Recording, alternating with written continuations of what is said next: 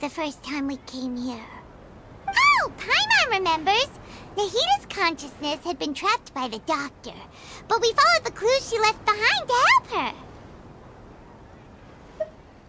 So much time has already passed since then, and it seems Sumeru's changing for the better now that Nahita's in charge, right? Paimon just hopes this peace will last a long time, and then Nahita won't have any more new problems to deal with.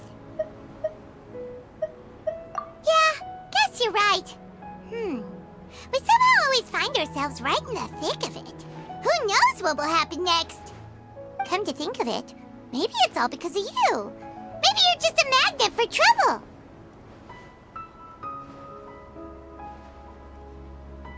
Huh? Me? Before Paimon ran into you, Paimon never ran into any trouble. At most, when she was super tired, Paimon got caught in some strange whirlpool and sucked out into sea. And even then, you fished Paimon out! Anyway, for Nahita's sake, maybe we should think about heading to our next destination for now. Ah, look who it is. Running into you in a place like this? I can see you two still love wandering around. Oh, it's Dia! Since when are we just wandering around? We're usually taking care of some serious business. Even though it may have nothing to do with our journey. But never mind that. What brings you here? I just finished a commission in the desert for a usual client of mine. Nothing too interesting. Just escorting a shipment of goods. I'm on my way to report back. That's when I saw you two all the way over there, chatting away. What were you two talking about anyway?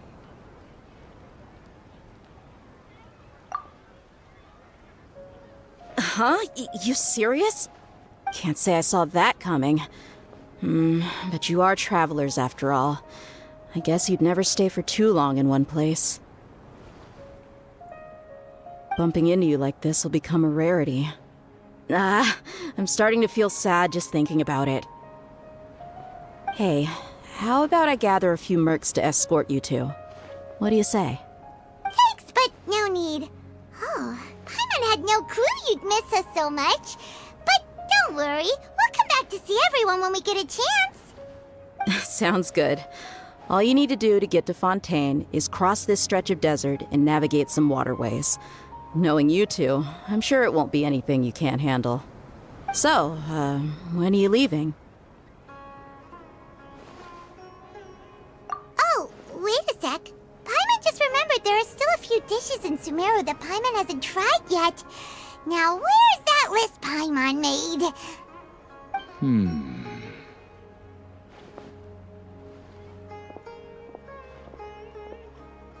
I see. Guess you won't be needing a going-away party or anything. It's sad enough to see you go like this. Though, now that I think about it, Sumeru wouldn't be what it is today without you. Seems true heroes always prefer leaving quietly. By the way, should we go say bye to Nahita? Oh, good point. Then there's no need to bother her in the real world. Then, I guess this is goodbye for now, Traveler in Paimon. Whether as a client or a friend, you're always welcome to come find me.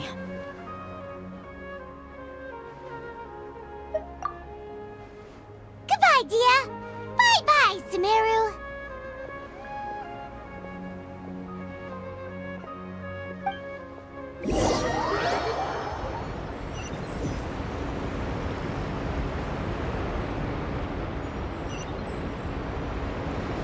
Squall and Fury!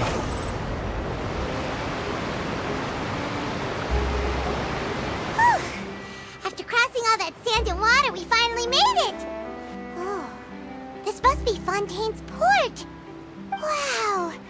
Everything looks so advanced in Fontaine! Paimon's heard that the industry here is extremely developed, and there are all kinds of unusual machines! Just seeing the sights as a tourist is nice, but maybe it would be better if we found something to do! What do you think? Good idea! Nahita gave us loads of useful information. 7 is probably still our best source for information at this point. Yeah, the more we can learn, the better. So, what do you think the Hydro Archon's like? Will we get along? Nahida said that she has a very unique personality, whatever that means. To learn about a nation's god, start with the nation's people. There seems to be some locals talking over there. Let's go see if we can join the party.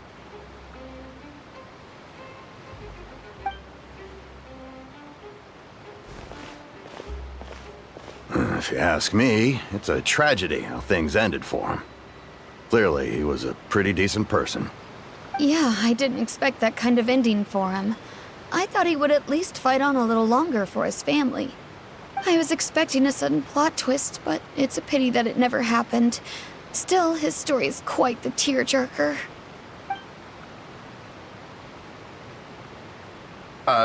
Excuse me. Can I help you two? I couldn't help but notice you standing here listening. Hi. We're travelers new to Fontaine, and we had something we wanted to ask, but you seem to be really busy talking about some kind of play, so we didn't want to interrupt. Play? Oh, no. We're talking about something that really happened.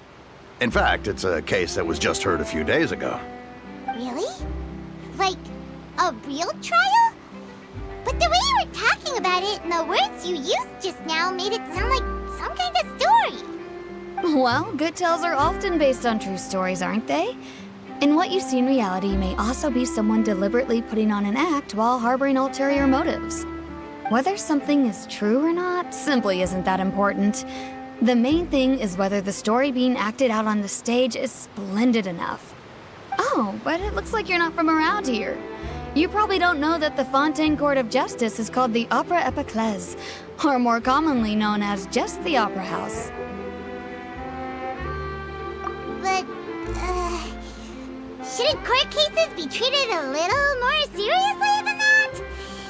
Not to question Fontaine's way of doing things. It's just that putting someone on trial is usually a very serious thing. No worries. Other visitors to Fontaine have wondered the same thing. You could say that we just don't want to waste the moving stories behind those cases. And as for your worries about whether the cases are treated with due reverence, we have the absolutely just and honorable Chief Justice Neuvillette, as well as the Oratrice Mécanique d'Analyse Cardinal, a machine created by the Archon. Between the machine and the Chief Justice, false charges and injustice are a thing of the past now. Oratrice? Is it some kind of machine, too? Oh, Paimon's curious. We should check it out if we get the chance. Wait, Paimon almost forgot to ask you our question. Do you know what we should do if we want to meet the Hydro Archon? Oh, that's easy. Just go to the Opera House. Lady Farina practically lives there. You could definitely say it's her biggest passion. I think what they mean is that they wish to speak with the Archon personally. In that case, I am afraid it's going to be a tad more difficult. You'll have to make an appointment well in advance, and it'll depend on whether or not she has any time slots available. Huh. Is the Hydro Archon super busy taking care of official stuff? Wait, didn't you say that she's always at the Opera House? No. Lady Farina seldom takes an interest with the nation's affairs. The reason it's difficult to make an appointment is simply because she's incredibly popular. That's right. After all, she is the Archon. Though she may tend to get a little dramatic from time to time, people can't get enough of her. Huh. First time Paimon's ever heard of an Archon being described that way before. Wait! Paimon gets now! The Hydro Archon is kinda like a big celebrity here, right? Yeah, I suppose you could say that. Perhaps you could even say our mascot. Hang on. This is still Fontaine's Archon you're talking about. You should show some more respect. Yes, you're right. I guess I should at least try to be a little more respectful in front of visitors. Otherwise, I might get arrested and find myself face to face with Monsieur Neuvillette. Come on. Sure, there's a lot of laws here, but nobody's going to be arrested for saying something disrespectful about the Hydro Archon. Alright, I think we get it. Thank you! At least we now know that we can find the Hydro Archon at the Opera House. But who knows how long making an appointment will take? Guess we could have a look around the city in the meantime. Hey! What are you looking over there for?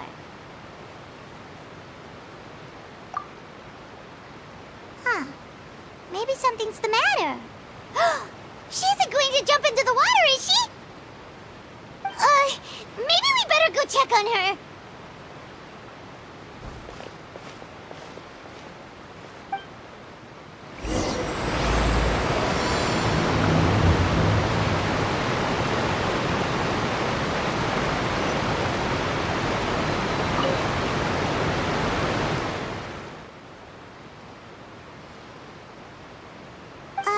Hello there. Excuse me. Are you alright? Huh? I'm fine. Thanks. Oh, okay then. We just noticed that you seem to be worried about something. About many things, actually. But there's nothing I can do but just keep my troubles to myself. I was just reminiscing about a place my brother and I would play when we were kids.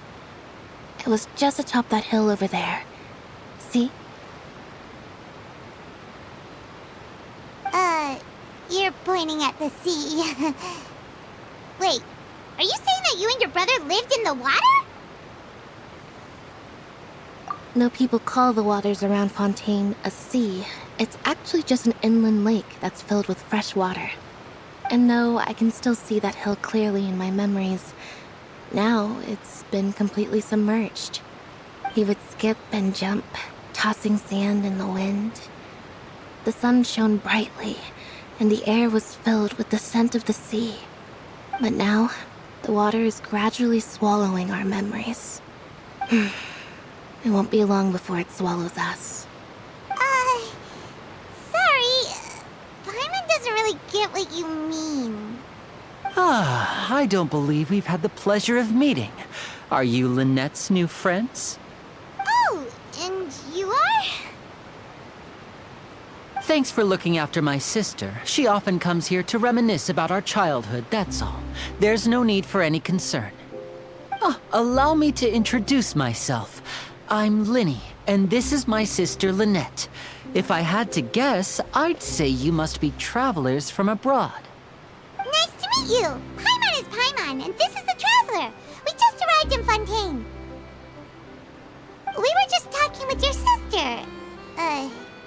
Even though we didn't really get what she was saying. I see. It's unusual for Lynette to be so willing to talk with anyone. In fact, she seldom speaks at all. I'm usually the only one she ever talks to. Oh, really? Then you two are just like us. Paimon's always the one talking for some reason.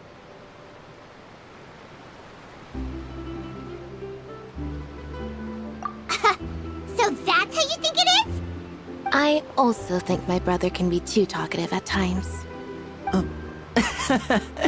Seems you were right, Paimon. We are quite similar. So, what did Lynette mean just now when she said that the water is engulfing your memories, and that it won't be long before it engulfs you too? Oh, that. It's from a prophecy that's been circulating in Fontaine for some time now. Well, I suppose prophecy isn't exactly the right word, because that implies a certain amount of uncertainty. There's no doubt about what's happening in Fontaine now. Where to begin?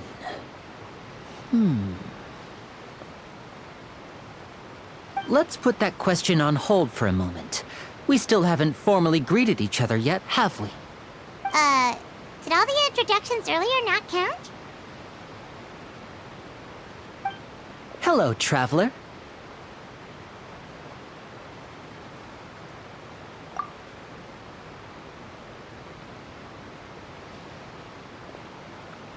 And hello, Paimon. Hey! Why didn't Paimon get a handshake? You're not poking fun at Paimon, are you? Please, don't take offense. Just consider it a sort of etiquette we have here in Fontaine when making new friends. You should remember it. It might prove useful. Oh, all right then.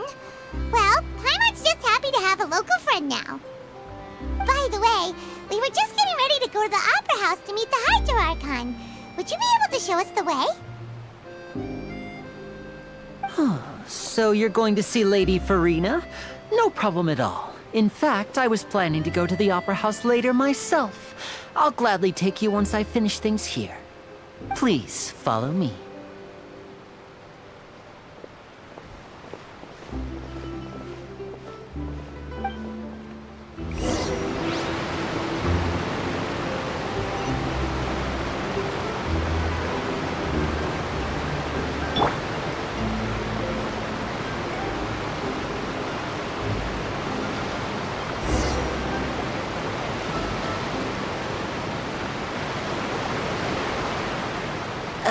You said you were going to see Lady Farina? Well, it seems Lady Farina has come to see you.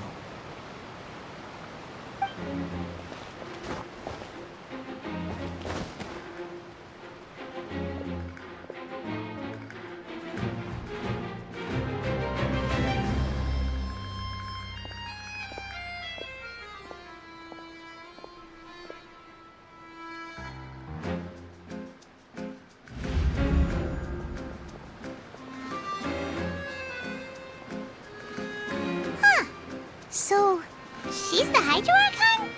But how did she know we were looking for her? My dear people, rich and poor, those with cup in hand and those with nothing at all, raise your glasses in celebration! If you don't have one, then just raise your hand in lieu.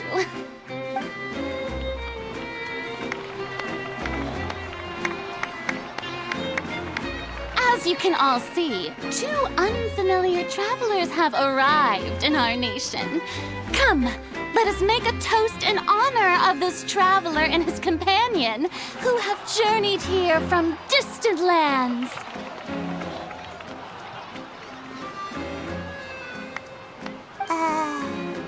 Is she talking about us?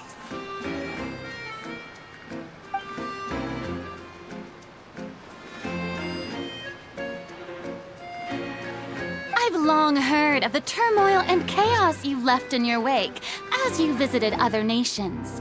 But I welcome you nevertheless. No, I have come to receive you personally. Fear is for insignificant cowards. I am a god, and I will never entertain the notion of such meaningless wariness. You can be rest assured. I see clearly your sincerity. Of course, seeking an audience with me is the most sensible thing to do. It will allow you to truly behold my power and witness my authority. Intelligent people always gather under the correct banner. I, Focalor, hereby welcome you to the nation of Hydro and acknowledge the value and significance of your trip. Now, you may rejoice in this. Yeah, Paimon still can't believe it. Feels like we've only been here for a few minutes. But the Hydro Archon's entrance was, how should Paimon describe it? A little over the top? Miss Hydro Archon? How did you know we were coming? I see. As Outlanders, you inevitably lack even some of the most basic understanding. Don't forget that even the gods can be divided into the mediocre and the excellent. I suppose it's only natural for you to be awestruck by my abilities. You had best stop and consider. Do you really have the noble qualities and etiquette necessary to communicate with a god? all it takes is a flick of my finger for me to know everything about you. Whoa. Talk about sounding high and mighty.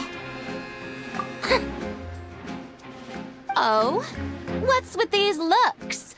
Perhaps the welcoming ceremony still isn't enough? What else should I say then? Is she waiting for us to start talking? Wow, I didn't expect to see Lady Farina here. What a surprise! Wait, does this mean they're the legendary blonde traveler? How did I not notice before? Hey, what's all the commotion? Oh, is that Lady Farina? Is there some kind of drama going on? Of course! That's the blonde traveler, the one all those stories are about. Lady Farina came here to personally see him. Oh, I bet this is going to be the duel of the century. Ooh, I've got to see this. I knew Lady Farina would never disappoint.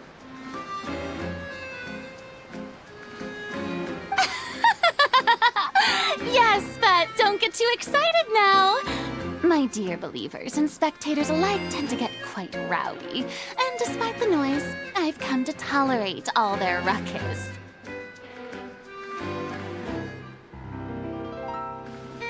You may consider this my reward to all of you. I have determined that there will be an epic duel between myself and this traveler from another land, just as you were hoping to see. Now she wants to fight? Aren't we getting a little ahead of ourselves?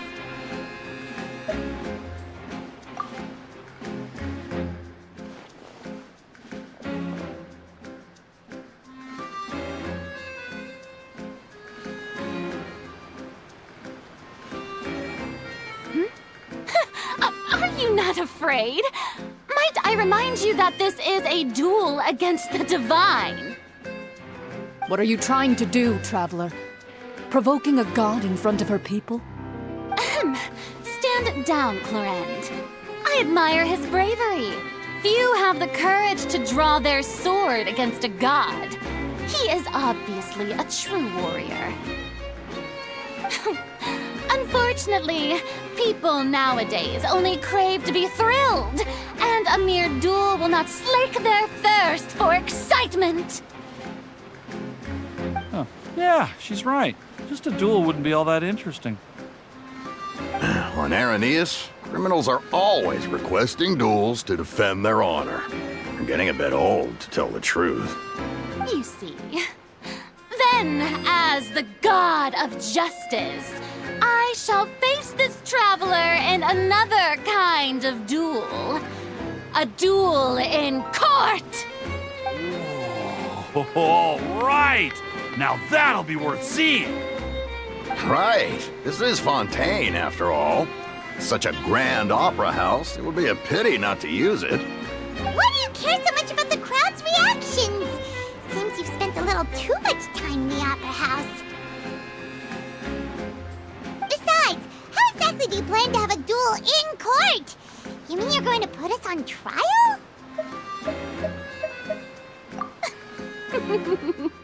Oh, we have reason to put you on trial. It's obvious, isn't it? According to Fontaine law, no one is permitted to release any flying objects within Fontaine city limits during the first 3 days of each month. You are clearly guilty of violating this law, no? Oh, so that's what they've done wrong. That's our Lady Farina. No one knows the laws of Fontaine like she does. You call that obvious? What kind of law is that? Wait, flying object? You mean Paimon? Precisely! Now, if you two have no objections, then in the name of the Hydro Archon, I order your arrest. My apologies, Lady Farina. I don't mean to spoil the fun. But if you would allow me to interject, I don't think that Paimon here meets the definition of a flying object. You tell her, Linny! Finally someone who's not crazy. How could anyone call Paimon a flying object? Ah, Magician Linny, my beloved citizen, I'll permit you to object. But how exactly do you plan to prove your claim? As a magician who just rained on your parade, I naturally should shoulder the responsibility of saving the show. So, with such an audience gathered here, allow me to perform a trick for everyone.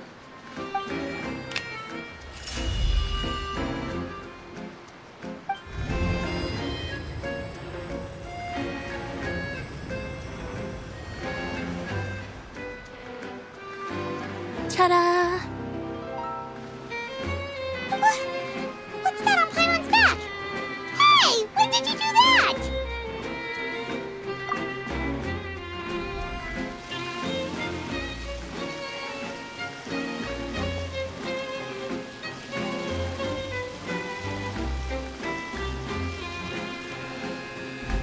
There. As you can all clearly see, Paimon should be classified as, well, something like a balloon. This rope has been in the Traveler's hand all along. It was just that no one could see it before. Huh? You call that magic? You've got to be joking. I thought it was pretty good. Nice one. Huh. I'm not sure what to think. It seems Lady Farina's charges no longer hold water.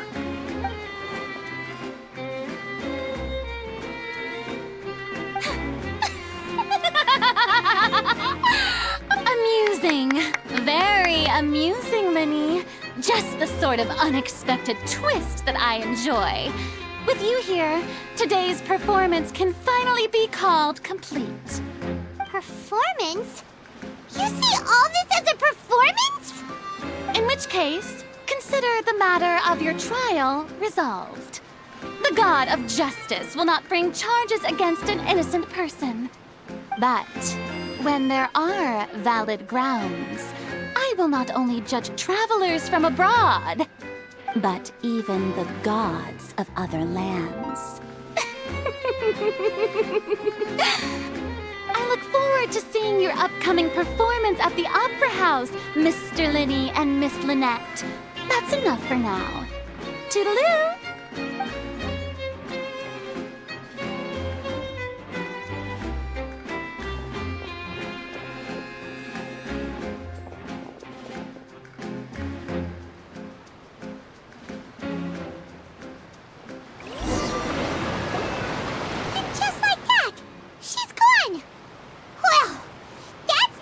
Unpredictable Archon Paimon's ever seen. He never even had a chance to ask her anything. But that's a problem for future Paimon. That whole scene just now was really... Don't mention it. I just happened to remember that there was such a law, so I did a little preparation, just in case. I didn't think it would actually come in handy. So, now do you see what kind of god Lady Farina is? She can be a bit confusing at times, but she is still amenable to reason. Anyway, Paimon had no idea you were a magician, Linny. It sounded like you'll be performing at the Opera House, right? I just know a few simple tricks I use to make a living. Lynette is my assistant. It will actually be my first time performing on the most prestigious stage in Fontaine, the Opera House. But isn't the Opera House where criminal trials are held in Fontaine? When there are no public trials being held, the Opera House hosts a variety of other performances. To the people of Fontaine, the line between a trial and a performance can be a little blurred. And speaking of performances, I would be remiss to forego this opportunity gifted by fate. Might I invite the two of you to see my performance? My brother's always excited to make new friends. Oh, sure. We don't really have anything to do now, and we wanted to go to the Opera House anyway. Splendid. In that case, why don't we go together? I'll show you the way. I just have something to take care of first. Oh, you really mean it? Then I'll take you up on your offer. This is a magical item known as a magic pocket. Perhaps you can help me distribute them to the people here. Huh? What are they going to use it for? About that... You asked me before about the prophecy, right? Let me start by telling you a little more about what it entails. I'm not sure exactly when it began, but a prophecy has been circulating around Fontaine. It says that every person in Fontaine is born with sin. No matter how the Nation of Justice holds trial after trial, this sin cannot be absolved. Until one day, the water levels in Fontaine will rise, and the sinful people will slowly be drowned. In the end, the people will all be dissolved into the waters, and only the Hydro Archon will remain, weeping on her throne. Only then will the sins of the people of Fontaine be washed away. That sounds pretty gloomy. Why are people in Fontaine born with sin? What is that supposed to mean? There are lots of guesses. Some say that the ancestors of Fontaine stole the power of the seas and stirred its wrath. Others say that the people of Fontaine never heeded the first Hydro Archon's warnings and offended Celestia. But here in Fontaine, evidence is what matters. There hasn't been concrete evidence for any of these claims, so they can only be regarded as conjecture. If even the people in Fontaine don't know what sin they committed, wouldn't it be better just to ignore the prophecy completely? Why bother feeling guilty all the time? That's exactly what the people did at first. But in the last few years, the water levels in Fontaine have actually started rising. Many places have already been completely submerged, and now lie beneath the sea. Many people carry on with their lives as before and shrug it off as a natural phenomenon. But my family and I think that the people of Fontaine shouldn't ignore the possibility, which would end up sentencing them to death. We hope that at least the people who reside near the waterfront can move away before it's too late. So, we've started distributing magic pockets to them. As a magical item, these magic pockets have astonishing capacity. I'm sure they will come in handy when people are moving their belongings. Oh, Paimon gets it! It's like preparing for a rainy day! But this is more than a bit of rain. Perhaps only absolute power could ever contend with such a catastrophe. But who knows?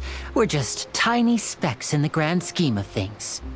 Now, if you'd like to help, then please give these magic pockets to anyone nearby. Be sure to convince them to take it, regardless of what they say.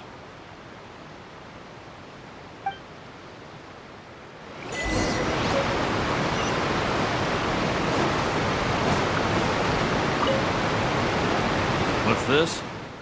So you also believe in the prophecy. Keep it. I won't have any use for it. What? You mean you don't believe in the prophecy? No, I believe in the prophecy. But I also believe in another story. The story says that people once lived in the ocean. They were one with the ocean and couldn't live apart from it. But as time wore on, people desired to live on land and developed blood vessels, encapsulating the sea within their bodies. Thus could people set foot on land.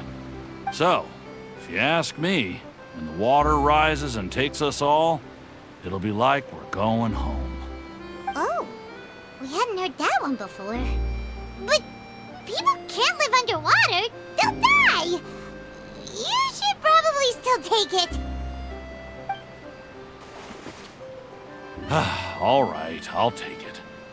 I guess I just feel that being dissolved into the water doesn't necessarily mean death.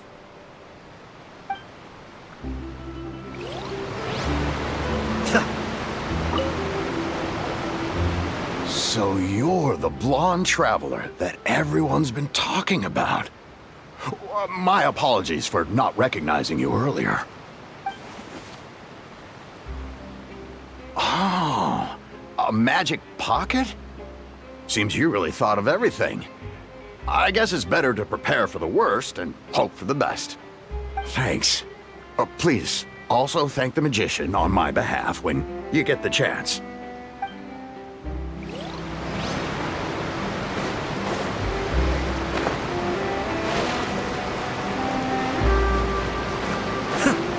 Behold!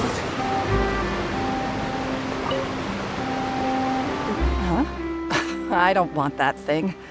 Way I see it, if the prophecy's true, it's still gonna be a long time before the water can cover everything. Life is all about living in the moment. What use is there in worrying about the future all the time? We'll cross that bridge when we get to it. You should still take it. You never know when it'll come in handy. Oh, all right, fine. Thanks. It's just that if I start moving, that means I've already given up on the life I have now. I'd really rather not.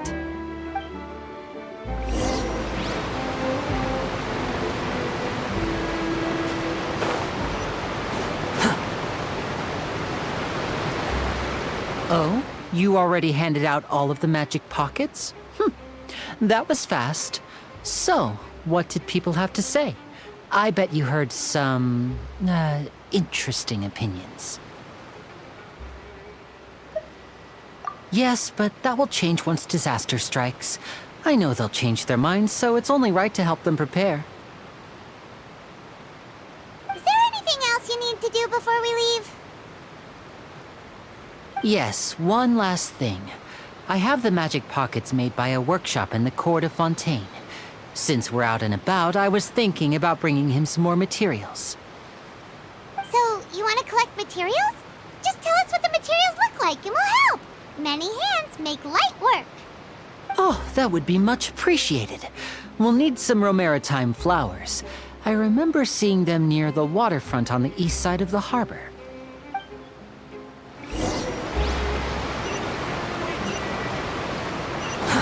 Too sloppy. The wind rises. Quit following me. It seems we have to use Hydro to collect Romaritime flowers.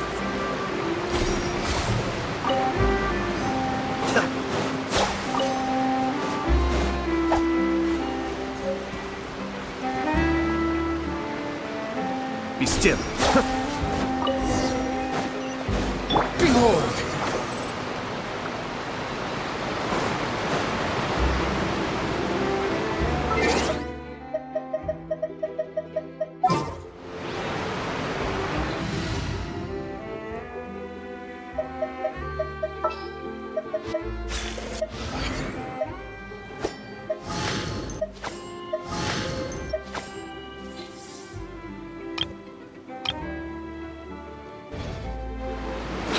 Following me.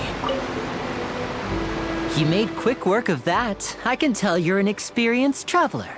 I've also finished collecting a few here. Maybe next time you'll feel like helping too, Lynette. No way. I'm in power-saving mode today.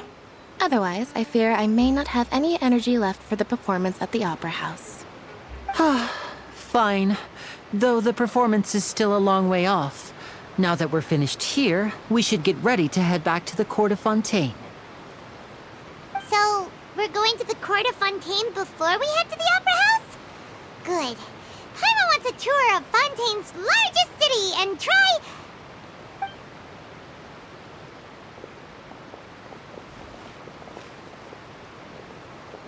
Wait, shh. Have you noticed that person over there? The young girl. Huh? What's wrong with her? Paimon didn't notice anything. She's obviously a thief. Magicians and thieves practice similar methods. We divert attention, and a distracted audience is one that won't discover what you're really doing. Watch her movements carefully.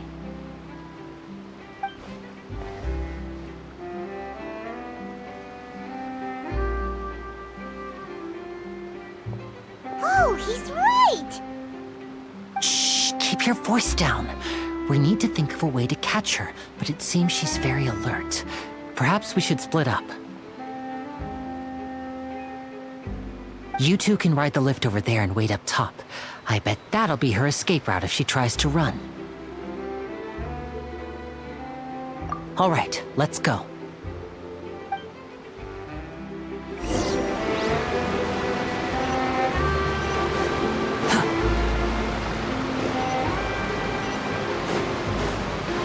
Squall and Fury.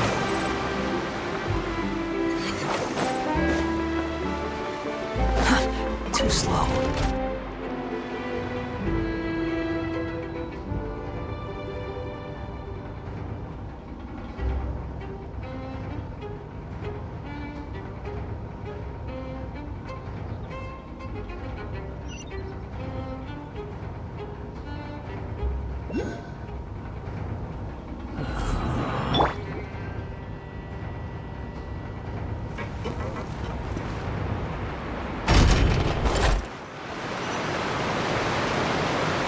This is the spot where Lenny wanted us to wait.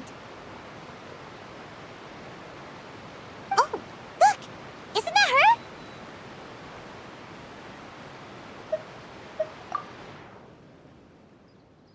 Oh no! Did she notice us? She started running the other direction! What should we do? Should we chase her?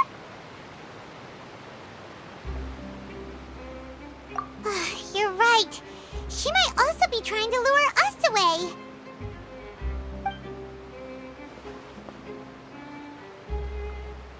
Nothing's happened for a while now. Paimon wonders if Lenny caught the thief. Yeah, let's go.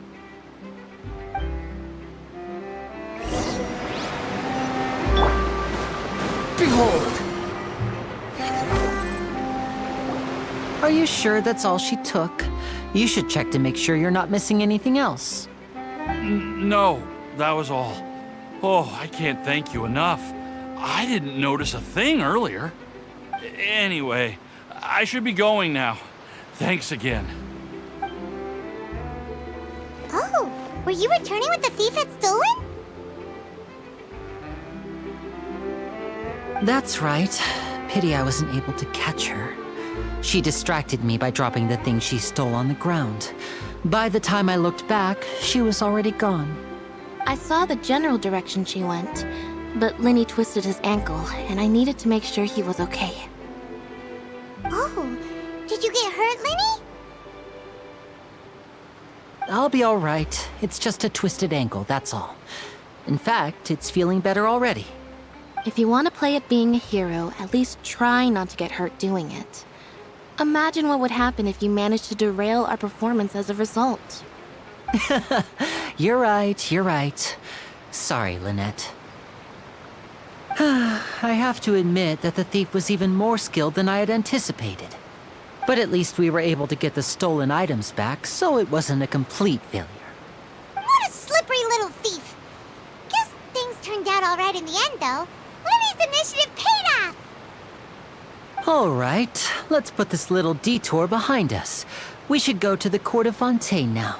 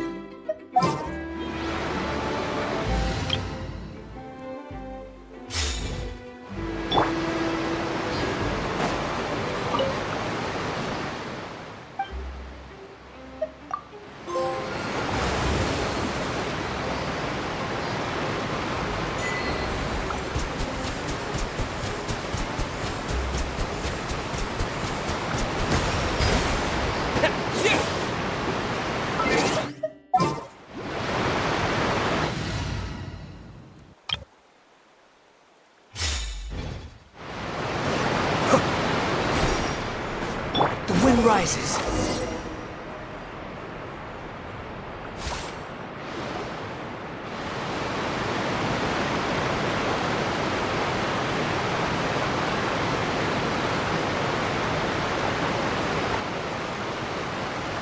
So, we ride this thing to go into the city?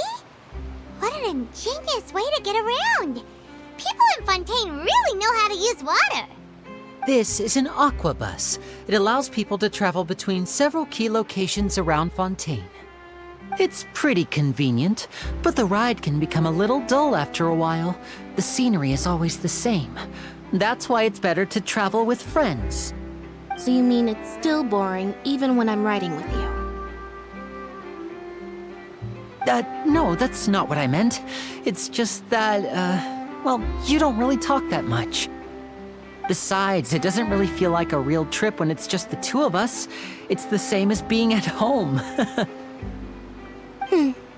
Whatever. Guess that's what it's like to be an older brother. It's about time for us to leave. Let's get on board.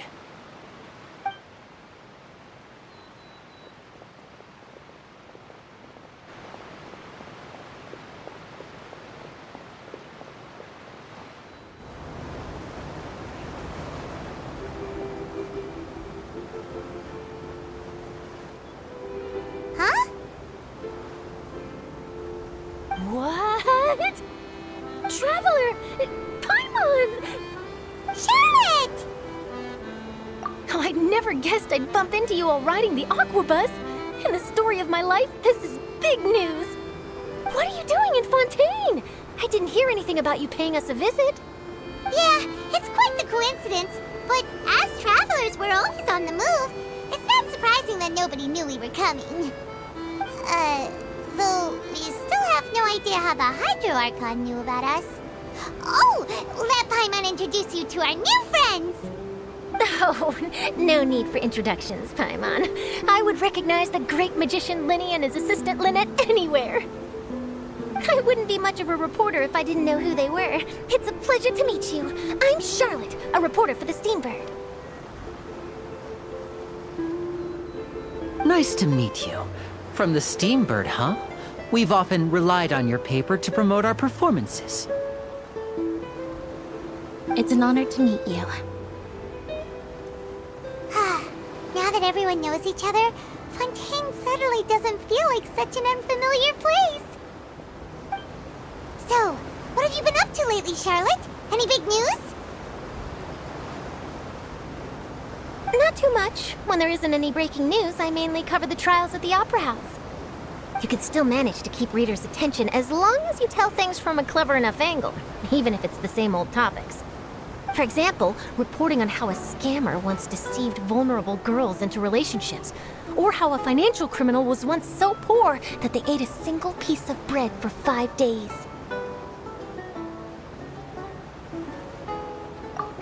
You're right. Seems you know me pretty well. What I'm really after is exclusive, sensational news pieces that could shake the country. These smaller stories are a waste of my talents. Oh, I just remembered. I've been following a case lately. Well, a series of cases, actually. You mean the serial disappearances of young women case? That's right. These stories are the talk of the town right now, and it's probably the most mysterious case we've ever seen. If I'm the first with a draft ready to publish when the case is finally cracked, and it's the headline story in the Steambird, oh, when that happens, I bet all the other reporters will shed tears of envy. I've already gathered all kinds of materials. I just can't wait for the truth to be revealed. So, what is the serial disappearances of young women case? You mean the culprit hasn't been found? That's right. The first missing girl case happened almost 20 years ago. And ever since, after a period of time, another girl disappears. What the cases have in common is that the girls are all of a similar age, and that they've all vanished without a trace. But the scariest part is that to this day, none of the girls have ever been found. Many suspects have been arrested over the years in connection with this case, but shortly after each arrest, Another disappearance would always happen.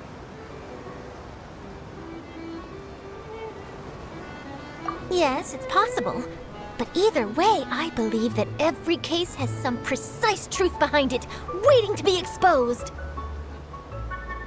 Yes, I agree. And at the very least, the family of those missing girls deserves some sort of explanation.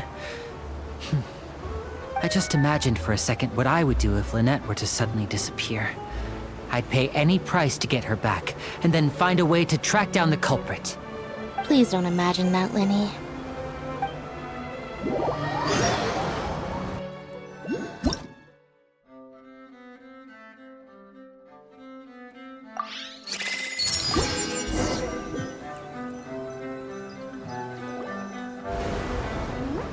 Hey, we're almost there! Look!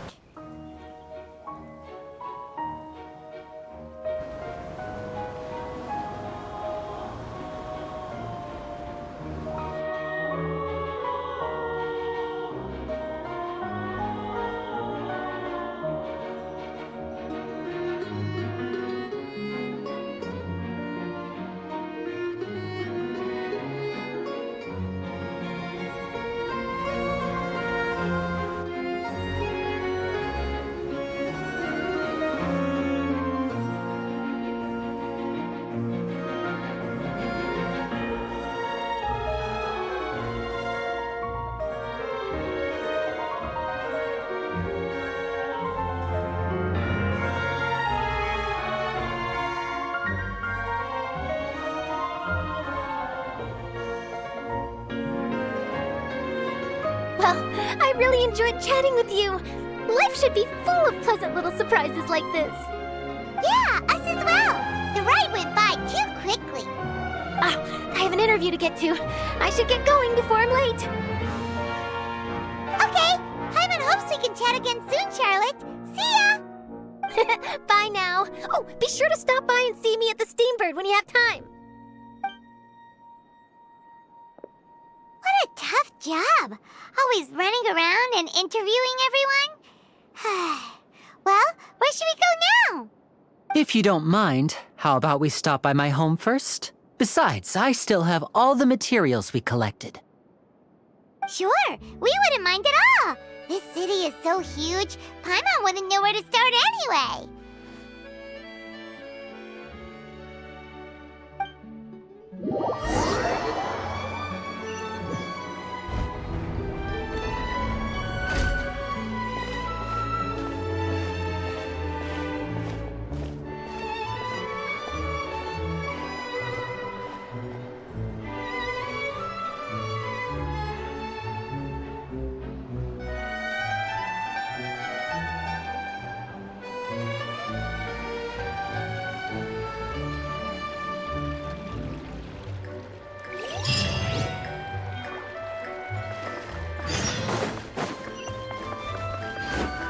Behold!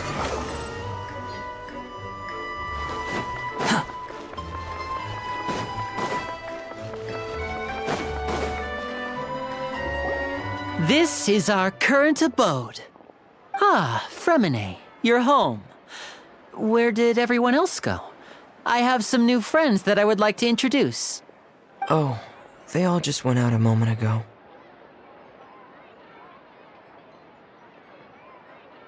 I see.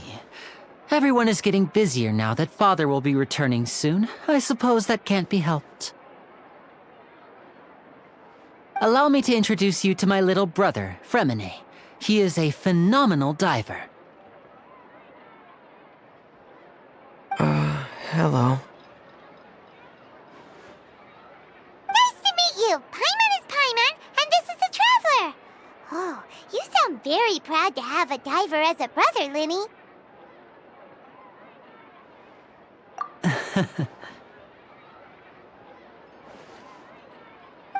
Linny, could you come here for a moment?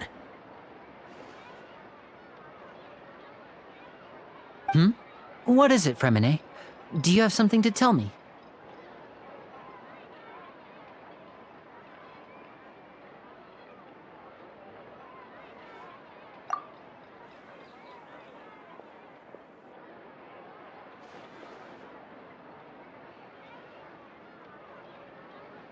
Okay, I see. Is everything all right? Oh, it's nothing. We were just discussing a little housework. Sorry for the interruption. Oh, before I forget, the Traveler and I collected more materials to make magic pockets. Were you able to get any, Fremine? Yes, I went diving and gathered lots of materials. I was about to give them to you. That's our Fremine, always quick with the underwater work. All right, I'll take these to the workshop.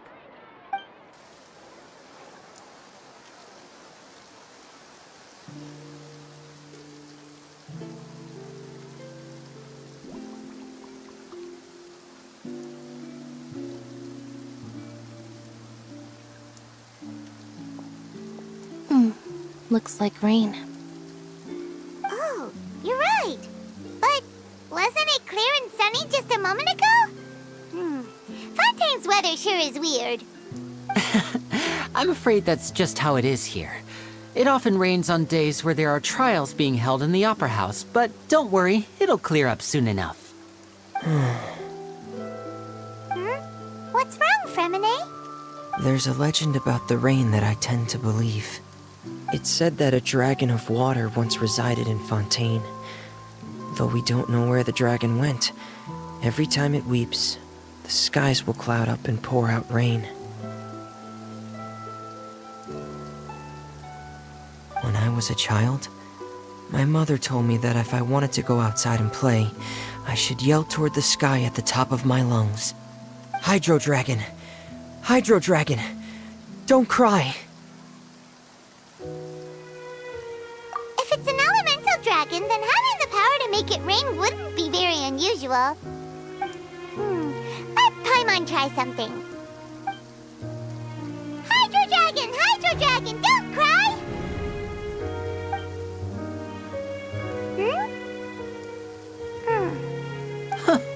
Doesn't seem to be of any use. It is just a legend after all. You know, you might be a more popular magician if you understood the concept of romanticism. Or could at least play along. Sorry. It might be because we've never met the Hydro Dragon. Perhaps it can't be comforted by the words of strangers.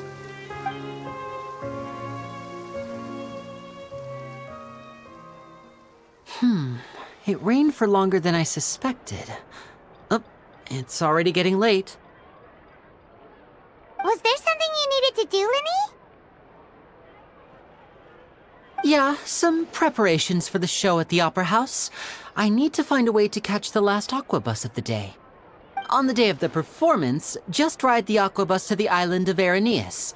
I'll have Lynette meet you at the fountain in front of the Opera House.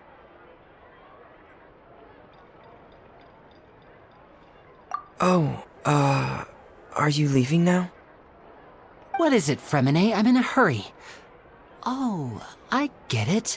You feel nervous delivering the materials for the magic pockets, is that it? Perhaps we could trouble the Traveler to help us take these materials to the Beaumont workshop and deliver them to the owner there? I'm afraid that Fremine can be quite introverted, and the boss there tends to be pretty talkative. Fremine has always been a little afraid of her. No trouble at all! Don't worry, we're on the case! Sorry for the inconvenience. I'm quite useless when it comes to such tasks. I'll think of a way to make it up to you. Oh, no need! This'll be a walk in the park for us!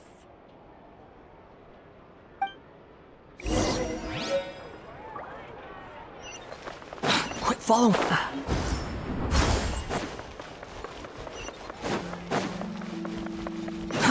Too slow. Quit following me. Hello? Is there anyone here? Oh, hello there. New customers? Looking to buy, or do you need something made? Or perhaps you're just looking for a chat with me. Oh no, we're just here to deliver some materials. Here they are. They're for making... what were they called again? Ah, these must be for magic pockets. I could tell right away. I've already made several orders worth now. No need. They've already prepaid several batches worth. When they told me what they'd be using them for, I even offered them a discount. But they insisted on paying the full amount, saying that I had a business to run. It seems both their hearts and their pockets are made of gold. Whoa. So, is Linny actually loaded? I can't say for sure, but who knows? Maybe there's good money to be made being a magician in Fontaine. Hey! Is this machine what you use to make stuff here? It looks really advanced. Why use your hands when a machine can do the work? It would be a waste not to use the latest technology. And wasting is a kind of crime. But where does a big machine like that get its power from?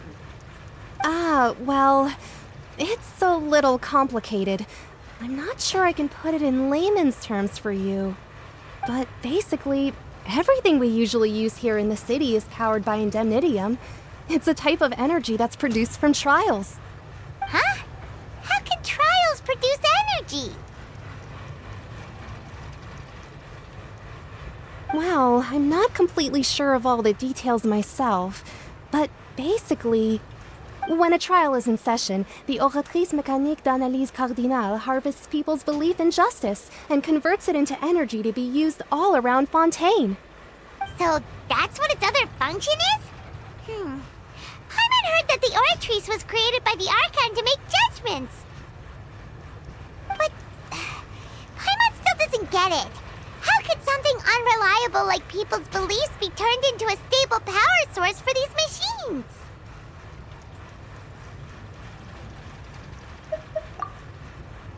Oh, yeah! So that means the Hydro Archon relies on the machine to take the energy created by belief and turn it into power for all of Fontaine, right? Even though I've never heard anyone really put it that way before, it sounds like it makes sense. Besides indemnitium, we have another type of energy called pneumosia. It isn't produced by the power of the Archon, but it is unstable by nature. Even now, it still cannot be widely used by civilians. I thought I'd find you hard at work, but here you are chatting the day away.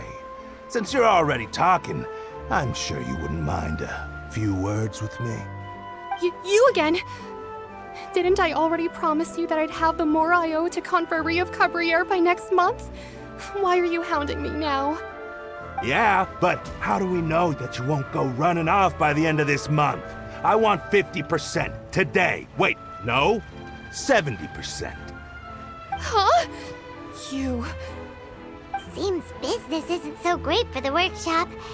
We've already finished our job and delivered the materials. Maybe now's a good time to leave? Hey, hold on! Before you go around trying to collect payments, why don't you settle your own debts first? If Confrérie of Cabriere wants to poach clients from Northland Bank, that's fine.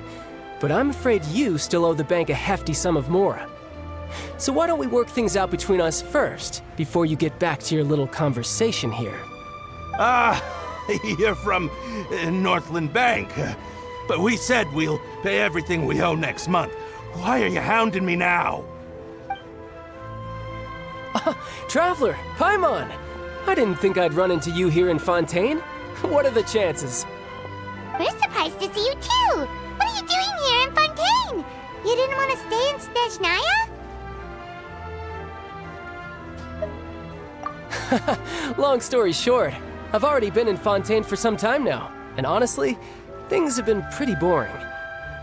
But it seems that fate brought our paths together today. Not only will I have some good friends here now, but ones who always seem to find trouble. Either way you look at it, it seems things are going to get a lot more interesting now. Pretty sure we'd want to avoid anything that you'd find interesting. Besides, our trip here has gone pretty well so far. Right, Traveler? Hey, you, Northland Bank boy. Aren't you forgetting something?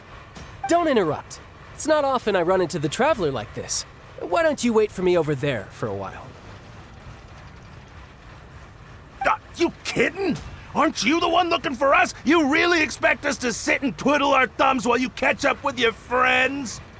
Listen to me, boy. If you want your mora, fine.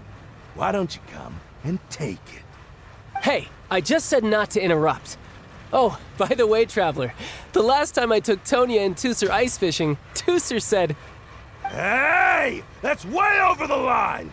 All right, boys, let's see who has to pay up now!" Can you at least let me finish one sentence? Fine.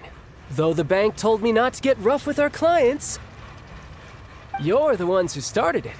This is an act of self-defense. You two will have to be my witnesses, okay? I'm sure this won't take long.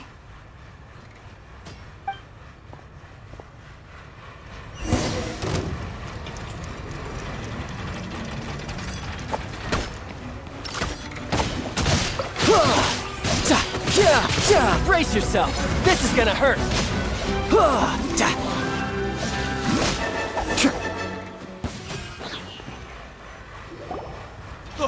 What's your deal, Brad? How are you so strong if you're just a staffer from Snezhnaya's Northland Bank? Wait, don't tell me you're... Oh, now you notice. It's a little late, don't you think? Just make sure you understand that you don't mess with Northland Bank. Got it?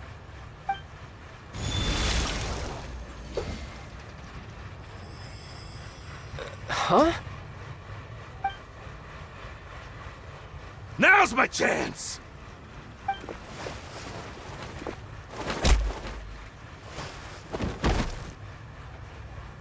Huh.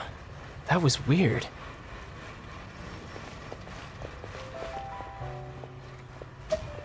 I'm not sure. It's as if I suddenly lost control of my hydro powers when I needed them. Maybe there's something wrong with my vision? Strange. How could that happen? First time Paimon's ever heard of someone losing control of their vision. Never mind. It doesn't matter. If I want to stay sharp, I shouldn't be relying too much on my vision anyway.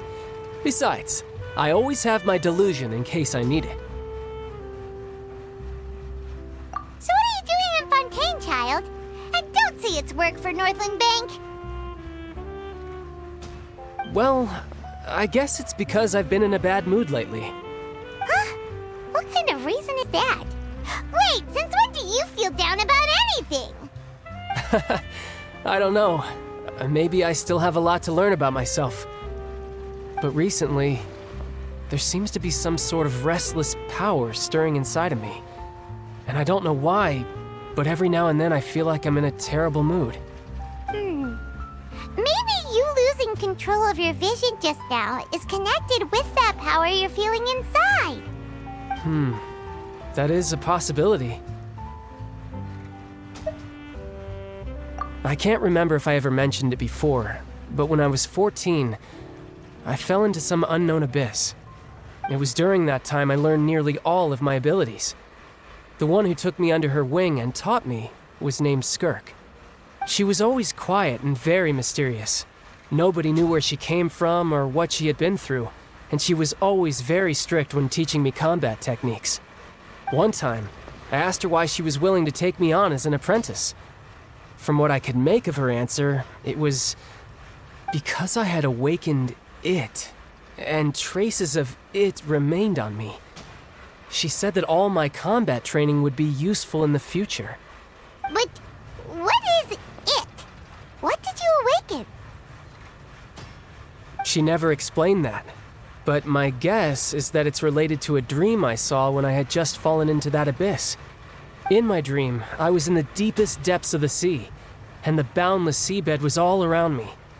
But in front of me appeared a whale that was so massive, I felt like I couldn't breathe. A whale? Oh, that sounds familiar! When we fought against you before, you summoned a huge whale that seemed to leap at us.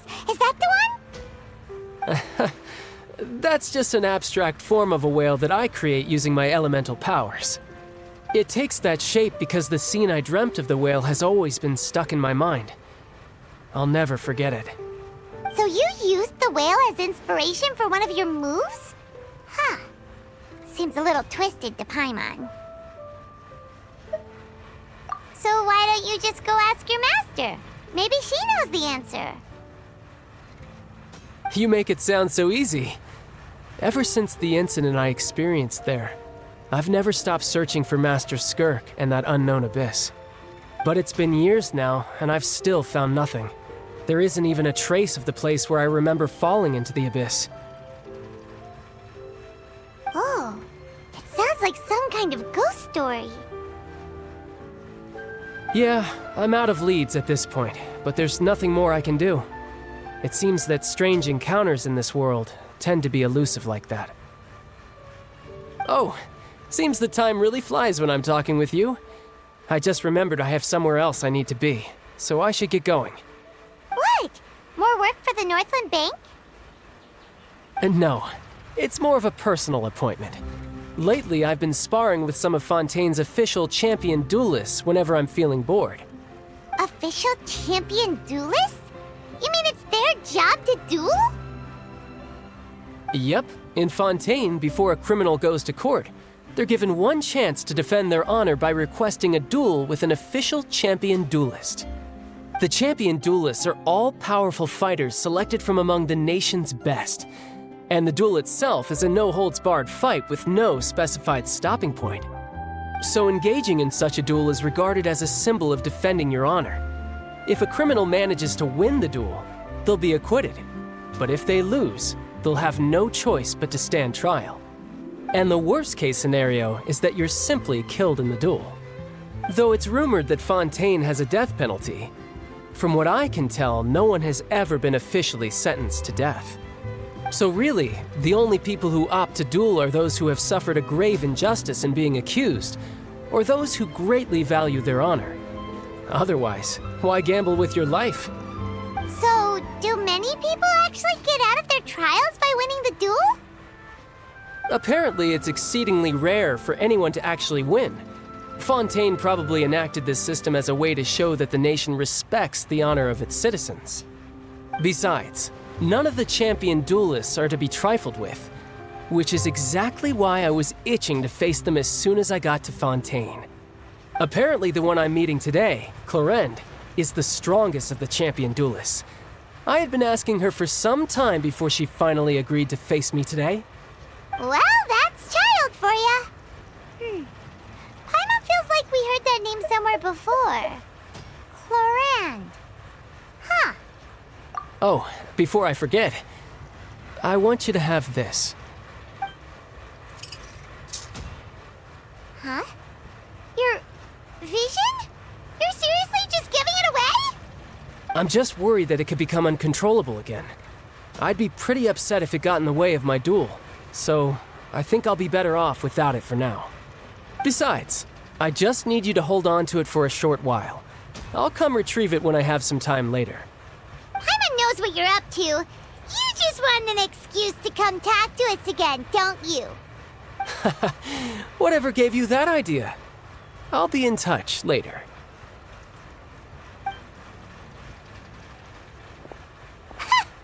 That sneaky guy.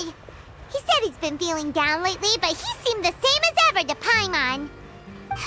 Well, since we don't have much to do for now, we might as well walk around and see the city before Lenny's performance.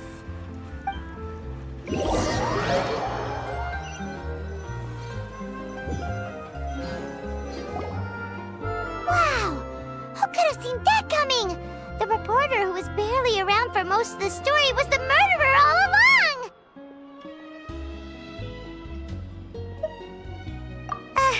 Sorry.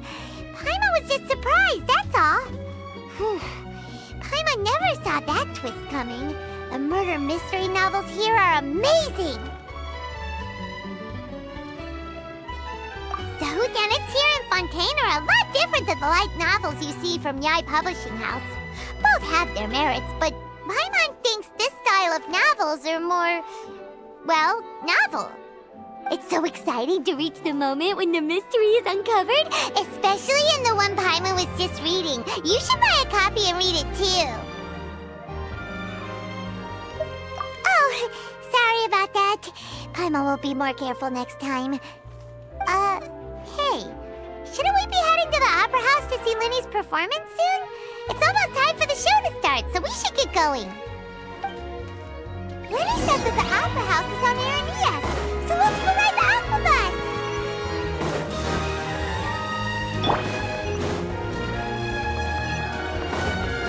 Bus! Squall and Fury!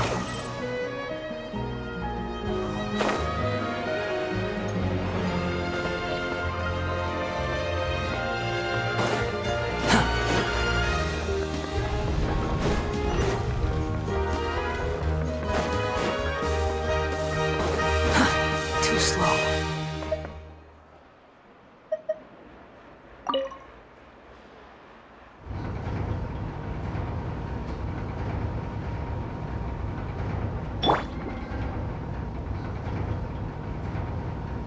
Welcome to the court of Fontaine.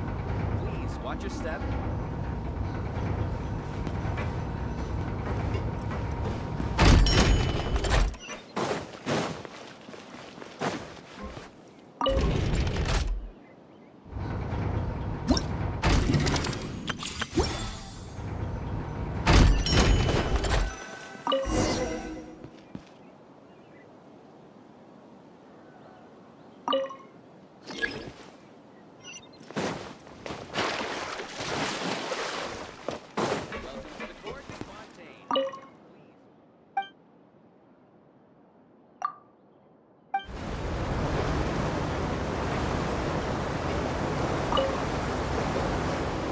Welcome to the Navia line. I am Elfan. The boat will be departing imminently. Please do not stick your head, hands, or other body parts outside the boat. The Aquabus operator is not responsible for any accidents or injuries resulting from doing so. Also, please remember to buy the Steambird, though I don't read it myself. The destination of the current tour is Aranias. Points of interest worth visiting include the Fountain of Lucine and the Opera Epiclese. If you look to the left in the direction we are currently traveling, you will see the famous Fontaine Research Institute up in the sky. An experiment gone wrong turned a new sightseeing opportunity. Human ingenuity truly is a wondrous thing.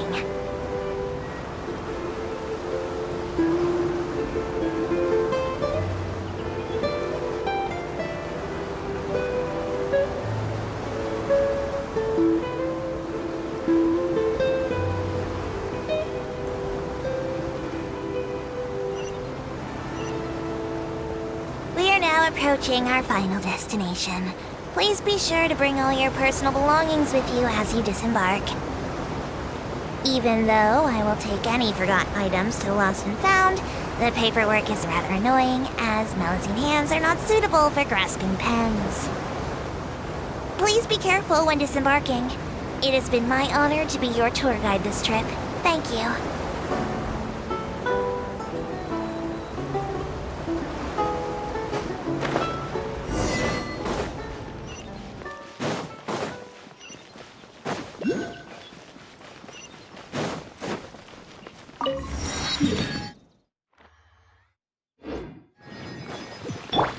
Behold!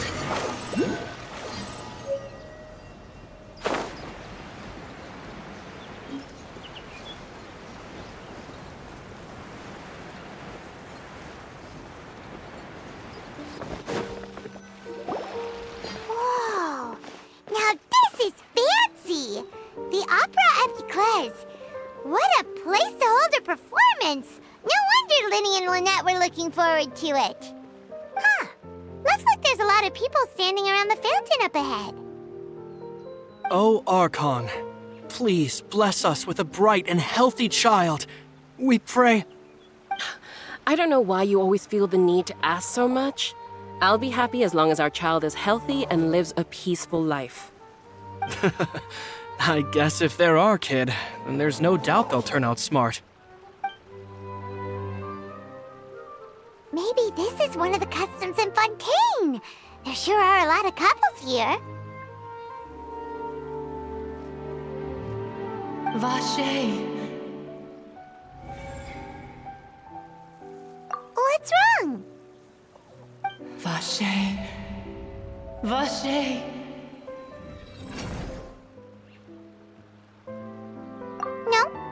didn't say anything. Are you hearing things? Welcome to the Fountain of Lucine. All the water flowing through Fontaine converges here. It's customary for newlyweds to come here and wish for children. Ah! Lynette! You scared Paimon! When did you get here? When he asked me to wait here for you, remember? Right. What do you mean? There are a lot of people here right now. Hey, you're not trying to scare Paimon, are you? Besides, it's the middle of the day. It's not the time for eerie things. I see. I might be able to tell you something that could help explain the voice you heard. In fact, you might not be imagining things at all. I suspect that what you heard is a result of your hypersensitivity to the hydro element. Others in my family have had similar experiences. It's because of his sensitivity to the hydro element? But what would hearing a voice have to do with elemental power? When do you cry, Paimon? Wait, what? What does that have to do with anything? Just answer me. When do you cry?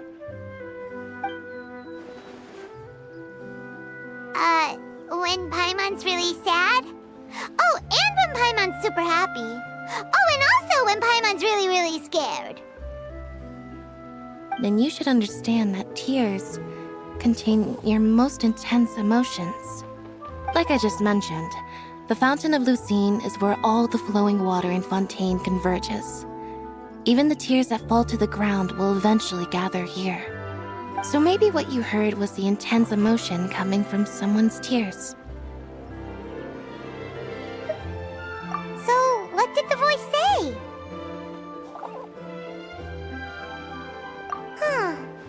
If you were hearing their emotions, then Paimon wonders what happened to them. Rather than worrying about them, we should worry about my brother first. Don't let that calm look of his fool you. He tends to get pretty nervous just before a performance.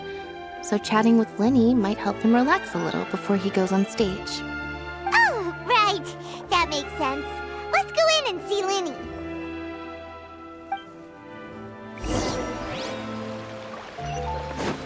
Quit following me. The wind rises.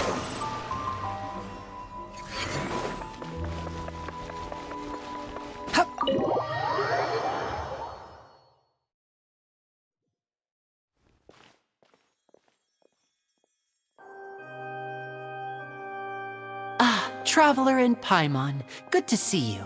I knew you two would come. Are you kidding? We wouldn't miss it for the world. We've been looking forward to it. I can tell, judging by how early you've arrived. But you're actually right on time. The audience still hasn't started entering the venue yet, which means now is the perfect chance for us to take you to the best seats in the house. Wait just a moment. I'll fetch the tickets.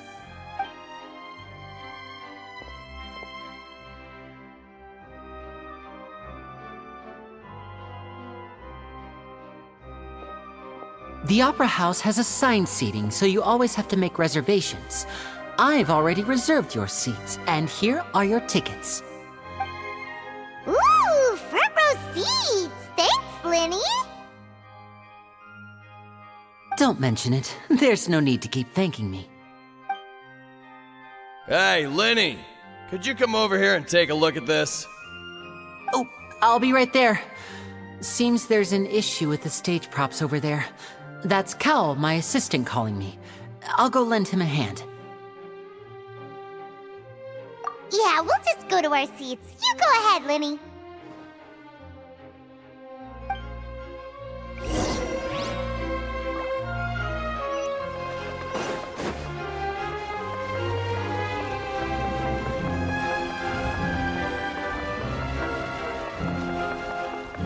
Squall and Fury!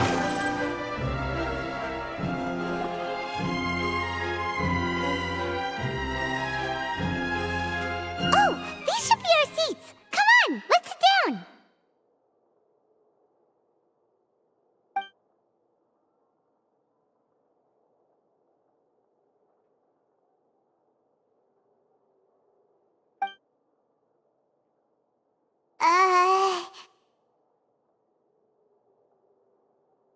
Hey, Traveler. Maybe we should strike up a conversation with the person next to us. Since we're sitting together and the rest of the place is practically empty still, it's kinda awkward if we don't say anything. Ah, you little... Of course you put this on Paimon! Excuse me, I did not realize you felt awkward. I am terribly sorry. I would be perfectly happy to chat with you if that is what you would like. Oh, so you heard all of that, did ya? Boy, you sure have good ears. Paimon thought she was keeping her voice down. Wait, that's not it, Paimon's... Sorry, Paimon's the one who was being rude, talking under her breath like that. So, let's talk, but, what should we talk about? Oh, Paimon's got it.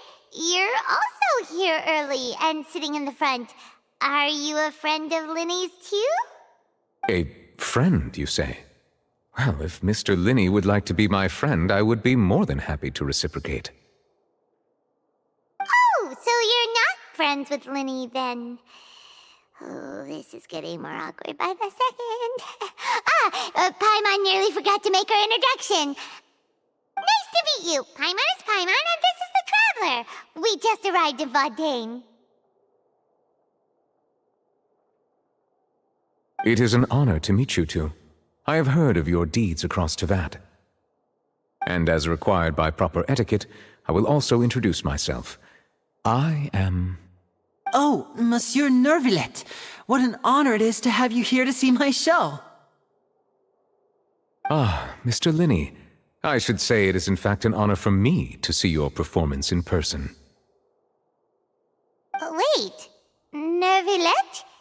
Could he be... I saw you all chatting just now, but it seems you still don't know who Monsieur Nervillet is.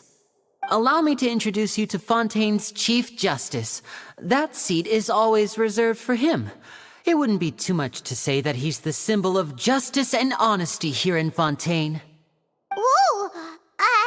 Sorry for being so rude just now. Paimon had no idea you were such an important person. No offense taken. Being Chief Justice is merely what I do for work. Nearly every person has their usual reserved seat, so I'm not so special, really. And by the way, I should probably let you know, even though I would prefer not to.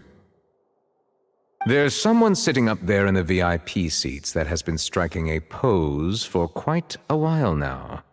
I believe she is trying to give you a most elegant and impressive first impression. So I think you should take notice of her sooner rather than later. Otherwise, she may become flustered.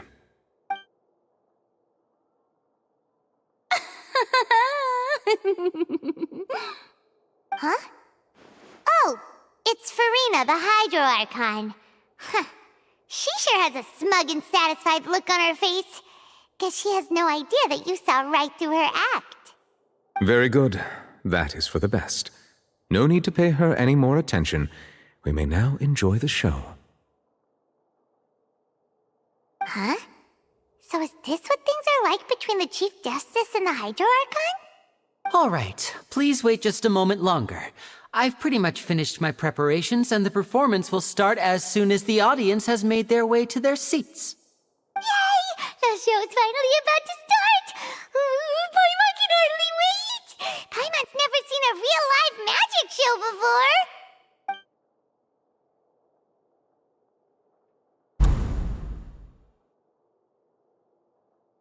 Oh! They're dimming the lights! The show must be starting!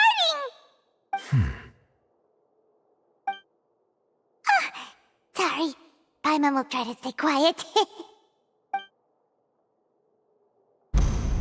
Welcome, one and all, to the Opera Epiclese. I am the star of today's show, Linny. And over here is my sister, Lynette, who will be working as my wonderful assistant. Please, let's give her a warm welcome. Hello, everyone. I know she may seem to be a little sleepy right now, but that's just a sign that she's nervous. Whatever. Now, some of you may be thinking, two vision holders who can freely manipulate elemental powers performing magic is not true magic at all. So, I would like to take a moment to assure you that elemental powers will have nothing to do with what you will witness on the stage today.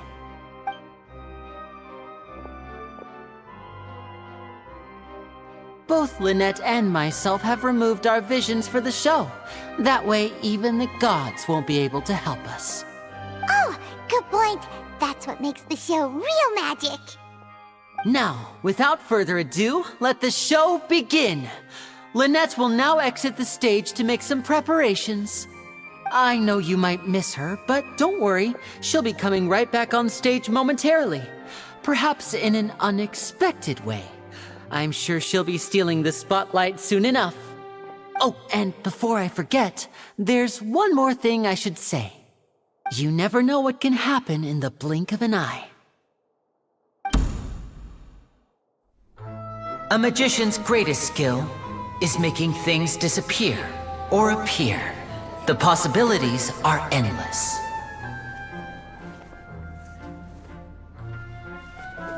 Huh?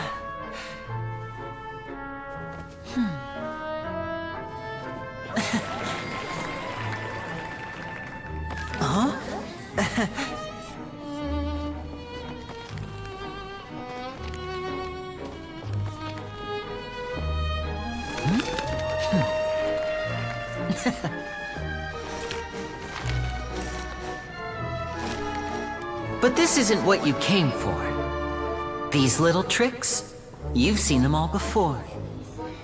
So it's time for something truly extraordinary, don't you think? This one's a little tricky.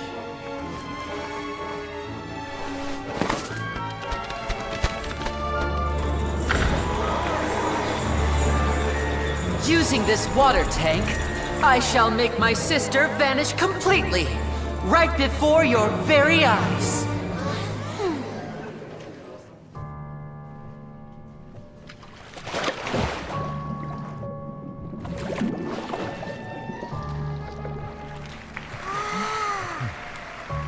It's actually quite simple. She'll just turn into air bubbles and float right out of the top.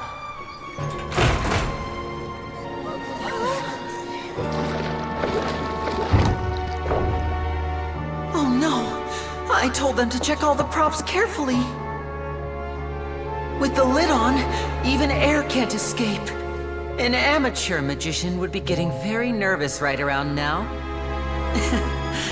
Luckily, it's me on stage, so let me show you what a true virtuoso can do.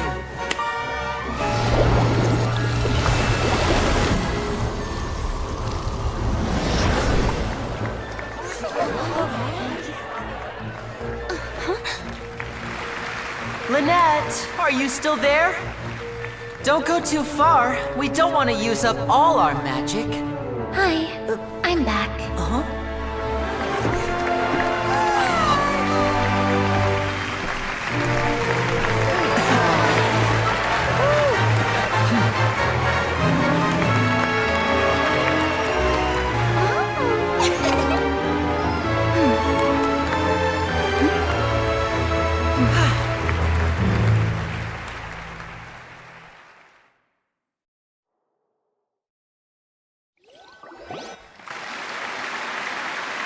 Whoa! What in the world just happened? How did he do that? Hyman didn't seem to do anything. Wasn't Lynette inside the water tank? How did she disappear and then reappear out of nowhere? If we could see easily through his tricks, then that would mean that his skills are still lacking. To appreciate magic, you should focus on the show happening on stage, rather than getting caught up in trying to see that which has been intentionally hidden. Guess you're right. Hyman couldn't believe her eyes when Lynette reappeared. Amazing! Thank you everyone. I'm glad you enjoyed that performance. But our magical journey has only just begun. I've prepared even more astonishing surprises for everyone here. The magic of transformation and disappearance can go far beyond what you've just seen. I'm sure many of you are thinking that escaping the water tank was impressive enough. But Lynette is still my assistant after all. In which case, I have ample time to make all necessary preparations. So, for my next trick, I will require the participation of one lucky audience member. Please, if my assistants could bring out the magical boxes now. There are 2 boxes and only 2 boxes. One is here and one is there in the aisle among the audience. I'm sure many of our clever audience members have already guessed our next magic trick. A swap!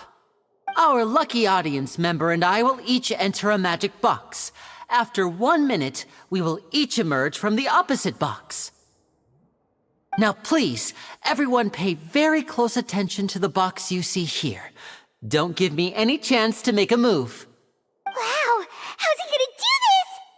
Hey, do you think this is all magic tricks, or does Lenny have actual superpowers? The lucky audience member will be generated by this random number selector. It selects numbers entirely at random. Even I don't know who will be chosen to participate. Now then, let's begin. Let me see. Oh, row 7, seat 3. Congratulations! You now have the chance to experience magic firsthand for an entire minute. Please, come forward. My assistant will take you beside the magic box. I'm sorry, it might be a little cramped inside, but no need to feel nervous. We've carefully arranged everything for you to be as comfortable as possible. You don't need to do anything, but no matter what strange things may happen, don't come out of the box. If the magic is interrupted, who knows where you might end up? You might even find yourself in the Fortress of Meropide. Oh, okay. All right. Before I enter the magic box, there is one more thing I need to ask the audience to do. Could you all give me a countdown? Like this. 60, 59, 58. Just keep counting down. You can go a little faster or slower if you like. I won't be able to see anything in the pitch black box, so I'll be relying on your voices to know when time is up. Oh, and no tricks now. If you quickly count from 60 in just 30 seconds, then I'll be in a tough spot. Ooh! Paimon kinda wants to count faster after hearing him say that! No, that won't do. I can see it in your eyes. You still can't be trusted. Let's practice together. Come on, repeat after me. 60, 59, 58. 60, 59, 58! That's right, perfect. Keep it going. All right, I'll see you all on the other side once you've finished counting.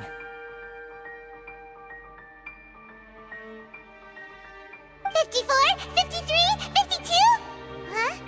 Why aren't you counting, Nervalet? I am counting in my head. I think things are exciting enough in here as it is. Merely a consequence of my identity and personality. Do not worry about me.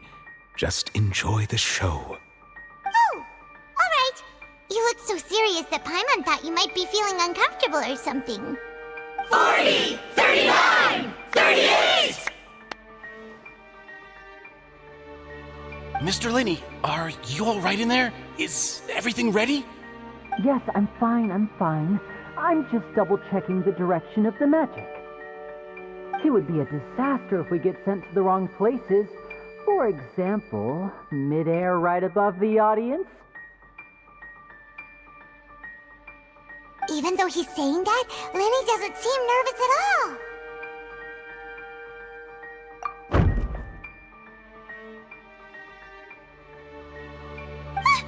What was that noise?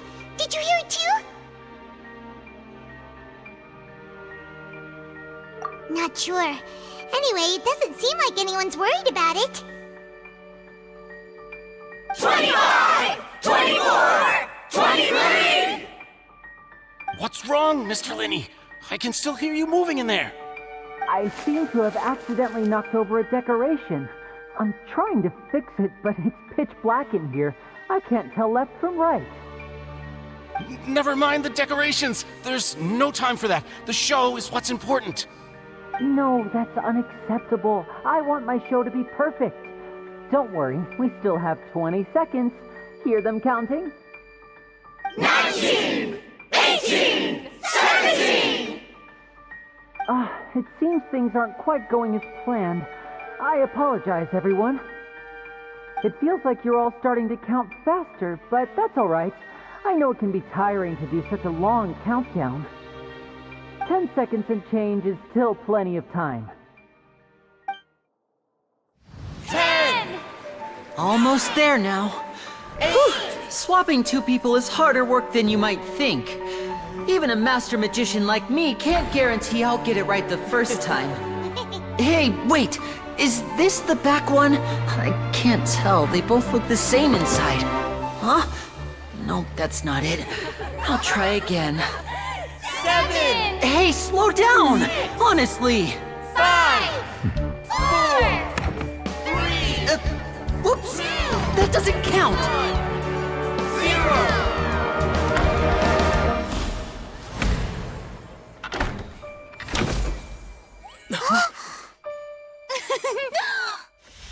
Ta-da!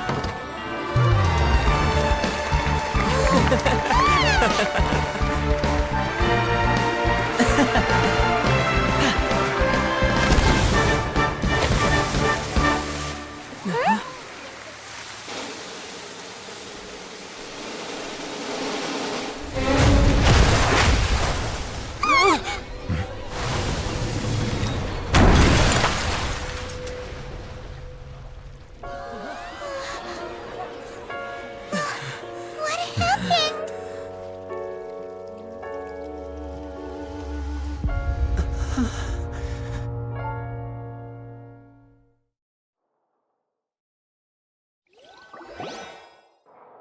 Huh? Is this part of the show? Mr. Lenny, you're going to use magic to fix the stage now, right? What happened? Oh no.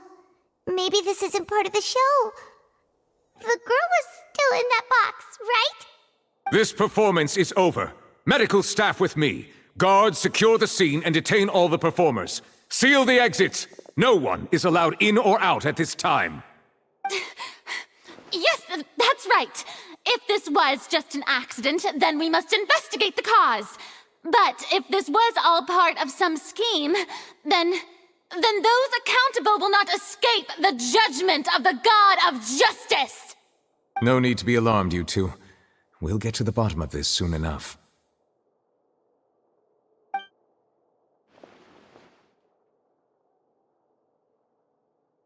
Unfortunately, the person who is in the magic box has been pronounced dead. His name was Cowell, one of the assistants in Linny's magic troupe. Apparently, the fireworks on stage ignited the ropes that were suspending the water tank, which then caused the tank to fall onto the stage. As of now, we are still not sure why we found Cowell in the box, rather than the guest from the audience. And after an initial search of the area, the guards have confirmed that the girl is nowhere to be found. It appears that this incident was not merely some mishap with the performance. And there are many indications that it is connected with the case of the serial disappearances of young women. The serial disappearances case? That's the case that Charlotte mentioned before! I know the truth. I can see through the whole thing. Really, using such a shallow and obvious mystery as his finale. Did he really underestimate us that badly? I say that our powerful magician, Mr. Lenny, is now the prime suspect for the serial disappearances case. Huh? Why me? This whole thing was an accident. No, this all occurred during your magic show, did it not? The missing girl disappeared after being chosen, did she not? The deceased is one of your assistants, is he not? Now that I think about it, that whole speech about magicians making things disappear was nothing more than a provocation, a bald-faced challenge. That can't be right. How can Lenny do this? He was in the box on the stage the entire time. We can even hear his voice. Besides, before the show, he told us that he would like to catch the criminal behind the disappearances. He couldn't possibly mean catching himself.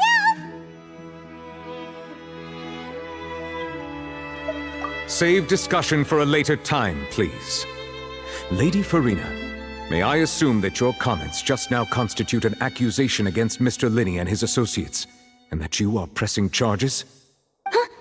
I just think that well, I think it might be a little early to talk about formally pressing charges. But what Lady Farina said just now makes perfect sense. Looks like she's gonna personally deliver justice. A kidnapping and murder carried out under the cover of a magic show. Lady Farina said it all. I mean, of course, my dear people. But what excites me even more than the obvious truth before our eyes is the opponent I'll be facing. That's right. I mean you, Traveler. You'll support Lenny, won't you?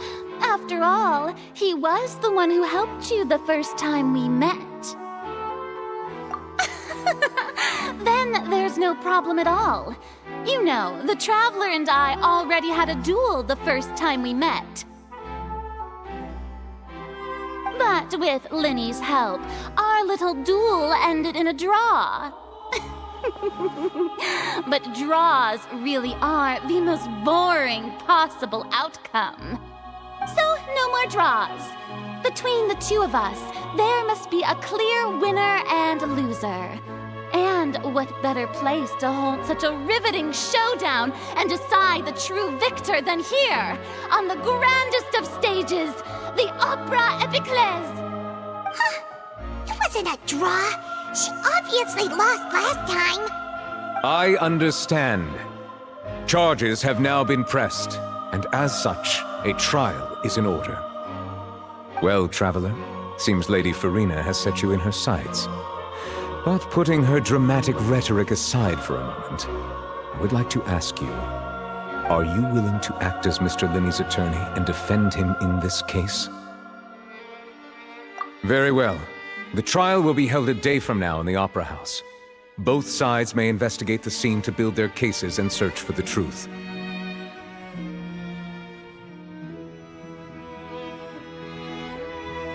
Linney and his troupe are all potential suspects and shall remain within the Opera House. The audience may begin to leave in an orderly fashion once they have been cleared by the guards. A day isn't that long. Let's see what kind of case this big-shot outlander can build in such a short amount of time. I'm really quite looking forward to hearing it.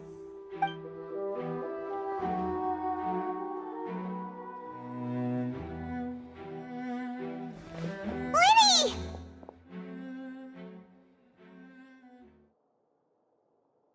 Sorry about everything that happened just now.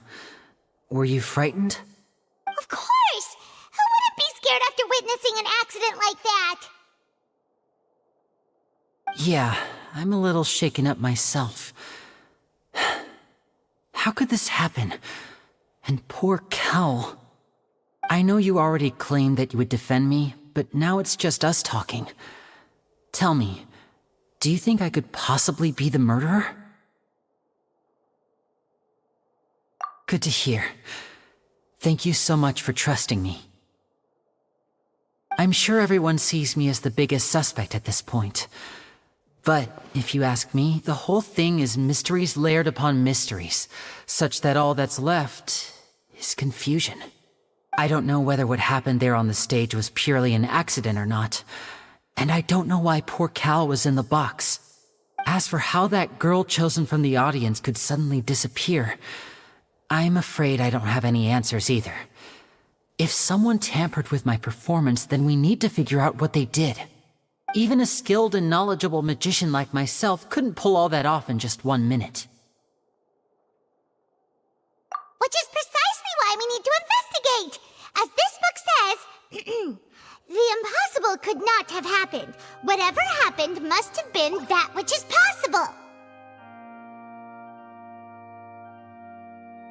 Paimon bought them when we were reading at the bookshop in the city earlier. Pretty cool, huh? Don't worry, Paimon used her own savings to buy them. It wasn't from our travel funds. I think they look cute on you, Paimon. You have good taste, Lynette! That's the right attitude. Feeling depressed isn't going to help me now. I need to get back to my normal self. But with the guards watching our every move, it's going to be especially difficult for Lynette and I to prove our own innocence. Good thing you agreed to be our attorneys. Thanks for that. We'll be counting on you.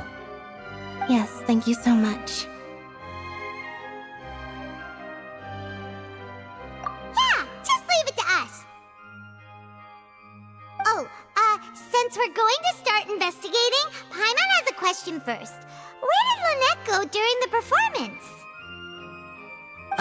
Well, I'm afraid that would involve some of our essential trade secrets as magicians. The secrets behind our magic are past saving, Linny. I suppose you're right. The truth behind our tricks is going to be important evidence that will be weighted during the trial. 'Tis truly a pity. As a magician, our magic show is a work of art. We've poured countless hours and spared no effort in perfecting it. But if revealing our secrets will help you uncover the truth behind what happened, then it will be well worth it. We should go somewhere else if we're going to discuss our magic tricks. We'll go speak with the guards, and in the meantime, you can go investigate the stage and the seating areas. Alright, let's go have a look while the investigation teams are still here. Detective Paimon is on the case!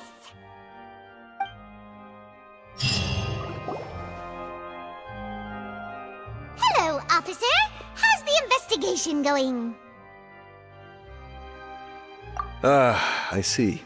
You must be the traveler that Lady Farina mentioned. Listen, I'll be perfectly honest with you. I'd avoid getting mixed up in this whirlpool of a mess if I were you. Huh? What do you mean? Come with me and you'll see. The deceased is one of Linny's assistants, named Cal. Even though he hadn't joined the troupe long, he was hardworking and everyone generally liked him. The assistants are usually in charge of setting up and inspecting the props, as well as assisting with the show and keeping the crowd engaged. As you probably saw when you were in the audience, the water tank suddenly fell and smashed the box with Cowl inside it. This is the real mystery. We've already searched the scene and were unable to find any traces of the girl. However, if you look carefully, the box was positioned directly under the water tank. The ropes holding the tank were then burned by the pyrotechnics on stage, causing them to snap. All these factors lining up so perfectly makes it hard to see this as a mere accident. If anything, the more logical explanation is that the whole incident was intentionally planned, and Linny is the most likely person to have access to all these areas. But he doesn't have a motive! Are you both good friends of his? Well, you can't say we're good friends, but we've known each other for a little while. So in just a short time, he was not only able to win your trust, but even convince you to act as his attorneys. I know there's no such thing as magic. The real trick of a magician is holding the audience in the palm of their hand. I've seen a lot of cases, and I can tell you that people are the least reliable kind of evidence. Sorry, I tend to be pretty straightforward. Just know that I'm warning you for your own good. Anyway, you may investigate the scene of the crime yourselves if you're curious. Who knows, maybe you'll be able to come up with some new evidence.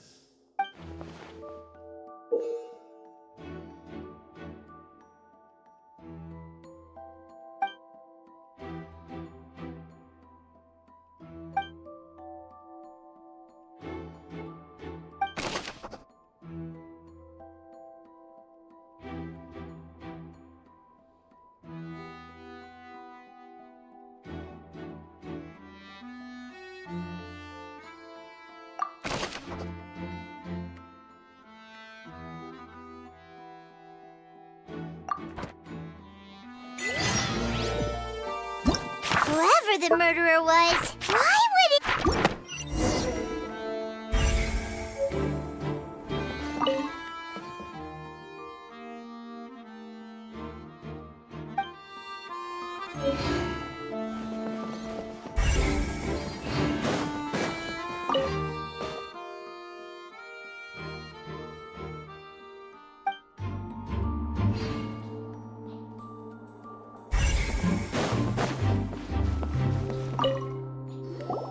So this is the rope that broke and caused the water tank to fall.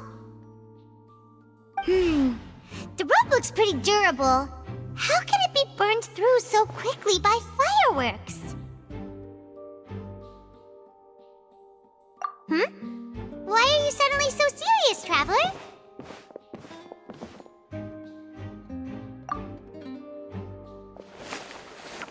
Whoa. Look! This bit is made from different material! Most of it was burned away, but there's still a little bit of it left.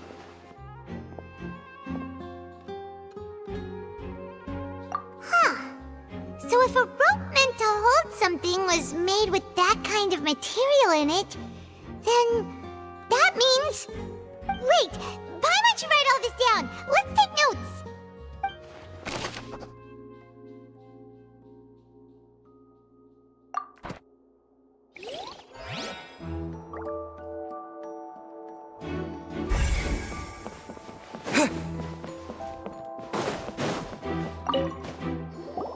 Hello there.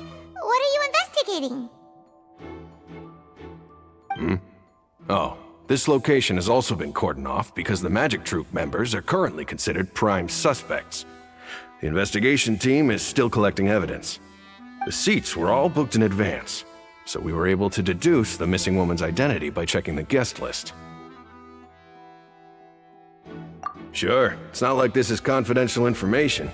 We will publish it later anyway when we petition the public to help us find the missing person.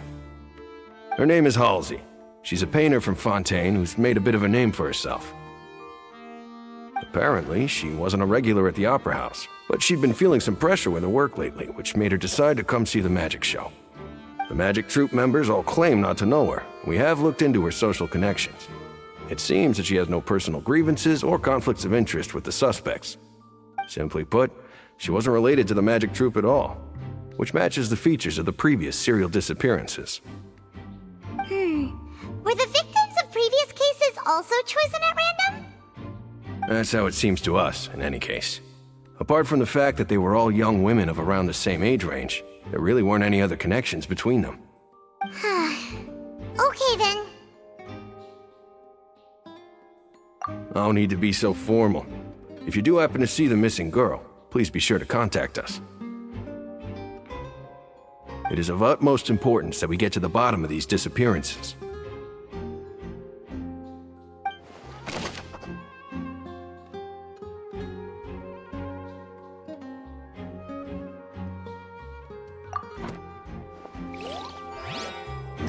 Whoever the murderer... Why would it be... Gosh. No wonder this... Gosh. No wonder... Why would it...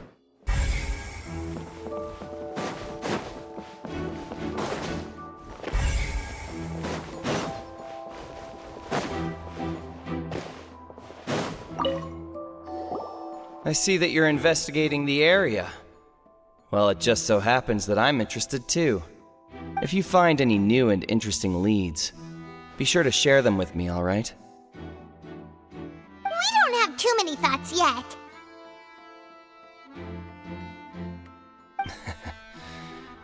Then why don't I tell you my hypothesis first? The way I see it.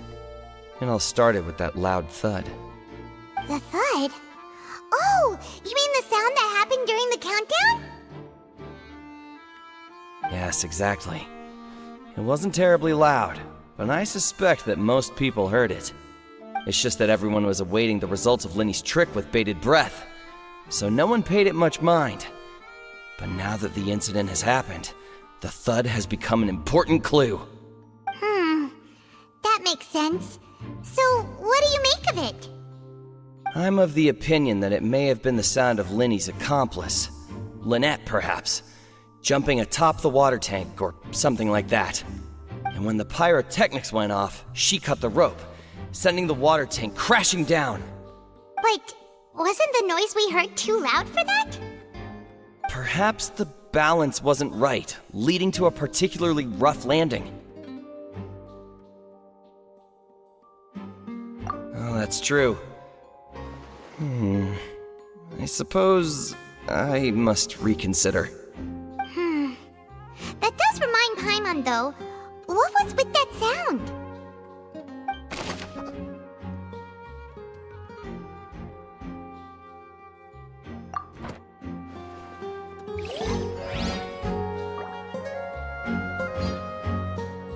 Why would it be him?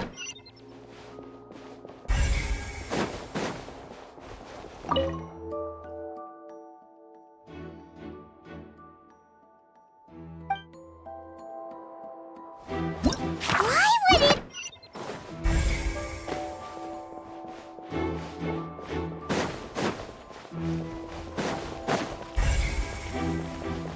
Lenny's still talking to the guards. It seems he'll have a lot of explaining to do. I think someone will be assigned to monitor us later, but that's alright. Lenny's still talking to the guards. It seems he'll have a lot of explaining to do. I think someone will be assigned to monitor us later, but that's alright.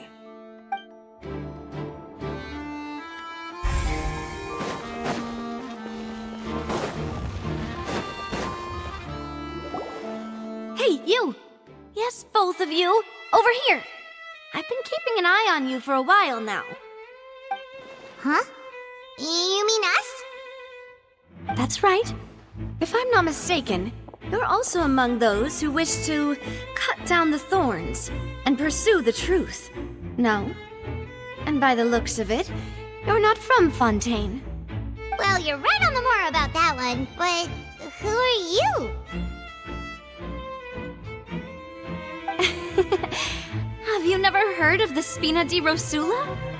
From mediating disputes and providing protection to solving conundrums, you name it, Spina di Rosula does it. And I, Navia, have the honor of being its renowned president. Though those who play by our rules call me boss. I'm Silver, her attendant. Pleased to meet you. And I'm Melus. Demoiselle's various daily needs and affairs are under my purview. Huh? Boss? Demoiselle? What gives with the names? Well, I am the second generation president. Melus and the others are still used to my previous title. My apologies, Demoiselle. Should you prefer, boss, I will endeavor to use that instead. No need. You don't have to call me boss. Just Navia is fine. Okay, if you say so. Not that we're members of Spina di Rosula anyway. All merely trifling details. Never mind. Now, back to the situation at hand.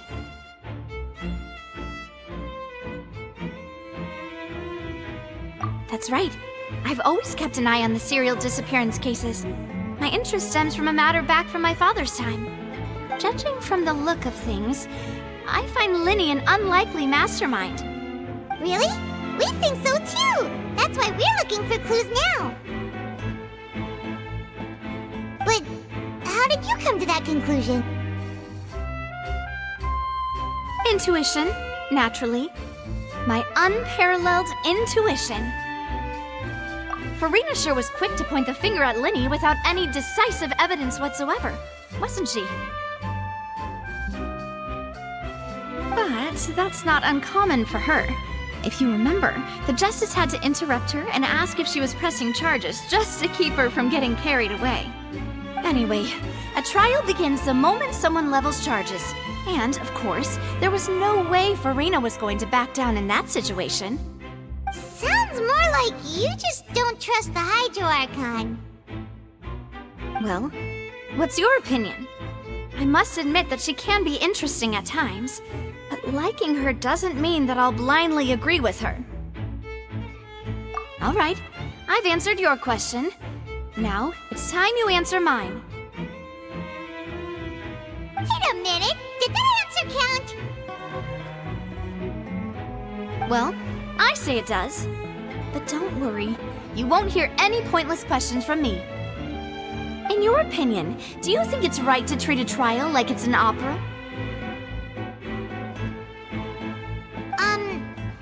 Well?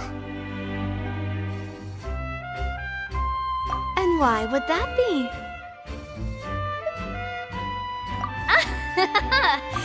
See, Silver and Maloose? I told you they'd be different.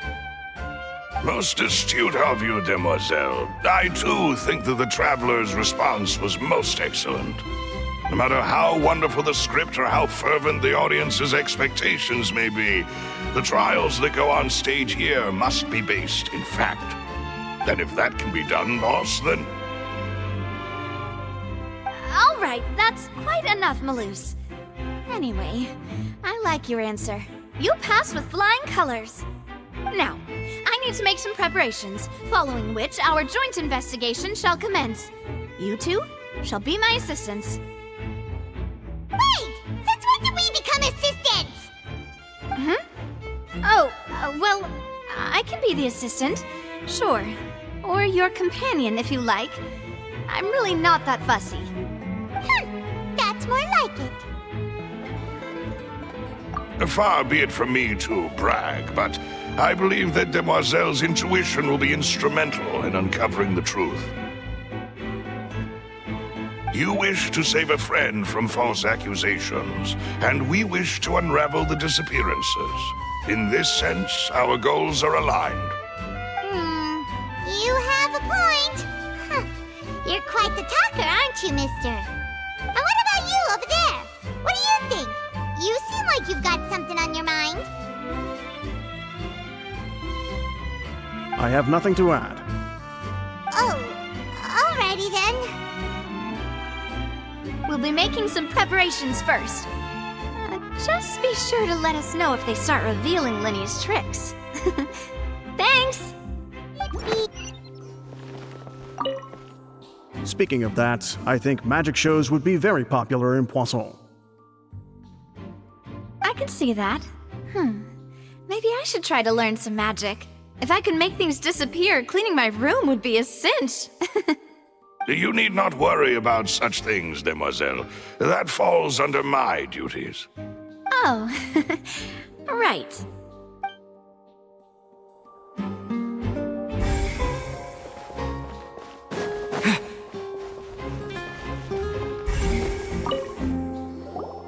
Sorry, but no one can freely enter or exit the Opera House at the moment. If you wish to leave, you must register your identity with us first. No, we're not leaving. We're representing Linny and Lynette as attorneys, so we're investigating the case. Were you always guarding this entrance? Yes, after the Chief Justice gave the order, everyone coming in or out must undergo a strict inspection. So, the missing girl couldn't have left from here, at least, not from that point on. I doubt there was much opportunity then, either. How can you be so sure,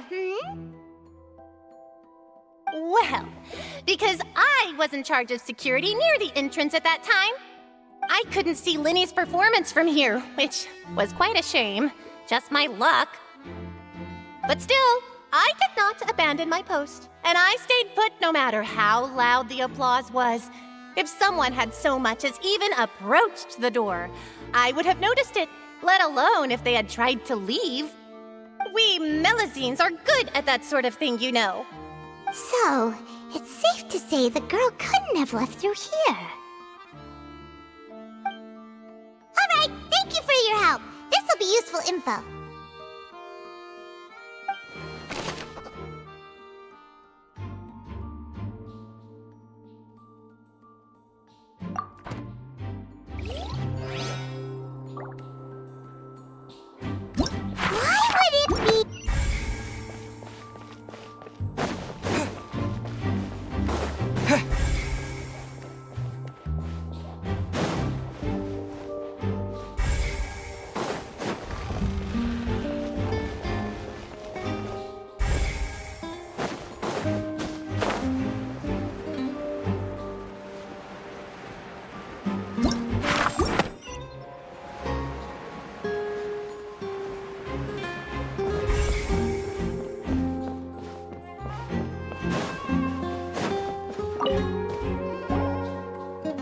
The investigation team has some new findings. Turns out there's an issue with the random number selector after all. See, I told you. What if the machine picked some big guy's seat? You think the murderer would have still made his move then? Sorry to interrupt, but we're helping Linny and Lynette with their side of the investigation. What were you saying about the number selector? There's something wrong with it? You're trying to help them? That'll be a tall order.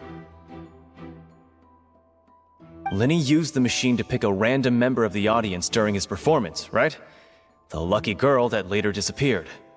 Well, we thought there might be a serious problem with the machine, so we had it taken away for further inspection.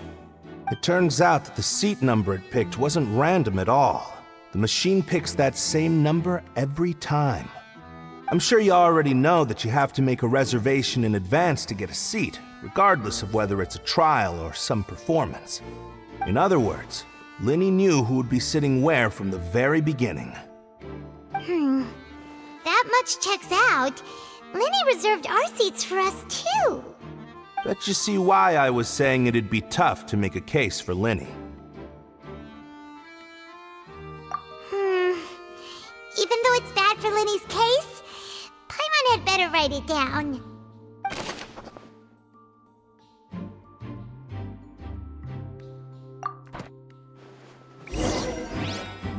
We've checked everything of note here at the performance venue. Paimon wonders how Linny's discussion with the guards is going. Let's go see. Understood. Then I will be going with you. Just so you're aware, I will be monitoring your actions and making notes as necessary. Very good. Thanks for being so agreeable. I'd pull a rose out of my hat as a gift for you if I could. You may spare the pleasantries. I'm just doing my job. You've arrived. Who's this? Me? I'm Spina di Rosula's guardian angel. If you've got a problem, I've got the firepower. Sorry, I got a little carried away there. Call me Navia. I'm a partner of theirs, and we'll be helping investigate this whole situation. And these are my companions. Would you mind if they join as well? Fine by me. Oh, new helpers? I would be most grateful. Well, let's just say we're tagging along. It's not every day you get to see the secrets behind magic performed on such a large scale. I appreciate your kind interest. Come with me. We'll be heading below stage. Huh? Below stage? Yes, a world of secrets is hidden beneath this magic box, prepared specifically for this switcheroo trick. But before I reveal everything, you should have a look first. Notice anything strange here?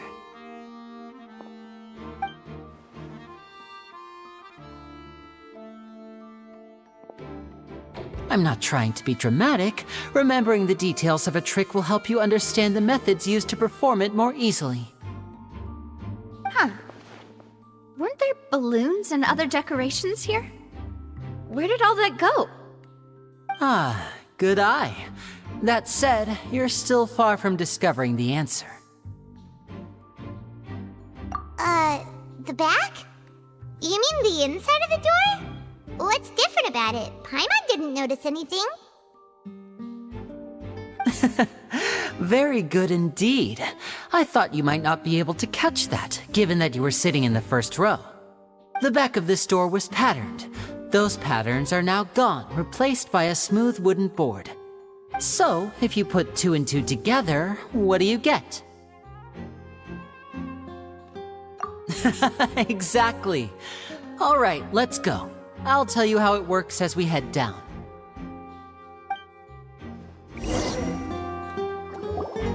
Oh, so there was a passageway under the magic box!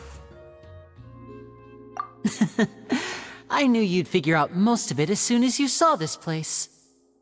The 2 magic boxes are positioned right above the 2 entrances of the tunnel. See this flatbed trolley? The box with the lucky audience member in it would be shuttled over to the other side using the trolley.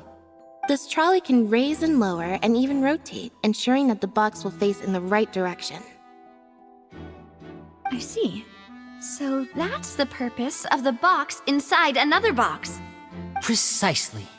The inner box would descend after the audience member was put inside and be moved along the trolley, all while the outer box would remain on stage as if nothing had ever changed. So that's how you did it! Once the box was lowered, the trolley would store some energy through this device here, with which it would complete the rest of the steps. The audience member would only be able to feel some slight movements in the dark, and by the time she walked out, she would already be back on stage.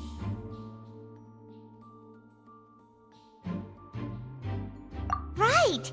You were talking that whole time, and you even came out for a moment near the end! Ah, yes. A phonograph operated by Lynette was used to achieve that effect. My assistant and I had already scripted our conversation beforehand. When the countdown began, I had already gone to the opposite box via a tunnel using that ladder. And what about Lynette? Where was she? I was in the mezzanine space in the back of the box. Oh, interesting! That's how we were able to coordinate Linny's lines with the assistant. And, by the way, I was the one who walked out of the box at the end. I mean, we are twins. All it takes is a change of clothes and no one can tell who's who. And that's my favorite part of this trick. Only Lynette and I can perform it. So that's how it all worked! Wow! Every detail you revealed was more amazing than the last! Lynette would briefly walk out of the box and then go back in, jumping into the tunnel and escaping before the box on the trolley could finish ascending. And then I walk out of the other box in the audience area, and the trick would be complete. The operative word here being would. But as you saw, Cal was in the box, not our audience member. She, on the other hand, mysteriously vanished. We really don't know how that happened. If not for that interlude, this would have been an astonishing trick. I probably never would have figured out how you pulled it off. And yet, to think that someone was able to use this magic trick to commit a crime.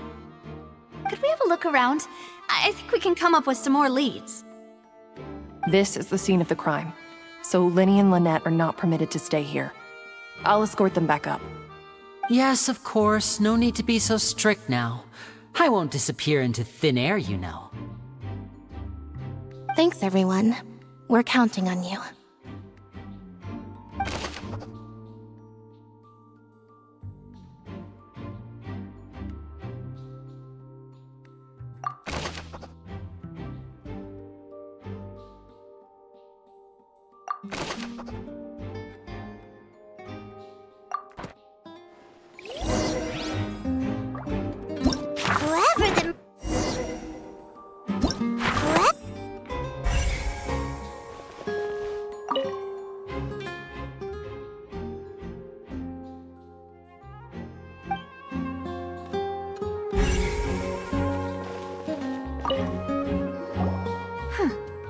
What's this? Looks like a hook tied to the end of a rope. Huh? There's all kinds of odds and ends here. Perhaps it was a prop for a different trick. But why would it have been left here? Whatever it is, let's make a note of it first.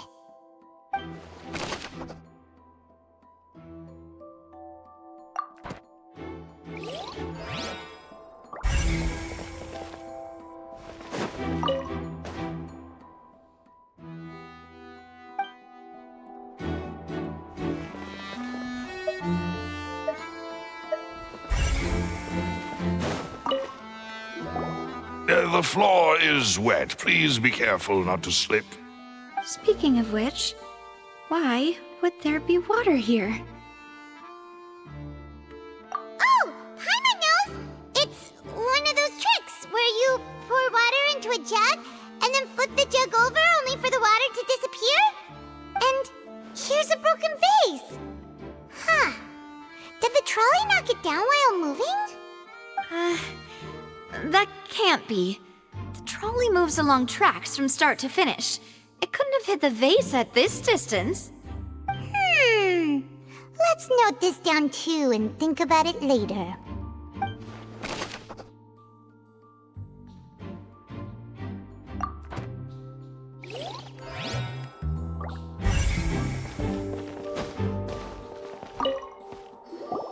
Oh, these are the clothes that the lady chosen from the audience was wearing, right? Her clothes are here, but she's nowhere to be found. Right! And do you really need to do that if you're kidnapping them? Ugh, this is so confusing. Paimon doesn't want to be a detective anymore.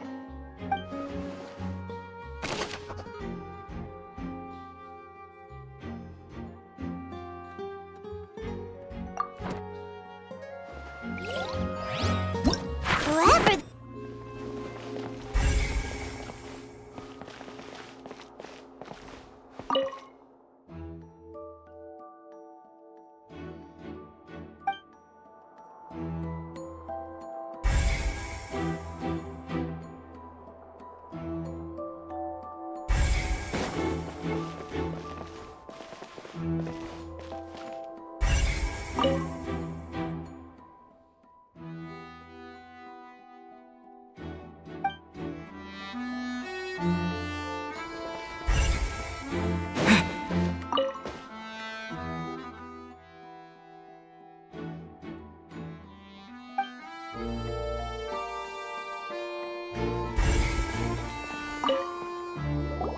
What is this place? It seems someone could fit through here.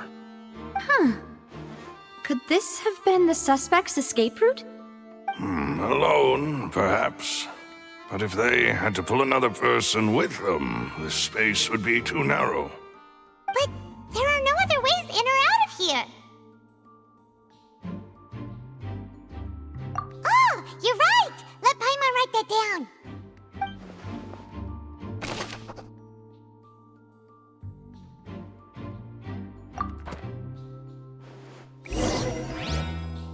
Seems we're just about done investigating down here. Yes, let's head back up.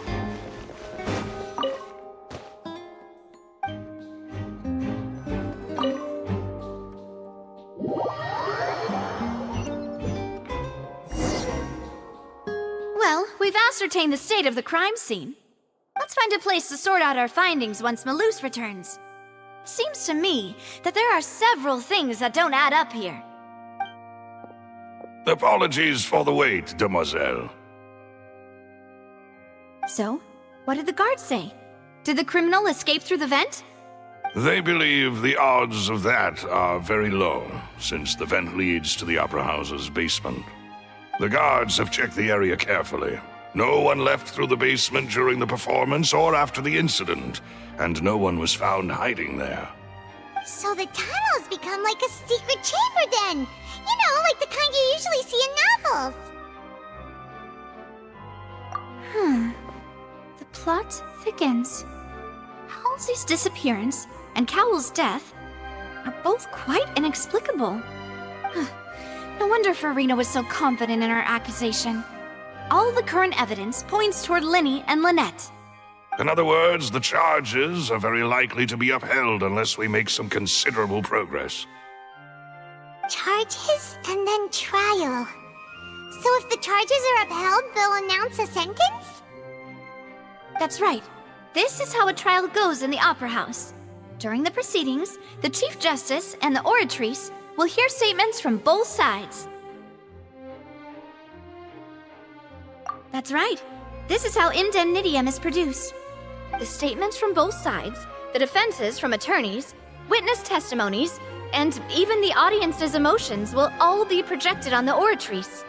To put it simply, it's as if the oratrice has its own will, and is a judge in its own right. This also precludes any kind of favoritism on the part of the Chief Justice. And not that this has ever happened anyway. Once both sides have finished speaking, the Chief Justice will make his final decision. This, too, will be used by the oratrice as a reference. Then, finally, the oratrice will be consulted by officials. The result it returns is the will of justice itself. Huh? So that machine is the one that actually decides? Paimon thought Novelet called the shots. In practice, there is very little difference. Both have always come to the same judgment, which is why people have great faith in the Chief Justice.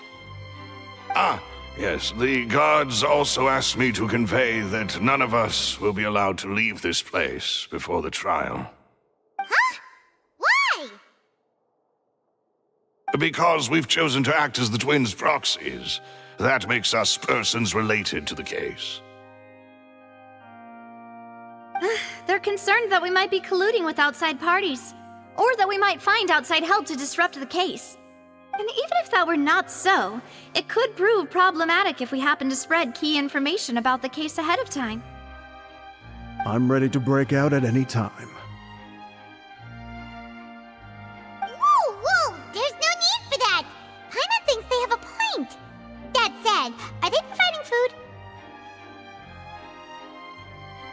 Of course. I just hope you don't mind the lack of options. I'm afraid that catering to all tastes is not in the cards, nor is any guarantee of balanced nutrition.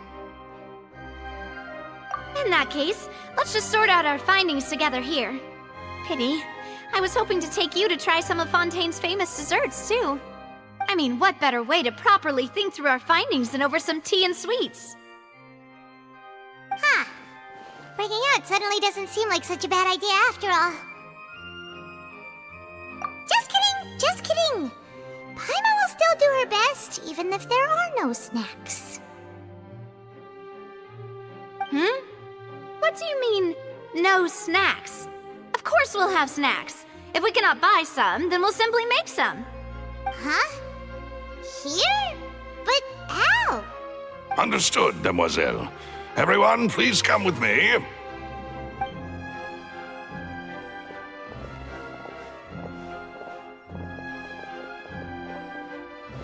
Wait, you're carrying a portable stove with you? Yes, I must be prepared to meet the Demoiselle's baking needs whenever the fancy strikes her. I have eggs, sugar, and almonds at the ready. Good work, you two. Then I'll get to it. Please sit tight for a moment. You'll get to taste my awesome snacks soon enough. These three are quite the interesting group.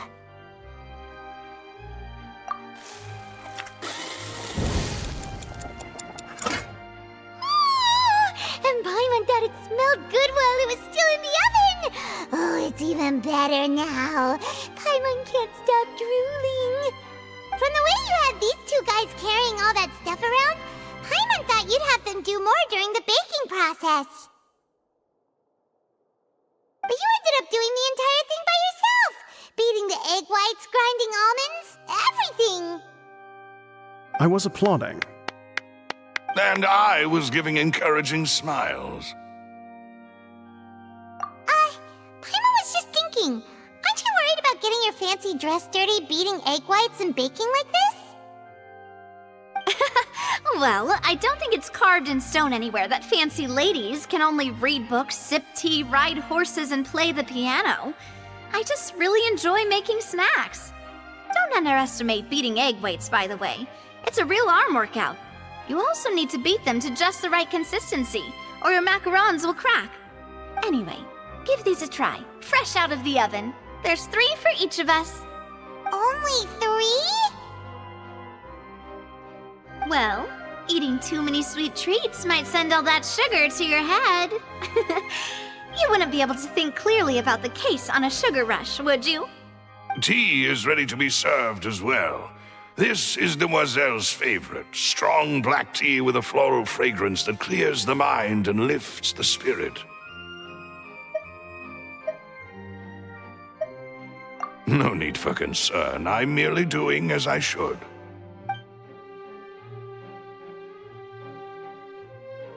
All right then. Down to business. As Paimon mentioned previously, the tunnel seems to be something of a secret chamber. However, we can assume that Linny and Lynette were not alone within it. Some criminal also occupied its sealed confines. The magician twins could have committed the crimes, of course, but they lack any logical motive. Exactly! Why would they do such a thing right when everyone was watching? The flower vase and the thud we heard during the performance could indicate some altercation between Halsey and the criminal in the tunnel, resulting in the shattering of the vase, the discarding of her clothes, and her abduction. Perhaps the criminal thought that since she was chosen from the crowd, she would be too easy to identify if she was still wearing the same clothes. Paimon thinks that makes sense, but the real trouble is... True. None of the clues we found thus far support the existence of this third person. But the only people left to consider are both technically victims, whether it's the missing girl, Halsey, or poor Cowl. Huh. Could Halsey have secretly made modifications to the magic props in order to murder Cowl before making her escape? That's right. And even if she had tampered with the setup, she would need to understand the entire trick to pull it off. Nor does she have any motive. The guards said that she has never had any dealings with the magic troop's members. Were we not thorough enough in our search? From the sound of things, this is turning into an impossible case. Your macarons are amazing though, Navia. They smell great! They're nice and crisp and super sweet! They are my specialty after all. And I see you've already had 5 of them. What? 5? Oh, that can't be right! Paimon only counted 3!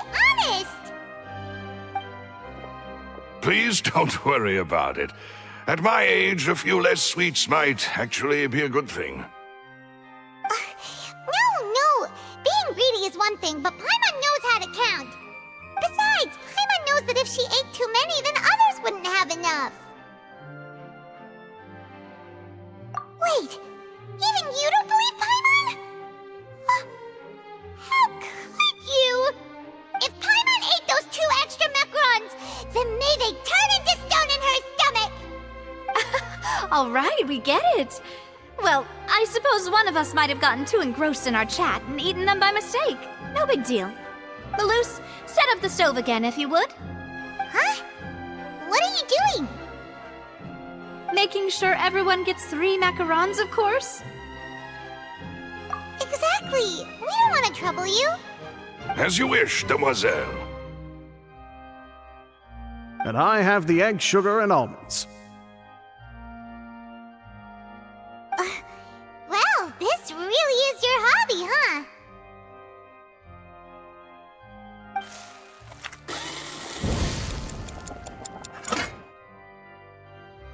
Well, that's it for snack time. I'm going to have another look around the area. I don't know what we're looking for yet, but we've still got some time. As attorneys, I suggest the 2 of you think the case over again. It would be awkward if you got all tongue-tied on stage during the trial. All right, thanks for your help and for the snacks. It was nothing. A small task for the Spina di Rosula. Silver, Malus, it's time to go. I'll be back if I find anything new.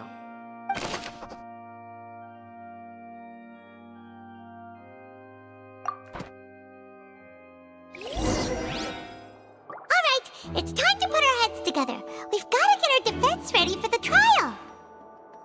Oh, it's probably gonna be a long and difficult case. There's no point in worrying about that now. We just need to prepare. Here, take situation.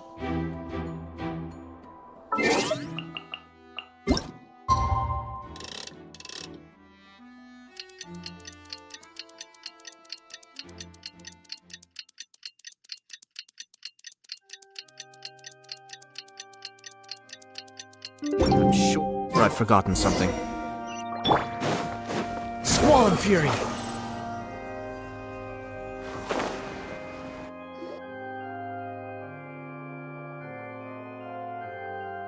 What do we do? The whole situation is so confusing. Good plan. Impossible things don't just happen. We'll get to the truth one way or another. Just relax. Even if everyone else suspects Lenny and Lynette, at least we will be supporting them from the stands. Besides, I doubt Farina understands any more about what happened than we do. Thanks, Navia. Well, we'll be going then. Best of luck to you.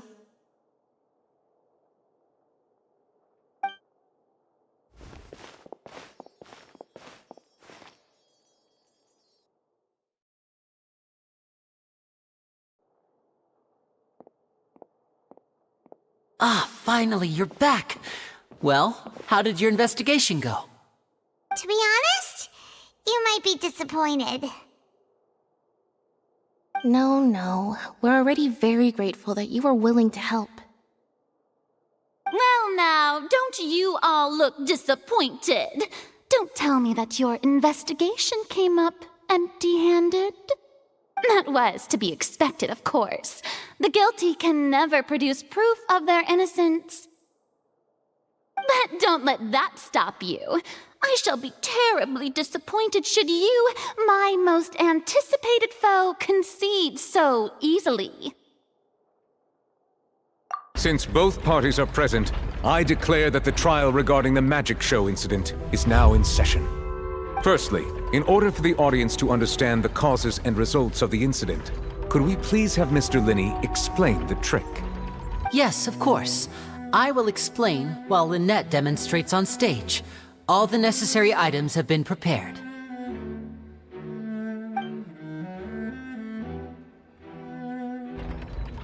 Thank you, Mr. Linney. In that case, I take your statement to be that you ran to and remained hidden within the magic box in the audience stands once the trick began, and thus could not have committed the crime. Is this correct? Yes, that's correct, Your Honor. In that case, I call upon the prosecution. Lady Farina, do you wish to refute his statement in any way? Why, of course I do. Allow me to take the first shot and break this case wide open. Mr. Linney is clearly lying. There is no way you could have been in the box the whole time if you were to abduct Halsey and murder Cowell. In fact, I'd say you were hardly in that tunnel at all. That is simply your hypothesis based on the presumption that I'm guilty. Oh, is that so?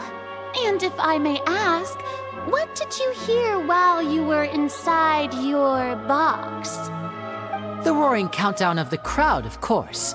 That's how I kept track of the time and built anticipation for the finale. And you didn't hear anything else at all? Nothing that might leave an impression of any kind? No, nothing. I see. But when the count reached 30 seconds or so, there was a thud. One so loud that I believe practically everyone heard it. Huh?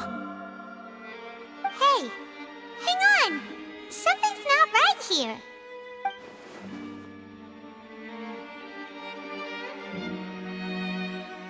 Yeah, I'm sure he could have heard a noise that loud from inside the box. I was right by the box, and I definitely heard the thud. Look at those scales. Could those mean... Well then, ladies and gentlemen, allow me to use the words of the magician himself. You never know what can happen in the blink of an eye. Indeed, it seems his alibi can also collapse in the blink of an eye. Of course, I have armed myself to do far more than smash your alibi. Confidence cannot go unfounded, and my foundations are rock solid. Tell me, aren't you and Lynette actually from the House of the Hearth? The House of the Hearth?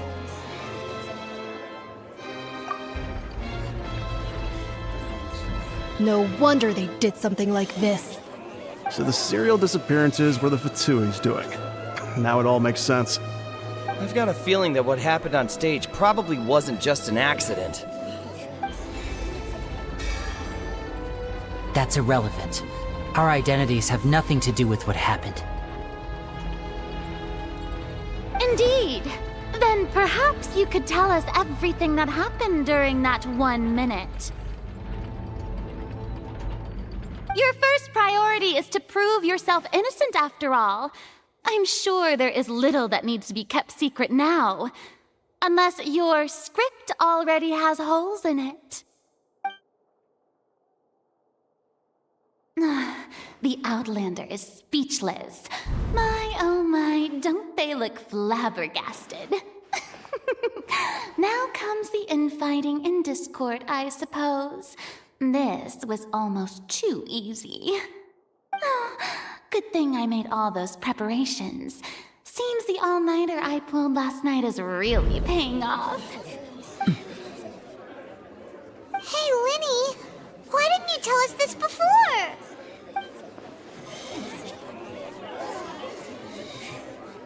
Order! Order! Mr. Linney, allow me to re-establish the facts. Lady Farina has raised 2 points. First, when the thud was heard in the Opera House, you were neither in the box nor the tunnel. Second, you and Ms. Lynette are both members of the House of the Hearth. Are these claims true?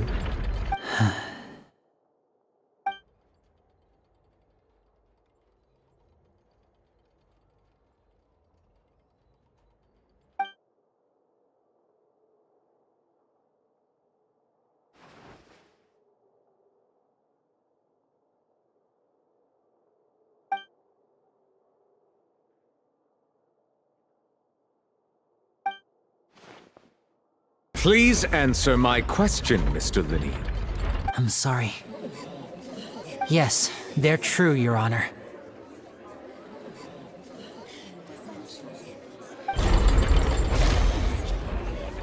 I knew it!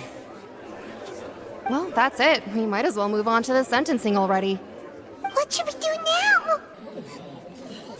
Granted. In that case, what is your request? Is that really necessary? They're already as good as guilty. The defendant deceived their own attorneys. What is there left to discuss? Order! Order, I say! Your request is reasonable, and we shall adjourn. This trial will reconvene in 1 hour. So you would stick to Mr. Linney's defense even after knowing what you do now? You certainly have more professionalism than I thought. In that case, my dear audience, let's allow the joy of victory to steep for a little while longer.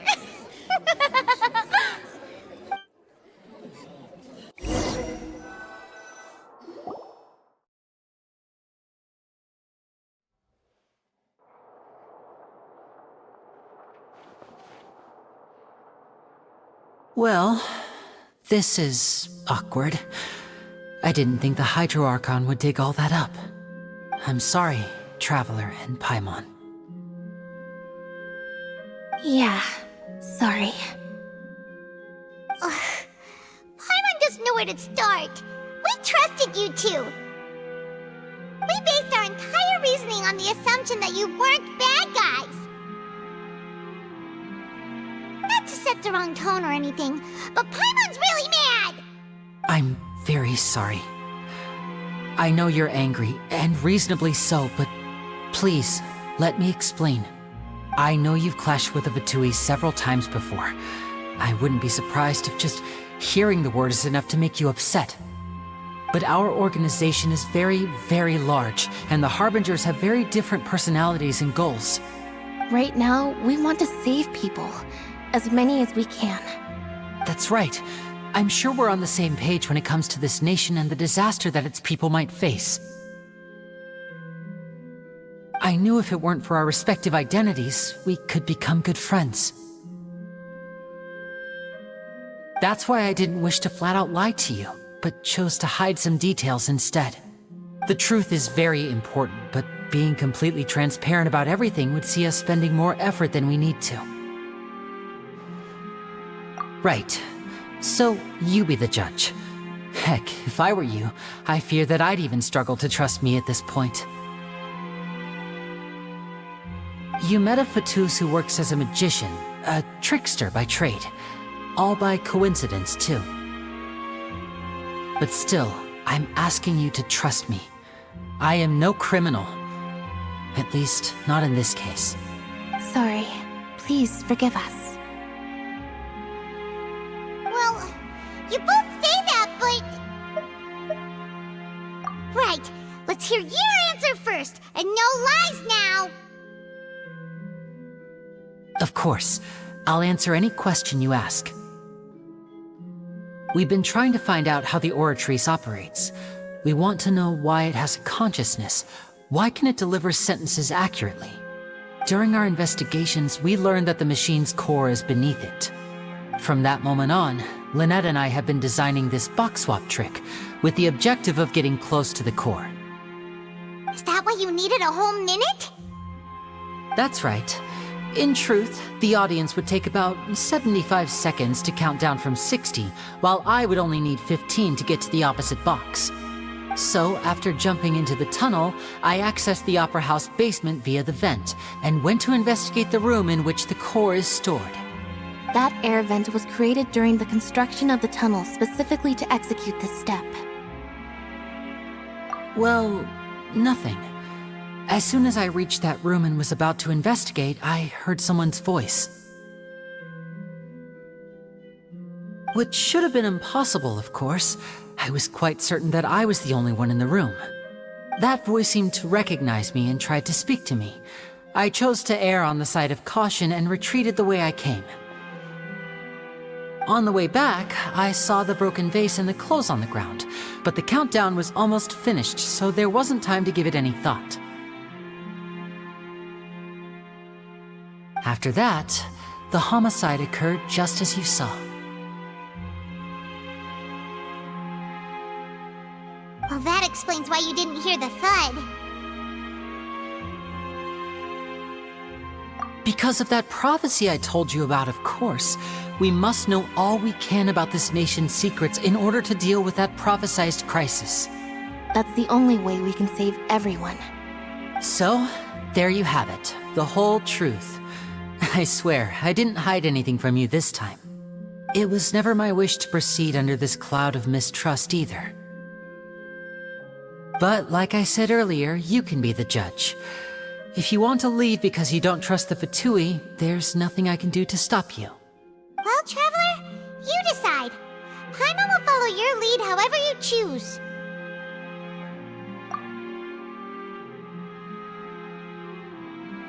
Okay, thank you. Thanks for giving us a chance. The current problem is that the scales are tipped pretty badly against you two. If we want to refute the Hydro Archon's accusations, we're gonna need a seriously watertight defense. Huh?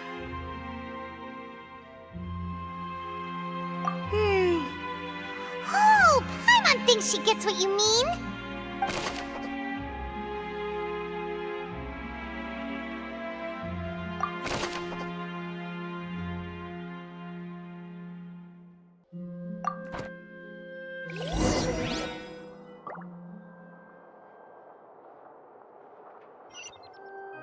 Behold!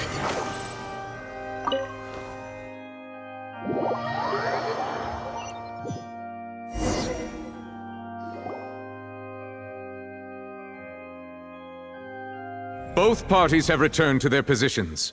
Let us continue the trial. When last we left off, Mr. Linney acknowledged the new evidence presented by Lady Farina as fact. Therefore, Lady Farina may continue stating her reconstruction of the events. Ugh, that took long enough. Now then, if everyone would lend me their attention. At this stage, let's revisit that scene from Linny's perspective.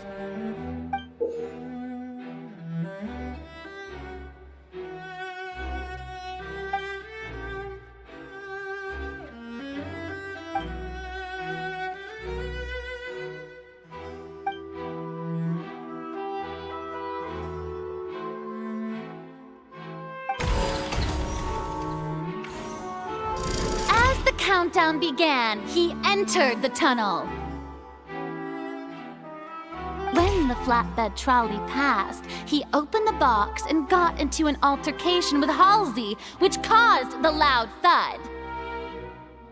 He did not realize that this sound could be heard by everyone in the opera house, which is why he claimed earlier that he could not hear the sound. Finally, he used the vase to knock her out, before making her change clothes to prevent others from recognizing her. At this time, Cowell arrived in the tunnel, having heard that strange noise, and caught Linny red-handed.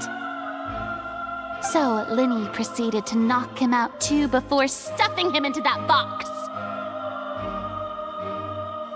Afterward, Linny passed the unconscious Halsey to his accomplice through the magic box in the audience stands, before operating the devices such that Cowell's death would be ruled an accident.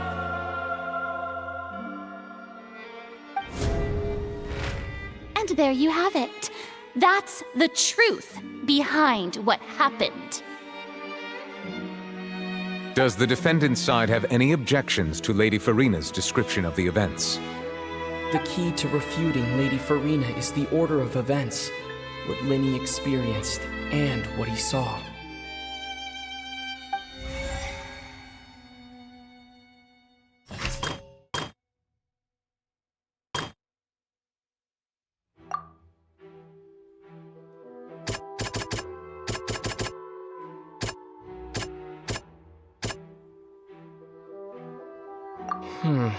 Seems this won't produce a particularly effective rebuttal. According to Linny, he left via the vent after entering the tunnel. He couldn't have had that altercation with Halsey.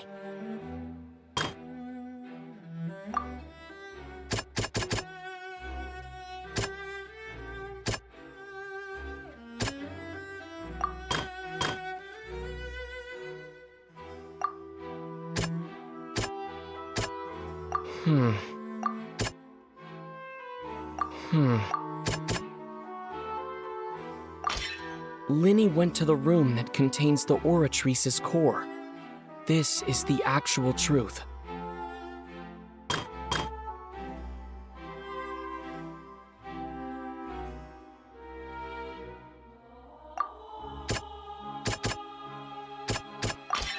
Linny did not take part in the underground altercation. He only witnessed traces of the aftermath. Attention! Ace Detective Paimon has something to say! When the countdown started, Linny did indeed go into the tunnel. But he immediately used a vent to access the Opera House basement, which is where the underground core of the Oratrice is stored. Once he reached that area, he heard a voice in what should have been an empty room. Since he felt something was amiss, he returned immediately. The crime scene had already developed by the time he reached the tunnel again, and in order to complete the magic trick, he did not remain there for any length of time. Finally, he reached the surface, and that was when the accident happened from his point of view. Therefore, he's innocent!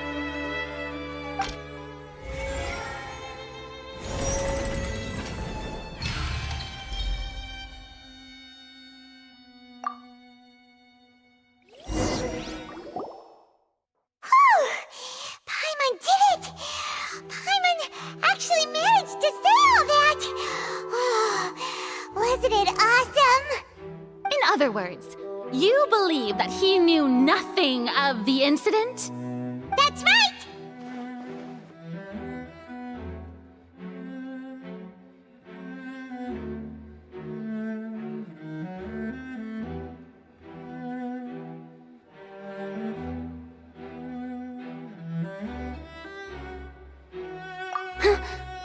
My reasoning?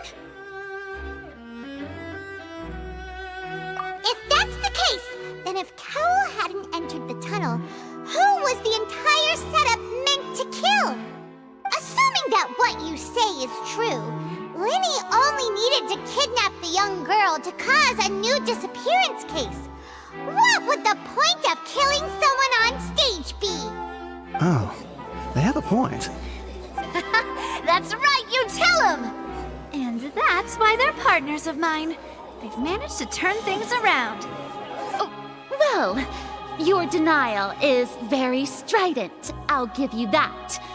But what proof do you have to back your claims? Of course I do. If he had been in the magic box the whole time, how could he have not heard that sound? Why do you ask?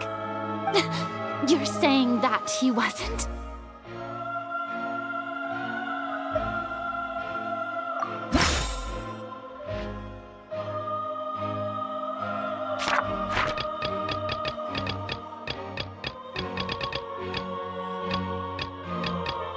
Are you sure we don't need to give this more thought? Paimon thinks there's something off here.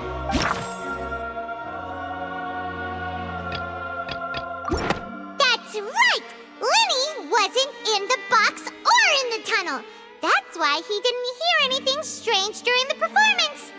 This means that when the crime happened, Linny had already entered the basement via the vent. The same clue you used to disprove his alibi has now become the best proof! How do you like that? Well played. To think you'd use such logic.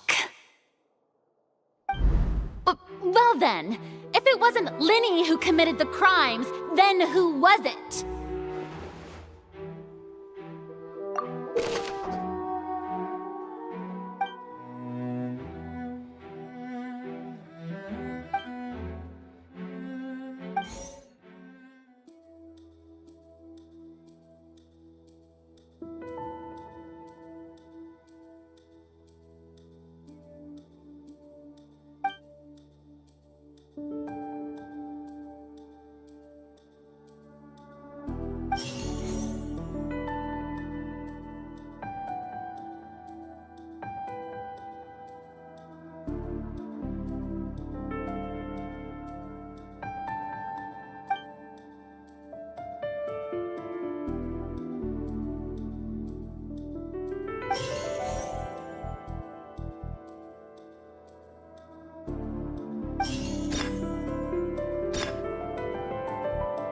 Halsey is the missing person and an ordinary audience member.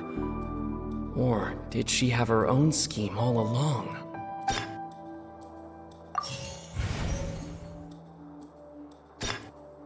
Could there have been a third person involved? The deceased's name is Cowell, Linny's assistant. He would have been able to tamper with the equipment.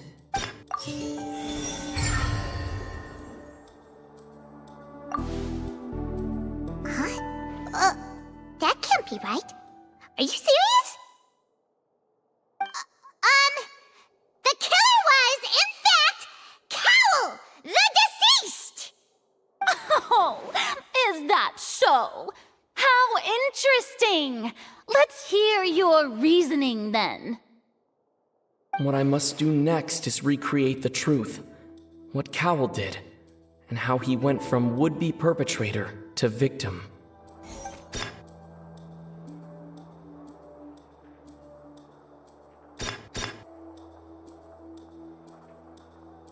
No one entered or left the Opera House. It would have been tough for both people to fit into that vent. They would likely have bumped into Linny as well. The sound we heard may have come from a clash between the missing Halsey and the criminal. The sound we heard may have come from a clash between the missing Halsey and the criminal. The deceased's name is Cowell, Linny's assistant. He would have been able to tamper with the equipment. Halsey's clothing was in the tunnel.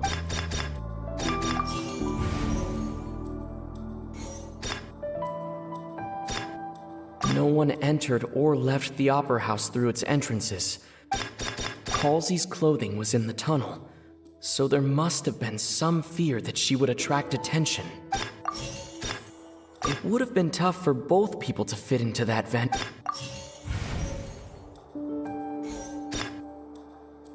No one entered or left the Opera House through its entrances, so where would the criminal have wanted to take Halsey? Linny was not in the tunnel at that moment, which gave our criminal ample time.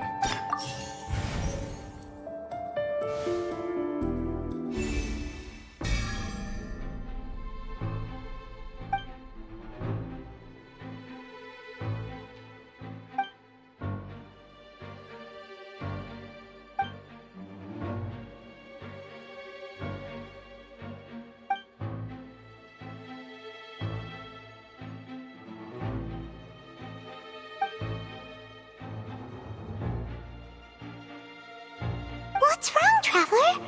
Are you still having trouble figuring things out? I see how it is. So this was all just a bluff. And here I thought you had something to show for it. But it seems you're still far from the truth. Look, since we're at a dead end, why not consider a different track?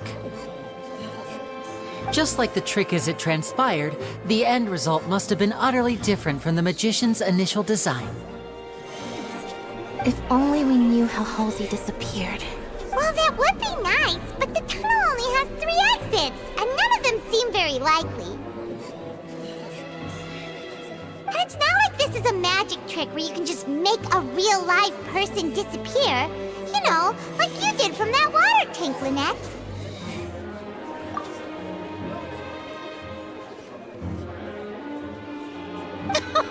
Excuse my interruption, dear opponents, but do you not see that the crowd is growing impatient?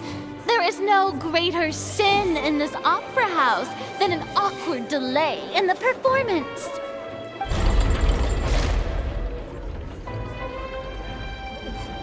If the defense is unable to make further effective arguments, we will move on to the next stage of the trial. Linny was not in the tunnel at that moment, which gave our criminal ample time. The sound we heard may have come from a clash between the missing Halsey and the criminal. The deceased's name is Cowell, Linny's assistant. He would have been able to tamper with the equipment. The vase was not broken by chance. It was used to cover important evidence. The water!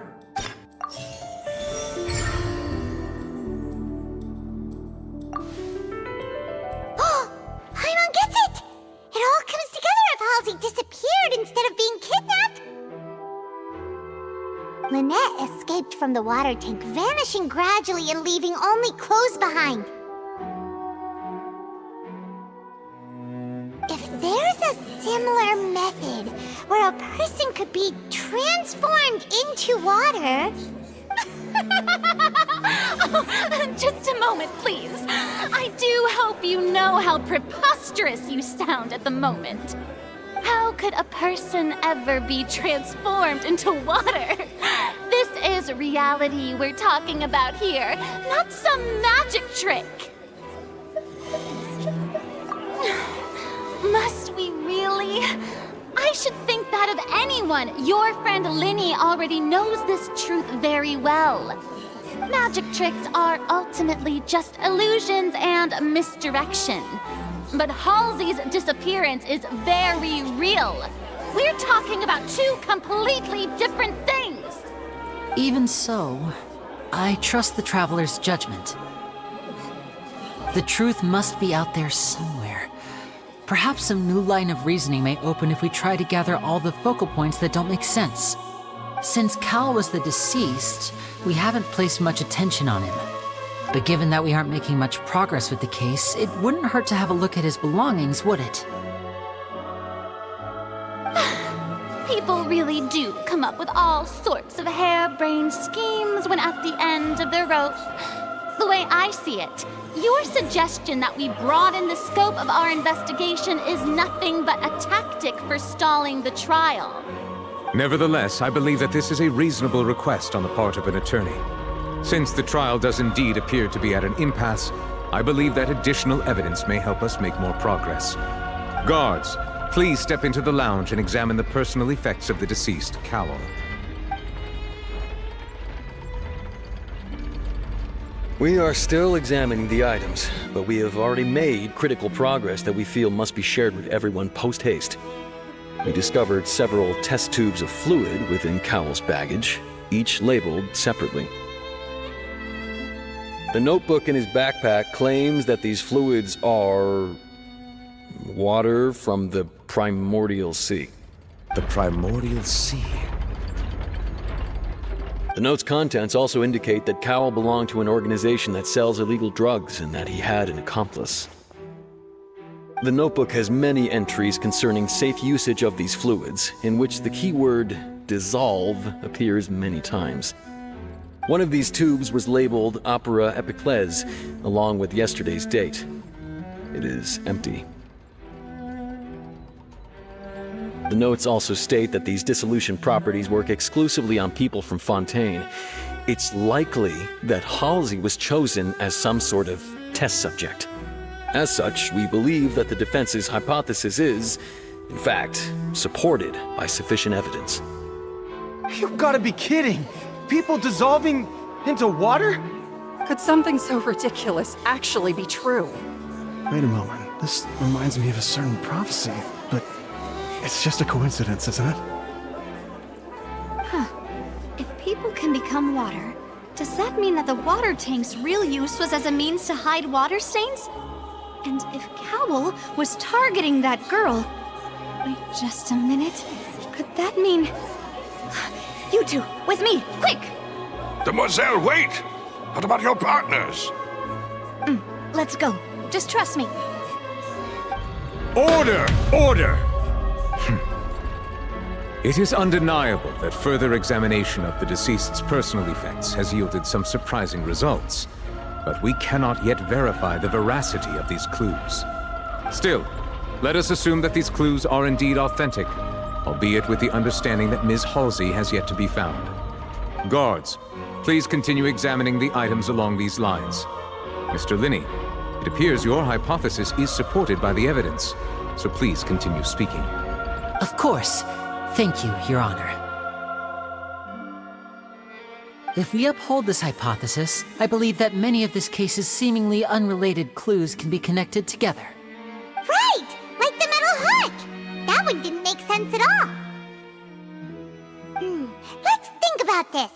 Cowell's methods must have something to do with that water from the primordial sea.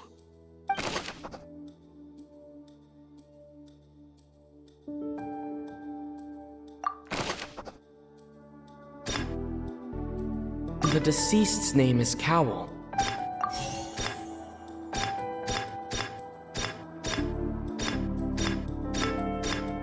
Now it seems like the hook rope was not meant for another magic trick, but was instead some form of triggering mechanism.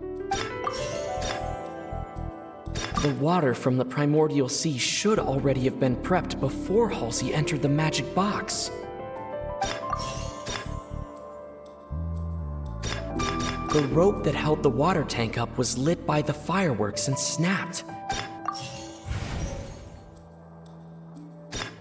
Lynette was in the magic box on stage the entire time. Did she have something to do with this? I remember there was something else within the inner layer of that box. Lynette was in the magic box on stage the entire time.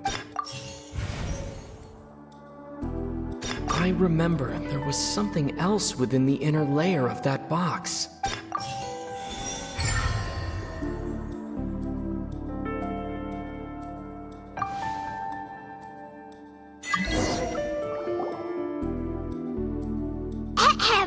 It's Ace Detective Paimon's time to shine again! In the original plan, Cowl would tamper with the water tank rope and the number selector securing his target. When the magic box containing Halsey was lowered, the metal hook would retract gradually and pierce the balloon at the top of the box. When the balloon attached to the box popped, the water from the primordial seed inside it would pour down and dissolve Halsey. Afterward, Cowl would enter the tunnel and break the flower vase to conceal the water inside the tunnel, with the remaining evidence being covered up by the water tank on stage. But he encountered something unexpected in the tunnel and wound up being fatally hit by the same water tank he meant to use to cover his tracks. Huh. That does make sense. That actually links together a lot of the more confusing pieces of evidence. Oh dear, what do I do? Even I think they sound convincing now. Have I falsely accused an innocent person? What a humiliation. Now, it seems like the only point of contention remaining is the exact circumstances that led to Cal's death. His notes mentioned he had an accomplice who could be related to the situation. On that note, the guards have just contacted me indicating that they uncovered new evidence. I shall now invite him on stage to share it with us. Thank you, Your Honor. We were just inspecting the luggage of the other people involved in this case. And we found an identical sample of the water from the primordial sea among Linny's personal effects. What? That can't be. Oh, I see. Well, how wonderfully comedic to have your own counterattack only to come back and wound you. Does this not clear all doubt? My dear citizens, my loyal audience, allow me to present my reasoning and bring this performance to a swift close. Linny did not need to take part in the dissolution of the young woman at all. Indeed, he did leave the scene via the vent. Having made modifications to the props beforehand, his accomplice Cowl then caused Halsey to vanish using the water from the primordial sea. But upon his return, in cruel avarice, Linny desired sole credit and prepared to do away with his partner in crime. Ultimately, he knocked Cowl out, and the tool meant to cover the crime up also became a murder weapon. Now, as much as I regret having come to such a viciously straightforward conclusion, it does seem that the famed Fatui is quite the cold-blooded and ruthless organization. Am I right, Mr. Linny? We've used up all the evidence we collected. There's no way for us to make a rebuttal here. Is this the end of the road?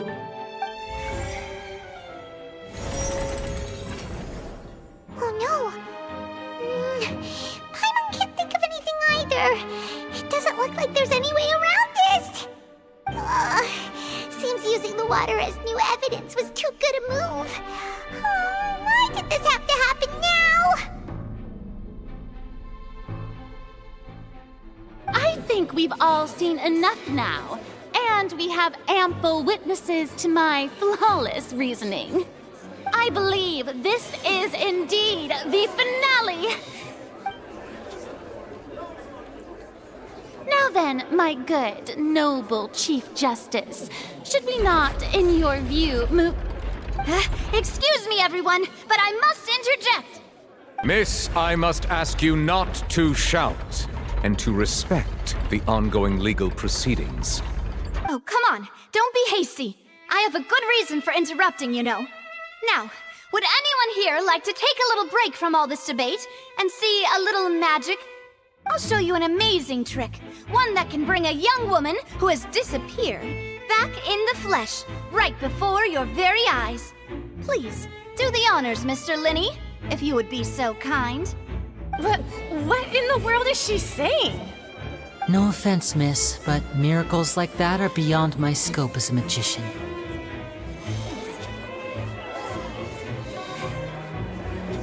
Come on now, don't be silly. Magic is all about misdirection, isn't it? It often conceals the truth while presenting a fascinating illusion.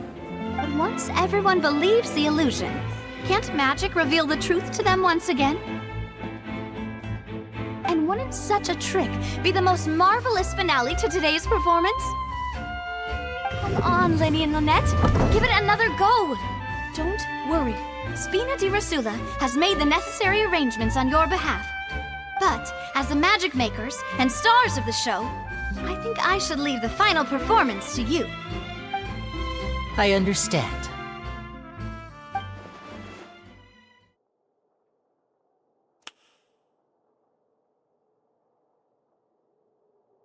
And voila!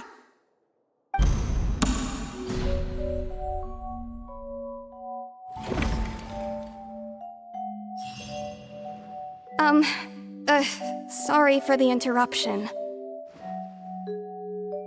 Wait, isn't that Halsey? So the whole thing about people dissolving wasn't true after all? To be clear, I'm only here because this person told me that if I testified, the merit of doing so would lessen my sentence. I was hiding outside this room listening to the proceedings because I was afraid that I would be the one put on trial. I was just feeling happy that no one had noticed me, and then before I knew it, she caught me. That'll teach you to underestimate us three. Where should I begin? I'm sorry. I'm the one who killed Cowl. I admit it. What? Why?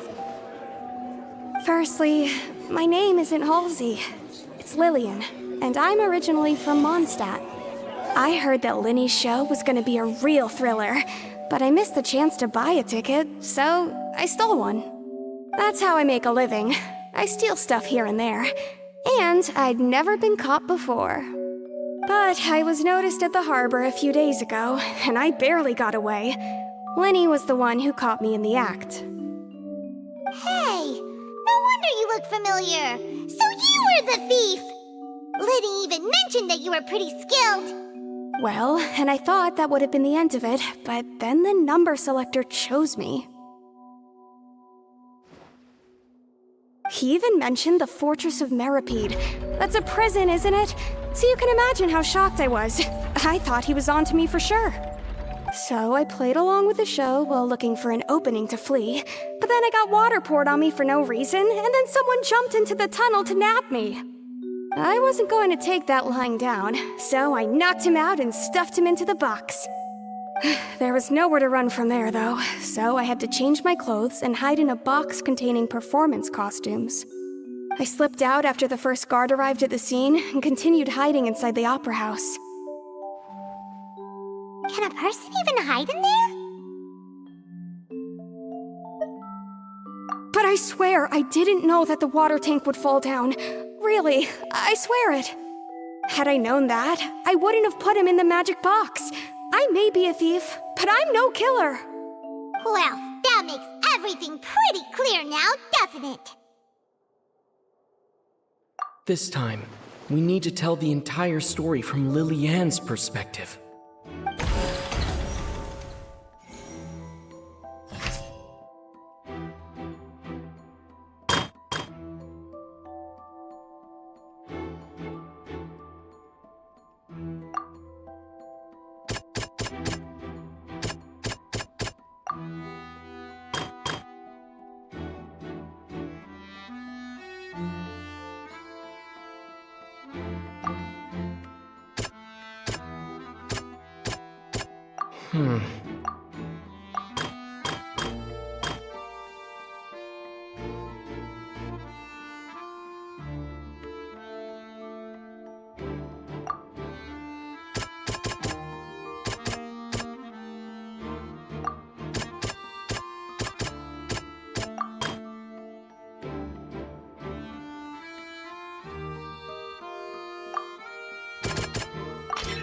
The flower vase was not broken to cover anything up, but was smashed during the struggle between Lillian and Cowell.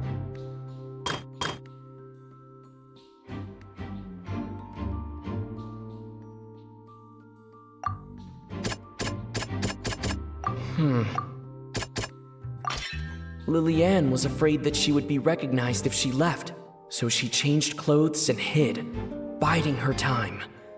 Just what one might expect of an experienced thief.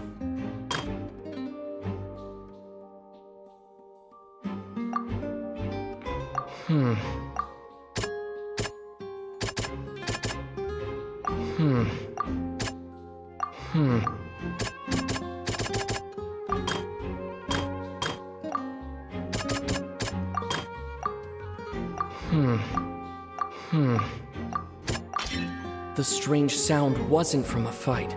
It was Lillian's attempt to break out when she was frightened. And it's Ace Detective Paimon time! Having been selected out of the blue, Lillian panicked. Her panic only intensified after she entered the tunnel and had water poured on her head. So she kicked the door open, producing the thud we all heard. Hearing the commotion, Cowell leapt into the tunnel, only to discover that Lillian had not dissolved. He did not know that Lillian was not from Fontaine, but was a thief who made her way in by stealing a ticket. Mistakenly believing that the water from the primordial sea needed time to take effect, he tried to force Lillian back into the box. The two broke the flower vase during the struggle, but Lillian came out on top, knocking Cowell out and putting him in the box. With no way of escaping, she changed her clothes and hid in the costume trunk until the performance ended.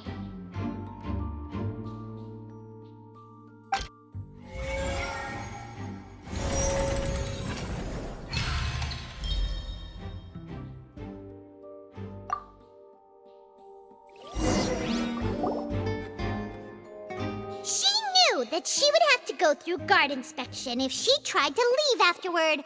So, she has been trapped in the Opera House these last 2 days. She had already become desperately hungry by the time we were chatting over macarons. So, she swiped 2 of them right under our noses. Talk about a sneaky thief. At this point, all the events that happened in the tunnel have now come to light. Ah, so that's the whole story. Bravo! Bravo!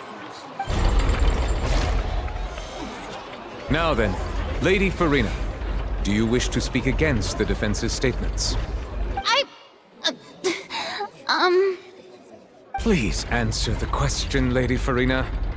Also, if I may add, the trial has not yet ended. As such, I request that the prosecution not leave the room before the proceedings have concluded.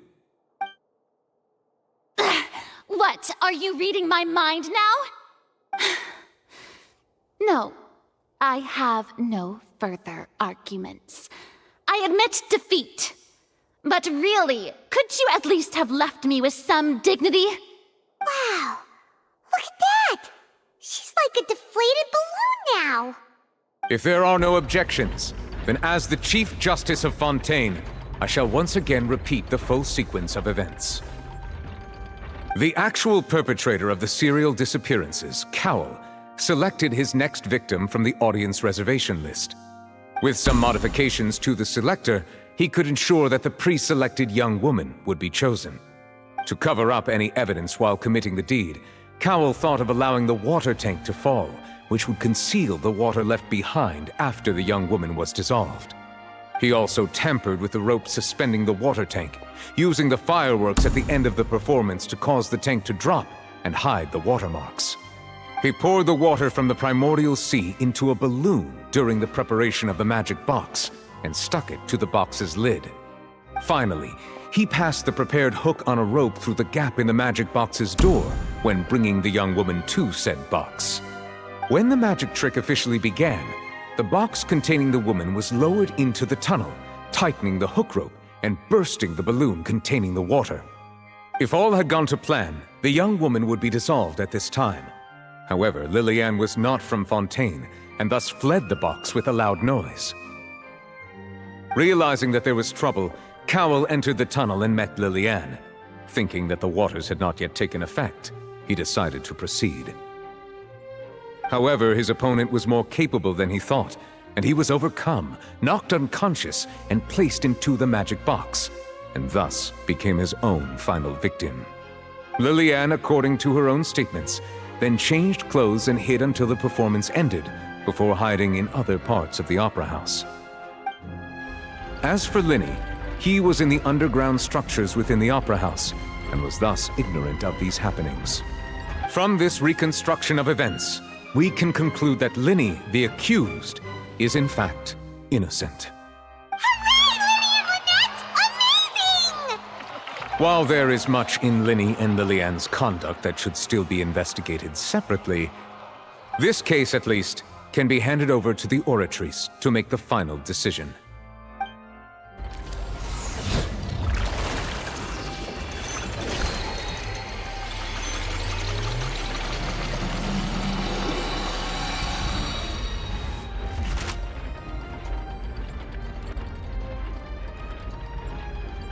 As such, Linny and Lynette are officially declared not guilty.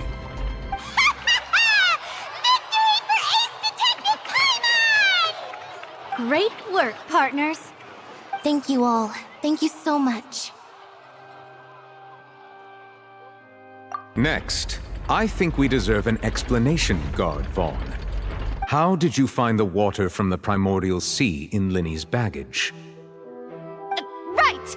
Your discovery caused me to make a serious mistake, you know. Or was that not a discovery, but false evidence that you dared to bring before this court? I suspect that the accomplice mentioned in Cowell's notes was not Linny, but you, yes?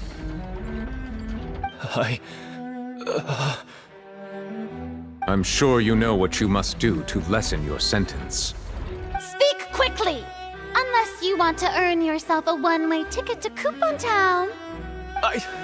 I was just following orders. We were supposed to place blame for the serial disappearances onto Linny, and thus cause suspicion to fall on the Fatui. The higher-ups said this was the best opportunity to do so. And now that your plan has fallen through, and the secrets of the water have been revealed, you have become a liability to said higher-ups, yes? Therefore, you would be wise to tell everything you know, and seek the protection of the guards. Yes, I'll tell you everything I know. Our boss discovered that the water can cause people to dissolve. It can also be made into a potion, which when extremely diluted, can cause people to experience unforgettable exhilaration. We've been in this business for a while now, and have made decent more off it. The disappearances were also the boss's idea. I mean, this is the boss we're talking about.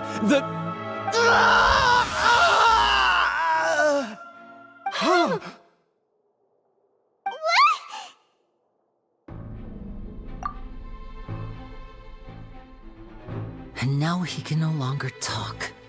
Such ruthlessness. I shouldn't have expected any less of them. An outrageous act. All present, please submit to inspection immediately.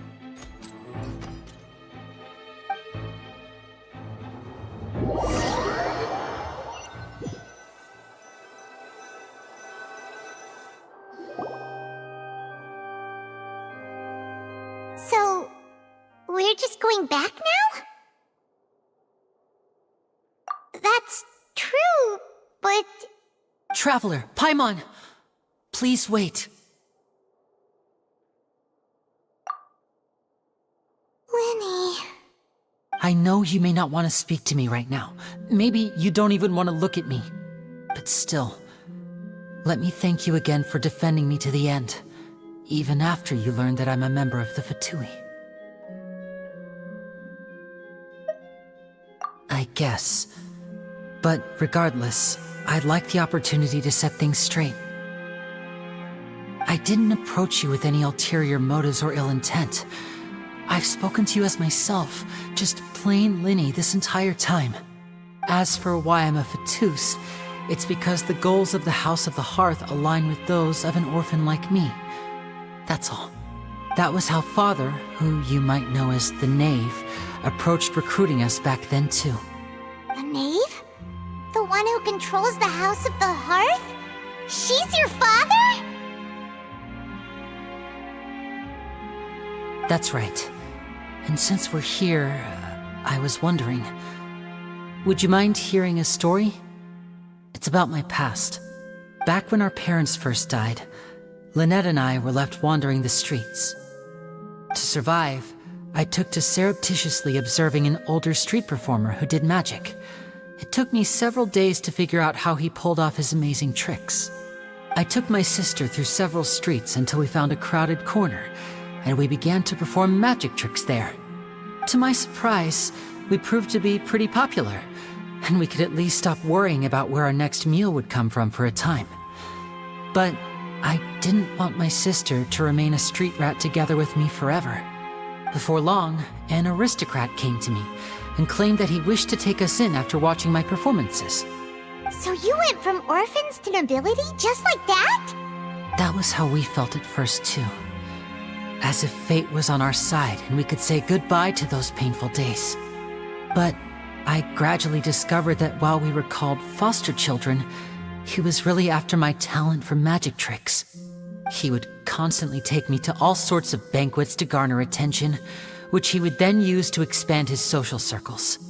That doesn't seem too bad either. Better than roaming the streets at any rate.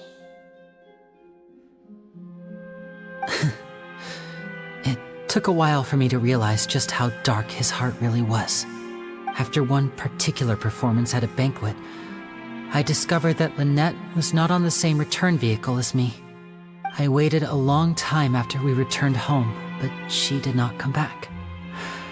I went to that noble's bedroom and asked him about her whereabouts. The answer he gave me was, she caught the eye of the most eminent person at the banquet, so I sent her over as a gift. I mean, you'll be able to perform your magic regardless of who your assistant is, yes? Oh no. So he was gonna... But wouldn't Fontaine's laws deal with such people? As far as outsiders are concerned, this is a relationship akin to adoption or foster care, and they have their ways of escaping the eye of the law. I managed to ferret out the location of the mansion of that so-called eminent person and hurried through the night. But by the time I leaped over the walls, avoided the guards, and made my way in, all I saw was the moonlit ground covered in blood, and the knave standing there in the darkness. So, she'd already taken care of that guy. That's right. She had rescued my sister before she could come to any harm, and had even discovered several girls hidden in a basement, all of them orphans. Father, I mean, the knave, might have seen something in me, and so she made me an offer. The House of the Hearth welcomes you, for your interests align with ours. Here, none will ever betray you. Indeed, betrayal shall never be permitted here. I was hesitant to trust her. I mean, I had just been betrayed by nobles. But she was also quick to destroy the noble who had taken us in at first, giving us back our freedom. Oh, so that's how the two of you joined the House of the Hearth. She has her own plans. She has gained permission from the Sarita to first use the Gnosis' power once she obtains it. She plans to use it to find a way to break the prophecy and save Fontaine. So, she believes in that prophecy too? That's right. The whole House of the Hearth is currently working to combat that crisis. Today's case has also proven that people from Fontaine can indeed dissolve into some sort of water, thus further supporting the prophecy. All of us house members here, Lady Arlecchino herself included, are from Fontaine. We won't give up on defending our homeland. To us orphans, the only connection we have left to this world, apart from our family, is our homeland. So, from small deeds like distributing magic pockets to huge schemes like stealing a Gnosis, everything is aimed at dealing with that prophecy. It's all right. I understand. The only thing I can do is relate all this to you. I just hope you can understand that even as a member of the House, I have never stopped making my own decisions, and that I believe what I'm doing is right. If you should need anything at all in the future, feel free to find me. I will do my best to help you, as plain Linny.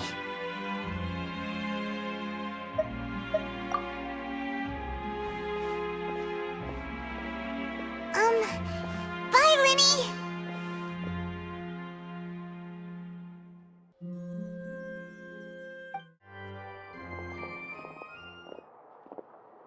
Hey there! What was with the disappearing act you pulled right as the trial ended? Were you looking for us, Navia? Well, this whole thing isn't exactly over, is it? I do feel that we're getting closer to solving the serial disappearances case, though. Don't you think so, too? Huh? What's wrong, my dear partner? Besides, are you sure we're the ones who can crack a case that's been cold for decades now? And given that there's new evidence from the trial, there should be a trail of breadcrumbs for the Hydro Archon's people to follow now, right? Ah. I see. Well, I won't lie. I'm a little shocked to hear that from you. But I suppose you are just travelers who have only arrived in Fontaine after all. Sorry. I might have been too presumptuous. Don't say that, Navia. Ah, and we were having so much fun investigating with you, too. It was like having new waters flowing into a stagnant mire, causing new hope to spring forth, and the reflection in the murk to become clearer. Well, sorry about that. I'm a bit prone to nostalgia.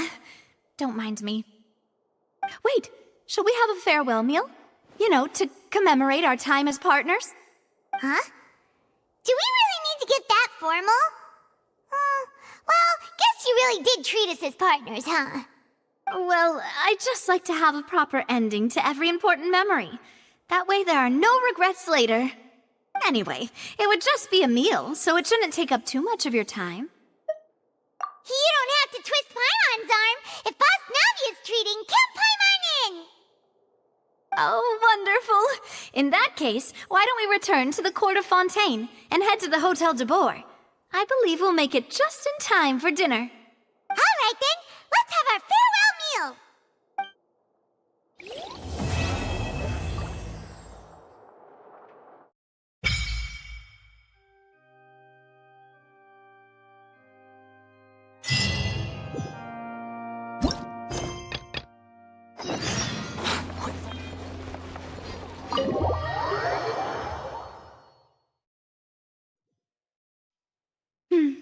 I came here several times with my father when I was little, but stopped eating here as often after growing up.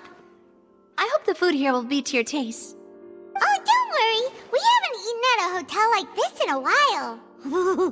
Paimon's getting excited already. In that case, I'll go order for us first. Please wait here a moment.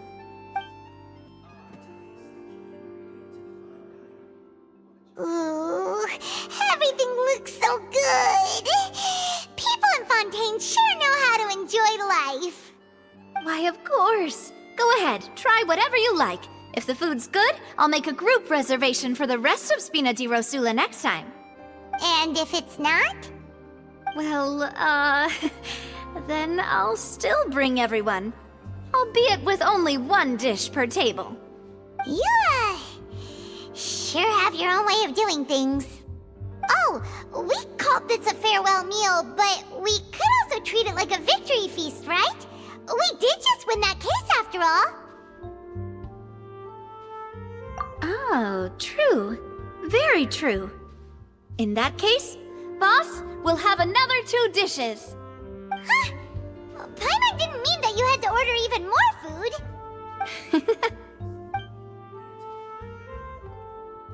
Speaking of cases, do you think that the mastermind behind the serial disappearances will get caught soon now that this has all happened?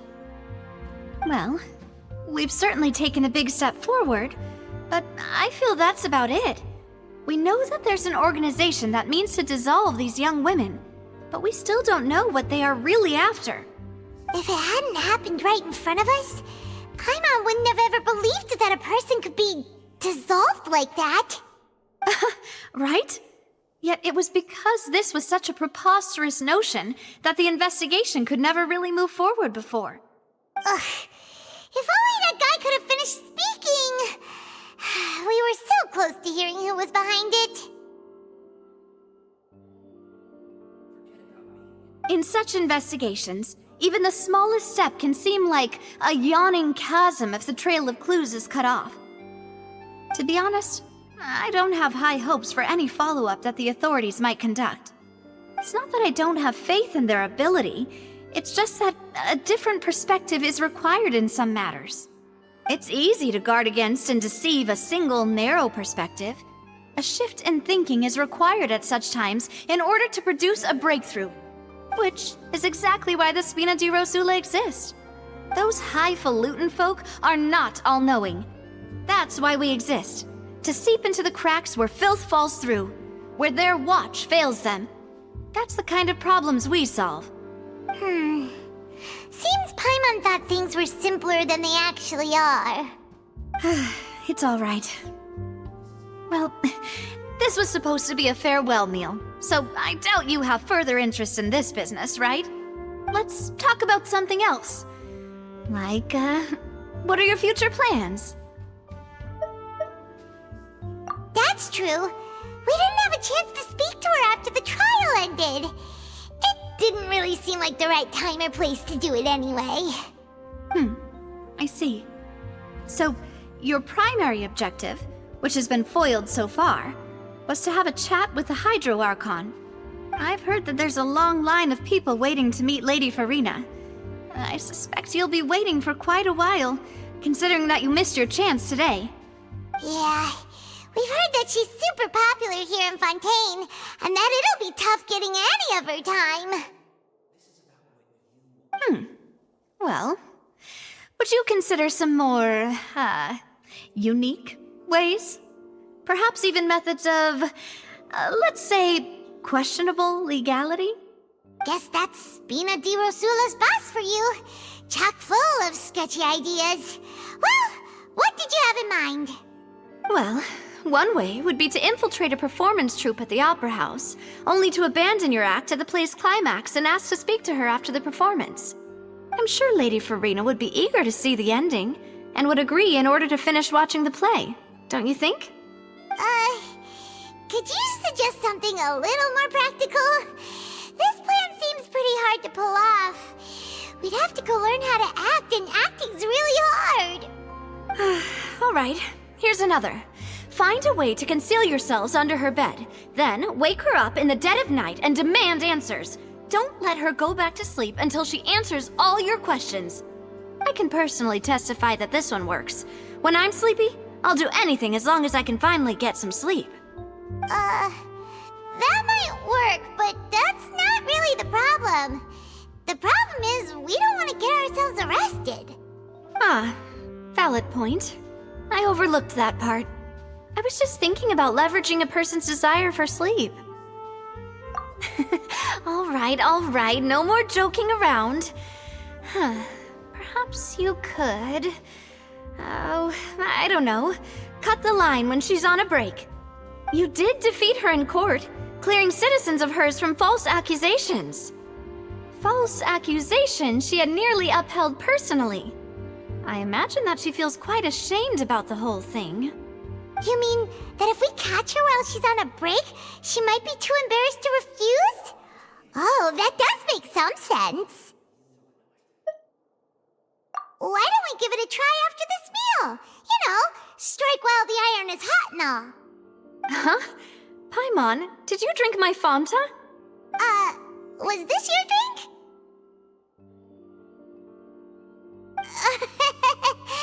Sorry about that. Paimon wasn't really paying attention and the cup was right next to Paimon. Would you like to order another? No, it's fine. We're just about done here. Alright. Honestly, Paimon wouldn't recommend Fanta anyway. It tastes kind of salty and icky. Is that so? Huh. Well, in that case, we'll have to blacklist the Fanta here then. If we're all finished eating, then I'll go pay. Yeah, we're stuffed. Thanks for the treat, Navia.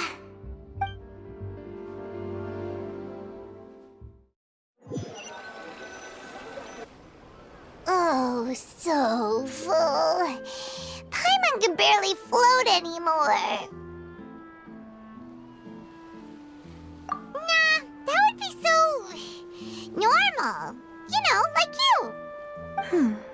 Okay. As for expenses this month, we're left with... Hey, Navia! What are you doing over there? Oh, nothing. It was just a meal, you know? Nothing the Spina di Rosula can't cover.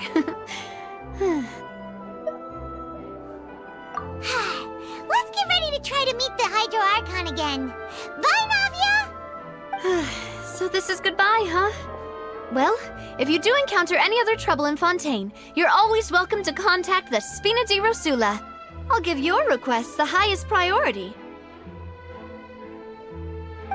In any case, I wish you smooth sailing.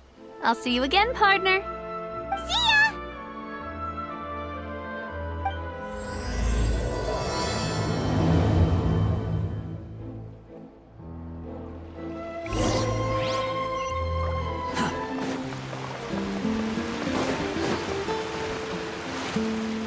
There aren't many people around anymore.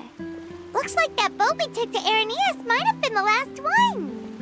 Vache. Looks like we're back here again. Huh? Traveler? Are you hearing voices again?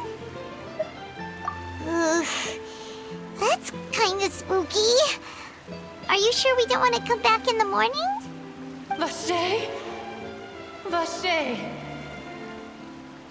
Hey, why are you still walking towards it? There might be something nasty in the water. Huh? Hang on. Paimon can kinda hear a voice. It's calling for Vache, right? Hey, Traveler? Stop walking! Come on, wake up!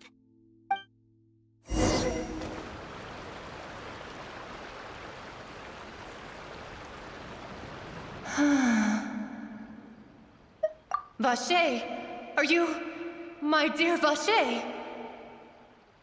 No, wait. You seem to be someone else. Do you know Vache? Do you know where my love is? Wait. Who am I? I'm very sorry. I fear I do not know. My memories feel like they have been washed away like a flood. So many fragments dissolved amidst the tide, never to be recovered. How much have I lost? How many things that I once held dear while on land have I since forgotten? Yes, that is what I was once. But now, I am but the consciousness of one who is lost, therefore. I do not know how I came to be like this either. I only vaguely remember being covered in light blue water, and then all grew dim. I also remember going to many places. I loved adventure, loved exploring places of peril. No matter where I went, Vache would go with me. I knew how dearly he loved me. And I also loved him equally as much. But now, we We can no longer go back. The pain of such parting.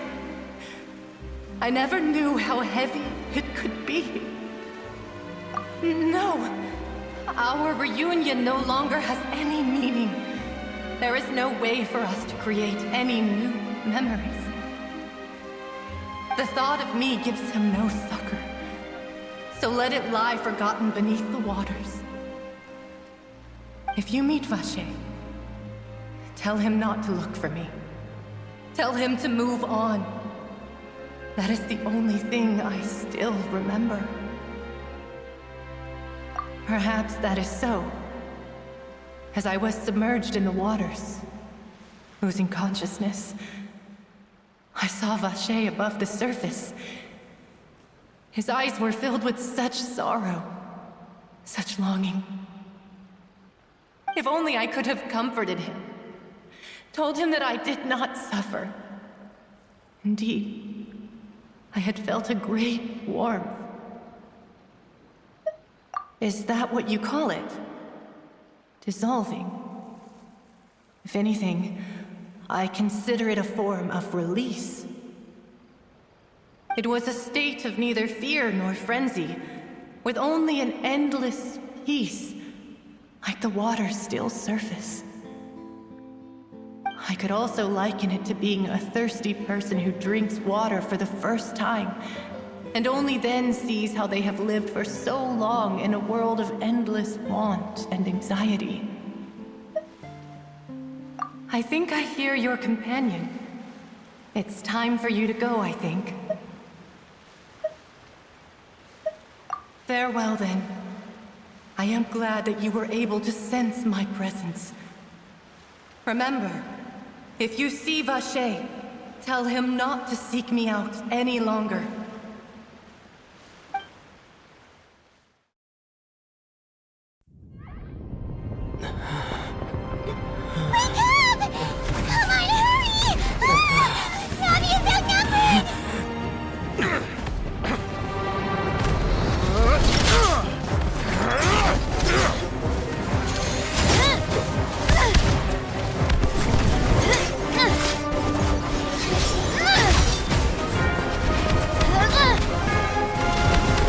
Look out!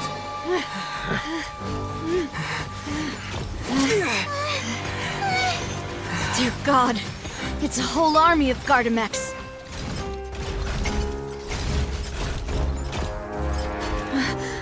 Chlorand?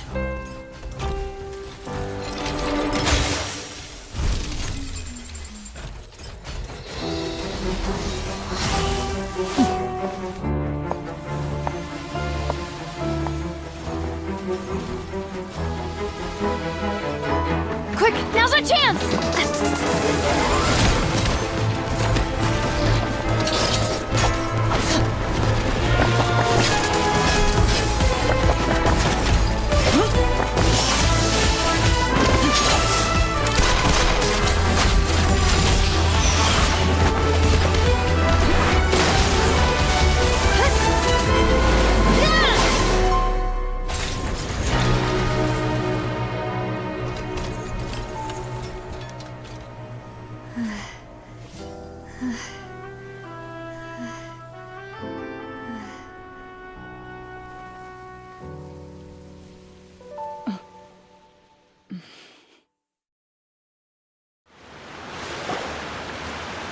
I should thank you for lending us your sword there, Chlorand.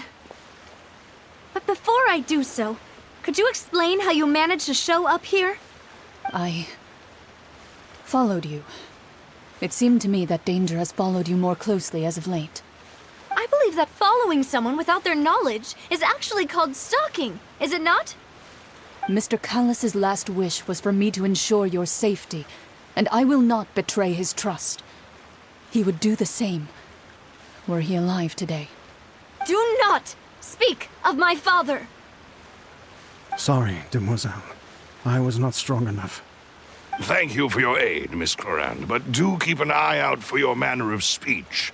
I believe we all wish to avoid unnecessary emotional harm. Sorry, I did not consider your feelings. Whatever. What else do you know? How did you come to the conclusion that I'd be in grave danger? I doubt I know much more than you, but I believe that the mastermind behind the serial disappearances is very powerful. Your performance tonight will almost certainly attract their attention. I'm sure they've known about me. To be honest, I'm shocked it's taken them this long to act against me. And what about these Gardamex? I thought only those associated with the Maison Gardiennage could control them. None of these mecha have serial numbers. I was sure to check a moment ago. They are not the ones used by the authorities to enforce the law. I can only conclude that some powerful or wealthy party must have obtained them via illegal means, deploying them as a private force of sorts. What? Your point being that they're out of Spina di Rosula's league, then? Yes. Be careful, and do not act rashly. I will continue investigating no matter what. We will bring the truth to light. That's my father's true last wish. Regardless, thank you for your help today, Clarand. But if you get any ideas, tell me first. I don't much appreciate being followed. I do not think that they'll strike again anytime soon. So I shall stop following you. Good day, all.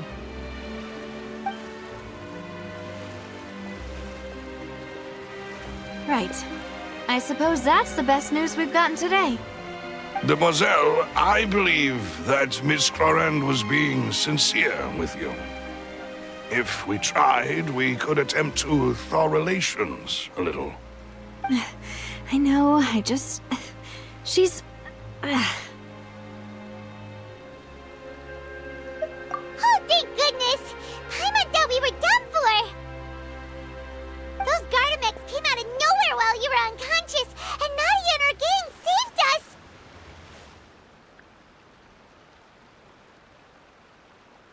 Oh, and there was that champion duelist named Clarand who came out to save us too! We got lucky there. Paimon probably couldn't have fought them off otherwise. Oh, come now. Forget all that polite talk. That wasn't really a farewell meal we had back there. Not for me, anyway. In truth, I hope that every meal we have together shall be a victory feast. As such, we're still partners. There's no need to thank me. It will take 50 years for me to match Demoiselle's magnanimity. If it were me, I would have joined the Spina di Rosula on account of her goodwill long ago. All right, you two. That's enough. Actually, Navia, how did you know that we were in danger? You sure did show up in the nick of time. Well, to be honest, you're the one who tipped us off, Paimon. Huh? Really? Paimon contributed somehow?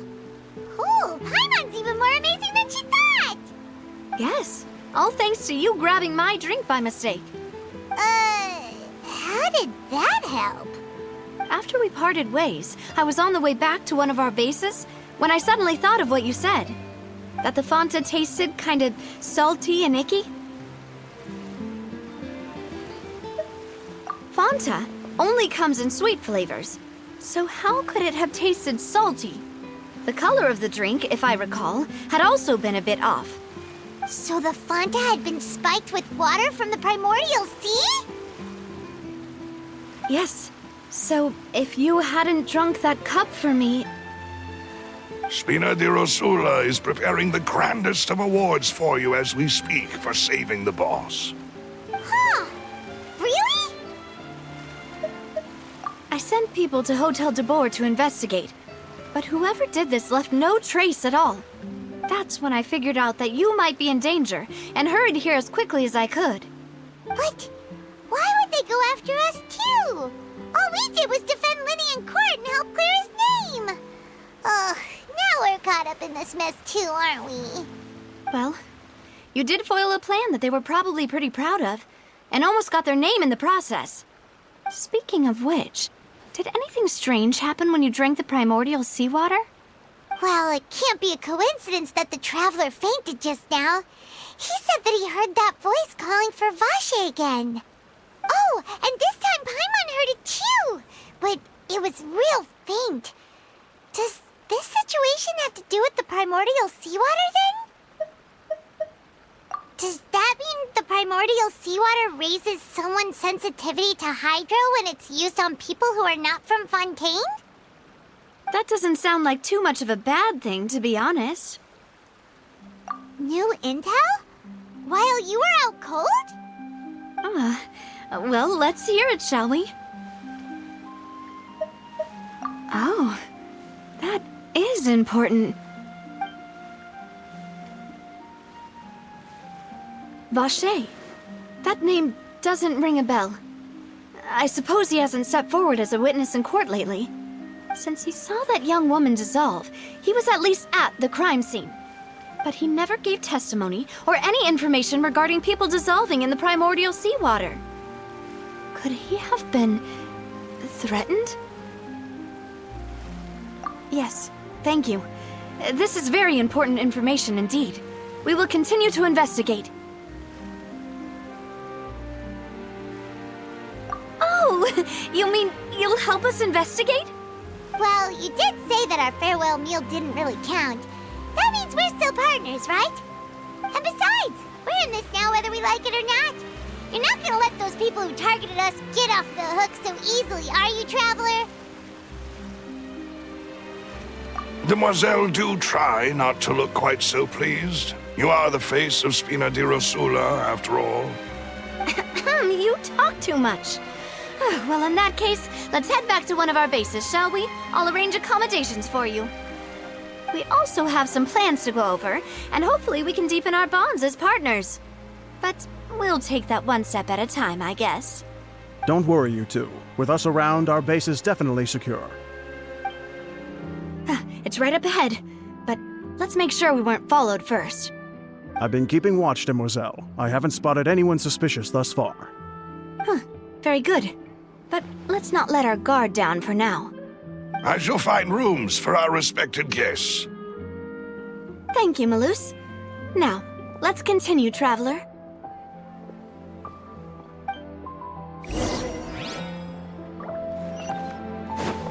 Quit following me.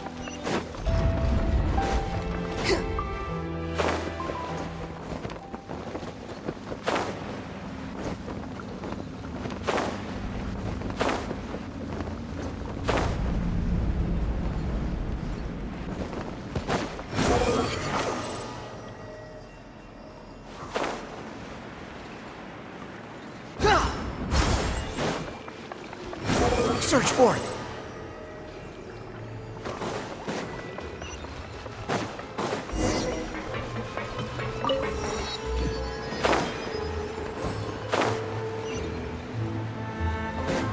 The wind rises.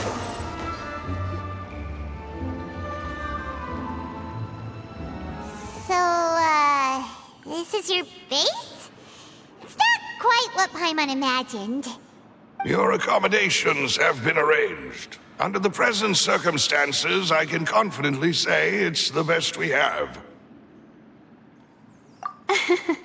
Well, our funds have been a little tight lately. After all, we don't allow illegal or unethical profiteering. In fact, our funds often come from citizenry who support us. Seems like it's tough times for everyone. But if you have the support of the people, that does sound like it's worth it. To be honest, our financial situation was a lot better back when my father was in charge a few years ago. I'm afraid I'm not quite his equal. Your father... he was the previous boss of Spina di Rosula, right? How did he... Demoiselle, if you'll allow me to explain. No. I'll explain it myself. I suppose I couldn't run from this topic forever. And as partners, this is something I hope they can understand. My father's name is Callus. Yes, the same one they call Callus the Unfaithful in the streets. 3 years ago, he was accused of murdering his own friend. But he chose a duel to defend his honor instead of standing trial. He died in the duelist's ring. Oh no. But I do not believe my father was a murderer. I'm sure he was set up. At the time, I believed that if he only stood trial and was duly investigated, something amiss would crop up and prove his innocence. But strangely, He not only requested the duel himself, but rumor has it that even after being seriously injured, to the point where he could be deemed as having lost the duel, he refused to surrender, determined to die in the arena. 3 years later, I still don't understand why he did that. How could he protect his honor if he's dead? If anything, he gave up his chance to defend himself. The closest piece of info I have is that my father had been investigating the serial disappearances case at the time of his death. Ah, so that's why you're so determined to get to the bottom of that case. That's right. I've also tried to investigate the murder my father was implicated in, but I haven't found a single new clue in my countless reviews of the investigation records. However, I believe that if the murder case is related to those behind the disappearances, they must know something. I must know what really happened. Was my father coerced? Framed?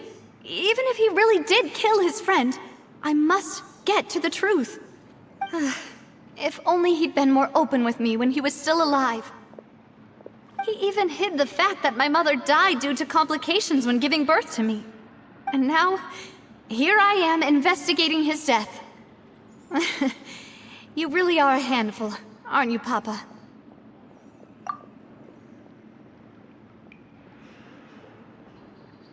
Demoiselle, please, if there is anything I can do, anything at all.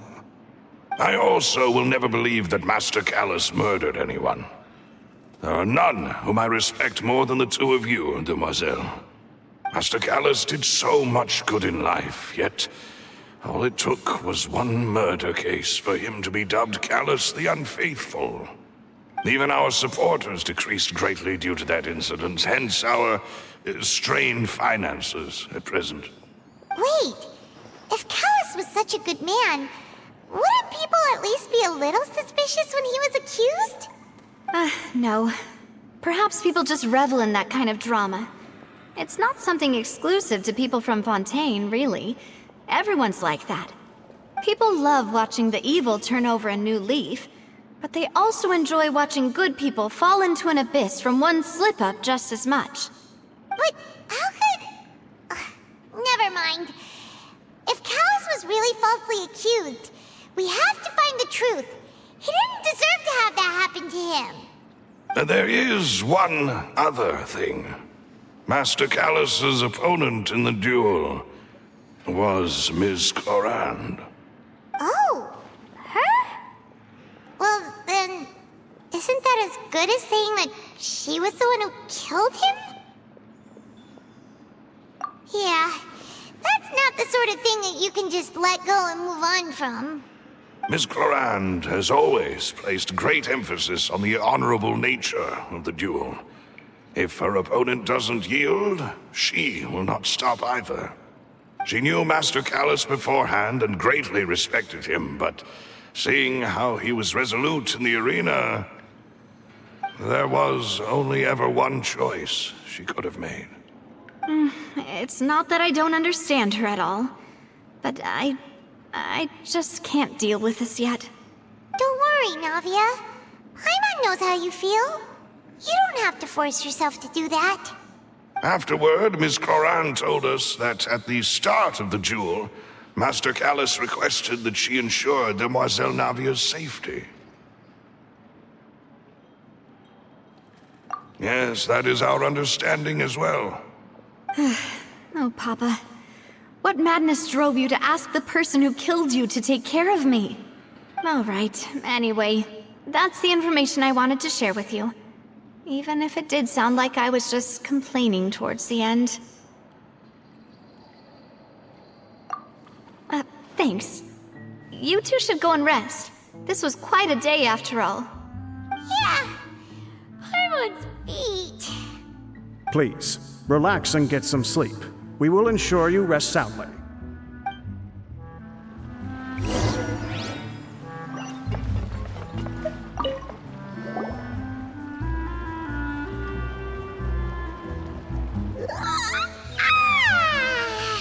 Paimon slept so well. This place feels almost too safe. Huh? Navia? Where did the other two go? I sent them back to Poisson. It's Spina de Rosula's place of origin, and where we have our headquarters. There's not much for them to do here at the moment. Paimon gets the feeling that you're just trying to get them off your back.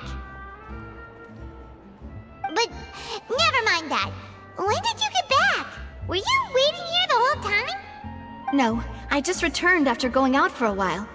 I did some investigating yesterday regarding the name Vacher. Wait, so you didn't sleep at all? How could I after having such critical new evidence appear? Guess Paimon wasn't speaking for everyone just now, huh? Unfortunately, this name seems to have been wiped from existence. It doesn't seem to have a match anywhere. I suspect that those behind this have already taken steps to hinder an investigation from this angle. But that does prove that this Vacher person is a key witness in the incident. Does that mean we're too late, though? No. There is one ray of hope.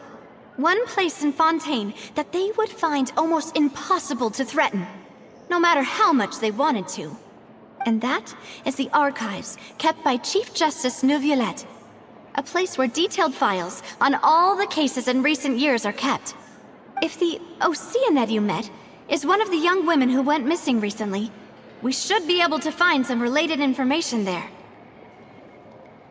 So Neuvillette maintains an archive of case files? Whew. Guess that's the hard-working Chief Justice for you. In that case, let's go talk to him, shall we? Aren't you coming along, Navia? Did you get tired? No, it's nothing. Let's go see the Honorable Chief Justice.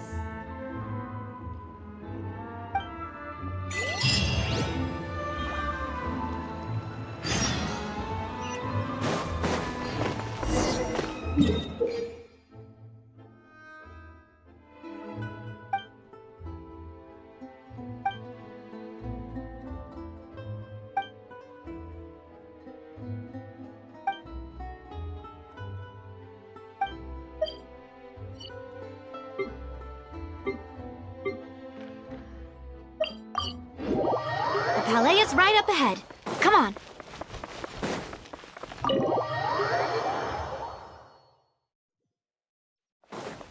Behold!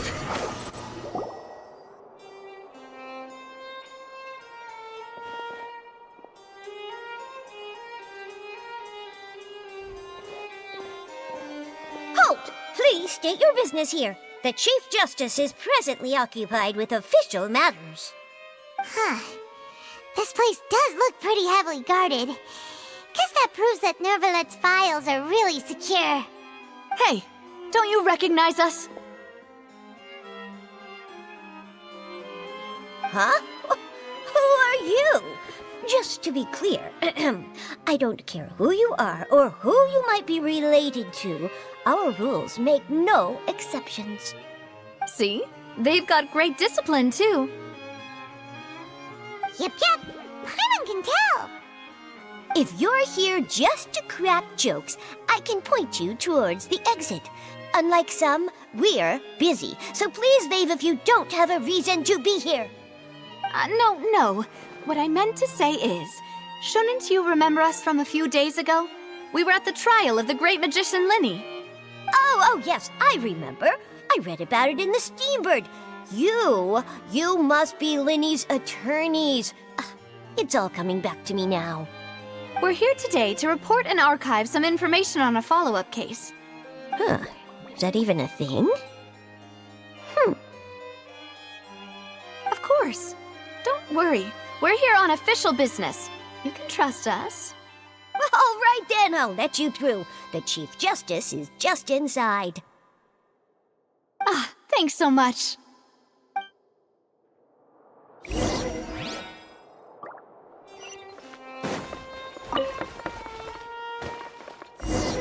Please come in.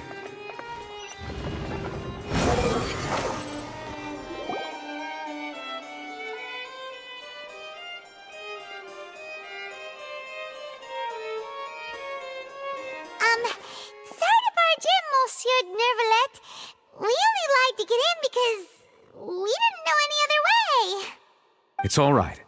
Please let me know how I may be of assistance to you. So you're not mad at us? We're looking for a man called Vache.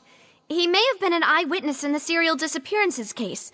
If we can find him, we may be able to unearth some key information on the case. Ah, I see. In that case, please wait here a moment while I browse through the files.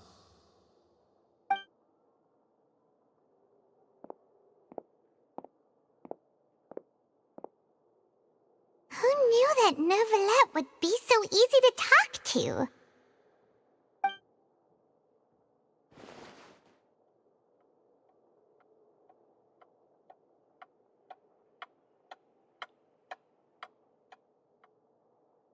Unfortunately, I'm quite certain that no one by the name of Vache has been involved in any case, criminal or civil, in the past several years. There are no records of him either in the files or in my memory. Traveler, what if it was really just a dream? Is that so? All right then. Thank you so much, Monsieur Neuvillette. We'll take our leave now.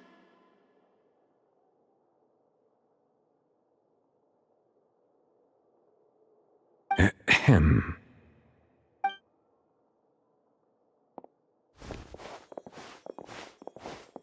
Miss Navia, I can understand how you feel. Your father, Callus, was a truly exceptional man.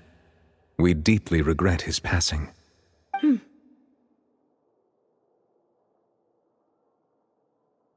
And what are you trying to say, Monsieur Neuvillette?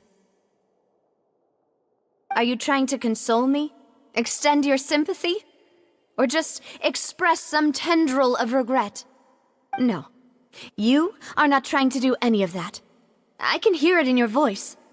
There's no emotion behind your words. You only said those things because you felt like you should.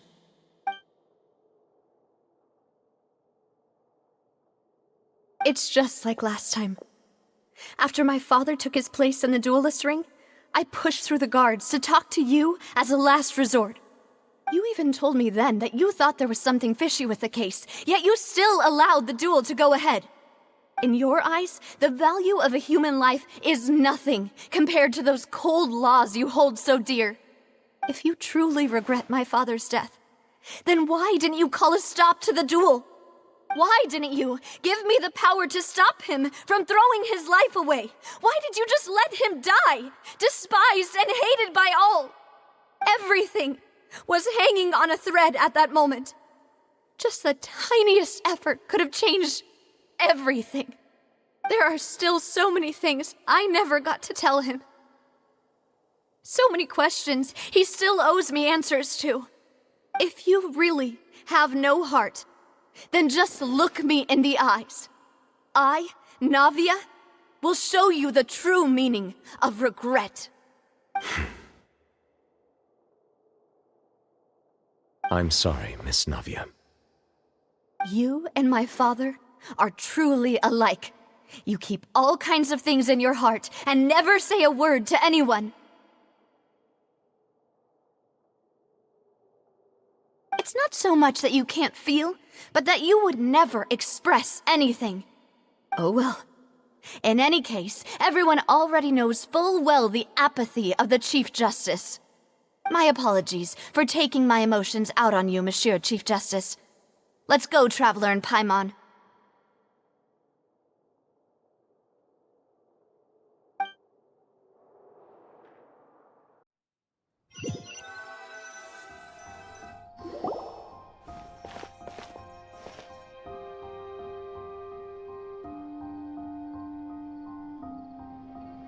Navia, are you okay? I'm fine. Rain. It's raining. You're right. Wasn't it still sunny when we went into the building? And there shouldn't be any active trials today. How strange. Now that I think of it, on the day my father was convicted of murder, it was also raining. What is it? Did you think of something? Yeah, he was outside. It was uncovered and the rain could fall there. Why? Do you think the rain could have affected the crime scene? That thought has occurred to us before. We've even expanded the search area to try to account for that, but didn't find anything of value.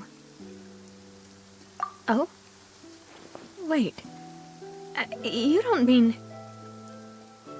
So you're saying that the true murderer could have been turned into water and then got washed away with the rain? Yeah, and if that's what had happened, then no one would have believed your dad, even if he explained what he saw to the authorities. I really think I found a true genius for a partner. You're completely right. How did I not connect the dots earlier? All right, let's go to Poisson. With this new lead in mind, we'll get to the bottom of my father's case for sure. Yeah, we're gonna make progress for sure this time. Do you want to go with me now? Or do you want to head over by yourself later? Great, let's go then.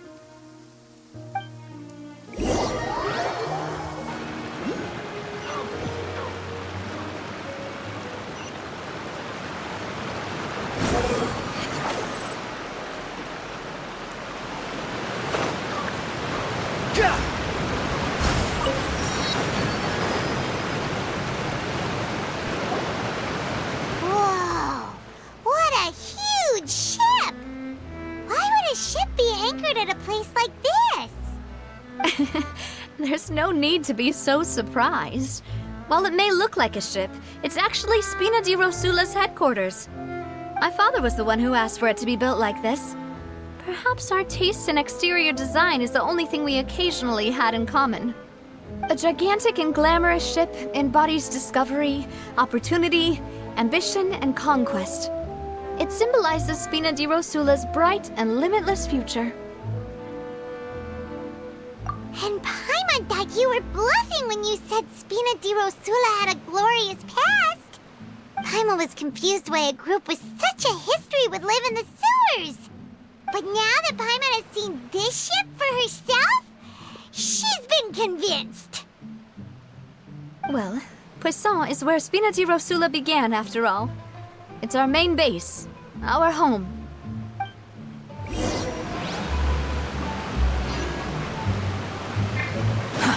Too slow.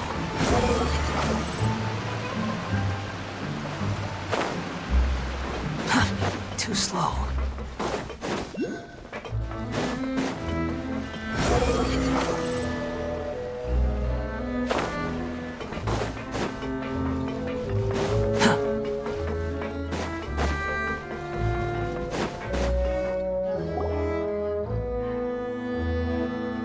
Maloose, we're back!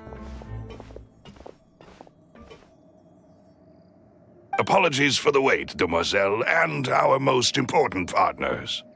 You said before that you still had some business at the court. What brings you back to Poisson so quickly? About that.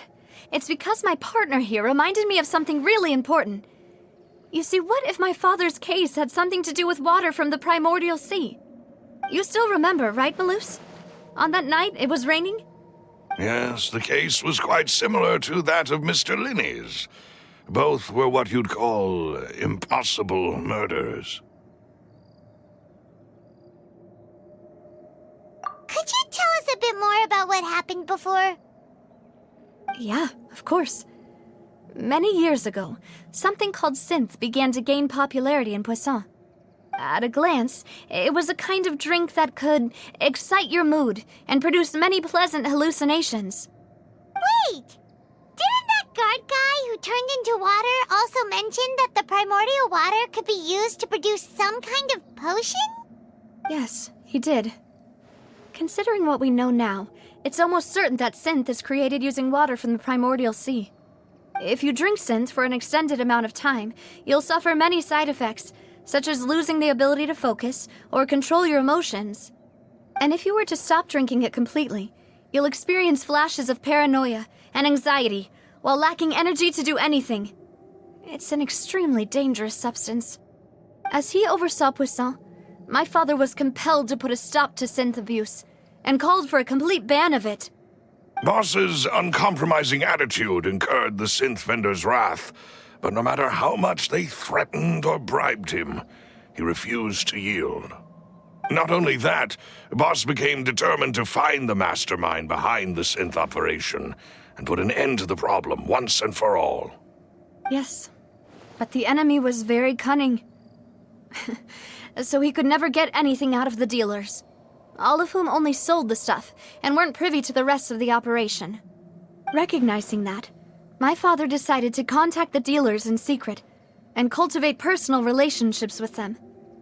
Finally, he was able to convince someone to become his informant. The man's name was Jacques. He felt greatly ashamed about his work after seeing many families destroyed by synth abuse. That night, my father hosted a banquet at his countryside estate. He planned to meet up and exchange information with Jacques over some food. But then, we heard 2 gunshots from the courtyard. We raced to the scene and found my father, still holding a gun, and Jacques, who was already dead on the ground. Huh? How did that happen? Aren't they on the same side? Sounds just like Lenny's case, doesn't it? In both cases, the culprit seemed obvious, but neither appeared to have any motive at all. Looking back on it, though, I now believe the most important clue was something we all overlooked at the time. There were pieces of clothing left at the scene. Precisely. It's all thanks to you that I made the connection now. Back then, we all just thought they were some costumes that Jacques used to disguise himself at the banquet. But, considering it now, it's almost certain that they belong to a third person at the scene. With one extra person, we'll also need to reconsider why the 2 shots were fired. You're right. We still don't know what happened. But my intuition tells me that we're on the right track to figuring it all out. I'm finally headed towards the truth. Jacques was an empathetic man who was infinitely remorseful for his past actions. It's unlikely that he turned on Boss with 0 warning. I think this third person is probably the key to the full truth. On that note, however, even though this will not please you, demoiselle, as your and your father's butler, I must still offer a word of warning. Our opponent is insidious and cruel. They are extremely difficult to deal with, and Boss has already lost his life trying to bring them to justice. Even though Spina de Rosula has lost most of its former glory, Poisson has welcomed a new time of peace, and we have been allowed to live out our lives. There is no need to follow your father's path. It would be both wise and in line with Boss's wishes to step back and give up on the case. If that's indeed what he wished for, then he should have told me that himself. Was I not the closest person to him? And yet, I was the one most kept in the dark. What was the point of him dying without sharing any of the secrets he knew? Did he manage to protect anything in the end? Synth is still here. Callus the Unfaithful is still his epithet. And Spina di Rosula is barely getting by. Nothing has changed. Did he think I'd just accept his meaningless death and live out my life just as meaninglessly? I've never accepted that, ever. Not since that day, and certainly not now. I want to find out the real answer for everyone's sake. For the missing girls, for the victims, and for myself. Navia. This is indeed the best moment to act. Your partner appears to be quite reliable, and more importantly, demoiselle, I think you're also ready to take this on. So you do know something else, Malouse? Yes, I do. In fact, even before that banquet, Boss already knew of the connection between Synth and the serial disappearances case. But what drove all the tensions to the boiling point was the revelation that you, demoiselle, had been selected as the next target to disappear. What? Boss also didn't tell you that he had been diagnosed with a rare illness. The doctors told him that he had no more than 5 years left to live. And the serial disappearances case caused him great anxiety. 5 years was nowhere near enough time to resolve this long-standing conflict. But once he passed away, all the danger would pass on to you.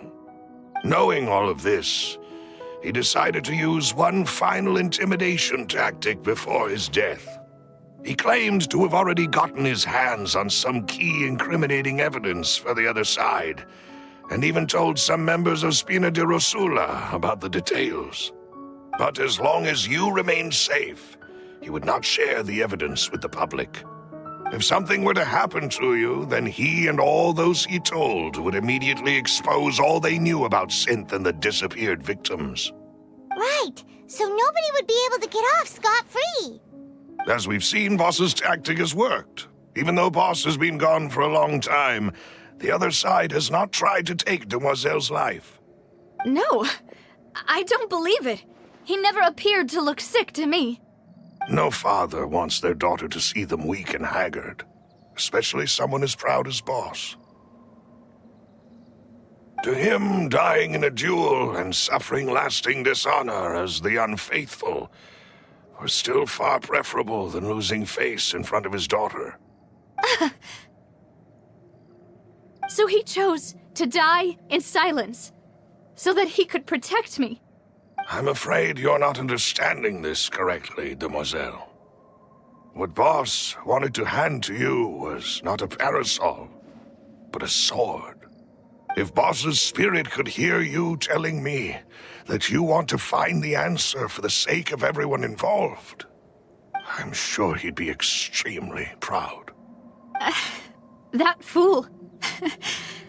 Couldn't he have just given it to me straight? No.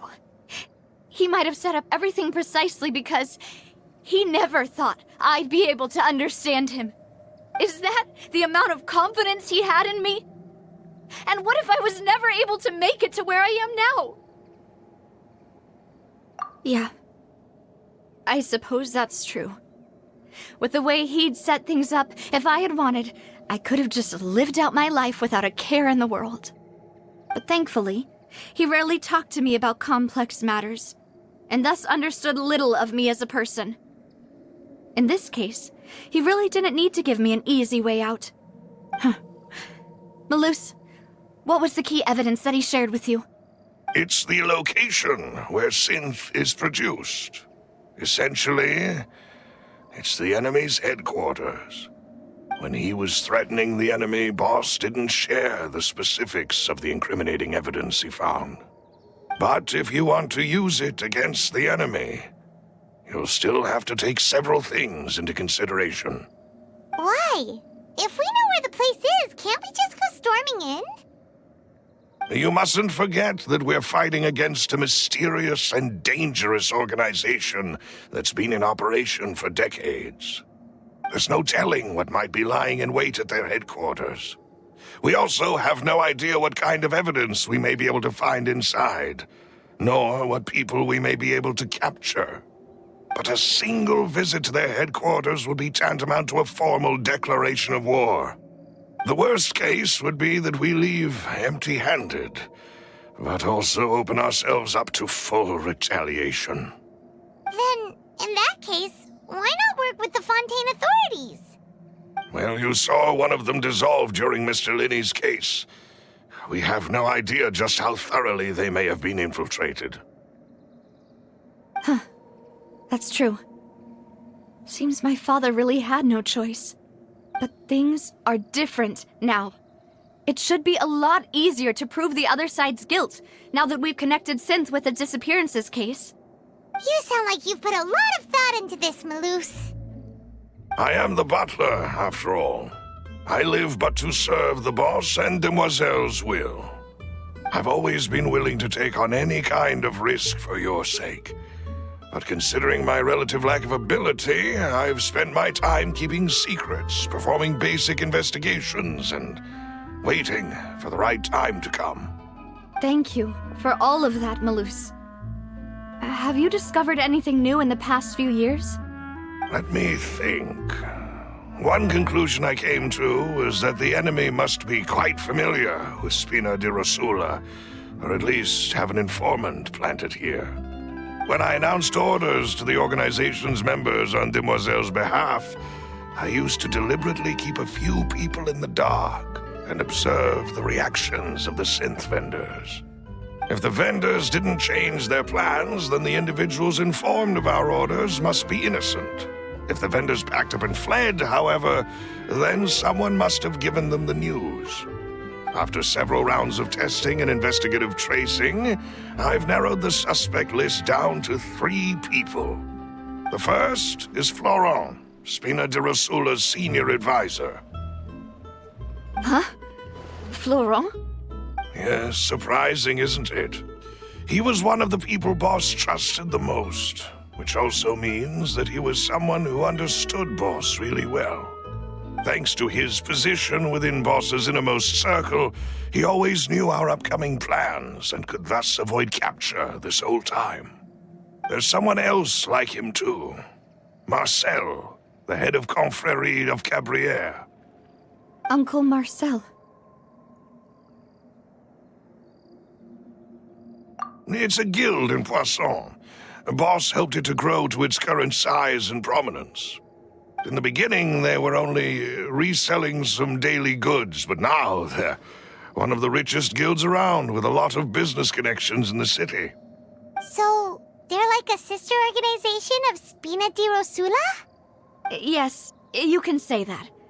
When we were fighting against the synth dealers, they provided us with plenty of support. It's a bit difficult to imagine someone using their own money to hunt down themselves. The final suspect is Thierry, the man responsible for coordinating information between Spina di Rosula and the guards. Although the guards mostly leave us to our own devices, there are still many activities we have to report to the local authorities. Since Thierry is always in the know about our current activities, he could theoretically always plan one step ahead. I see.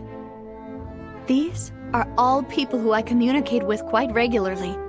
To think that the enemy we've been fighting against has been right next to me all along, among those I trust the most. It's almost too hard to believe. If you want to investigate them, please take every precaution to not alert the quarry. Judging from our experience, the enemy is extremely cautious. Of course. And thank you, Malus. You've provided us with a lot of great information. You're too kind, my lady. I'm just doing my duty. And before I forget, proving Boss's innocence would also mean clearing him of blame in Jacques' death. After that incident, Jacques' wife and daughter were taken into the Spina's care. They still live in Poisson today. If it might help, you could also pay them a visit. I can make the necessary arrangements. Aw, thank you so much, Malus. You really are the best. A new case awaits, my dear partner. I hope we can work together to uncover the truth and end this case once and for all.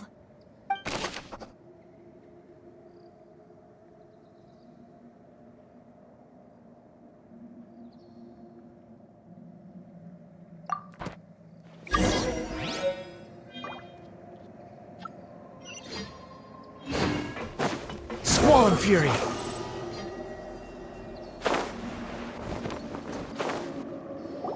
It is settled, then.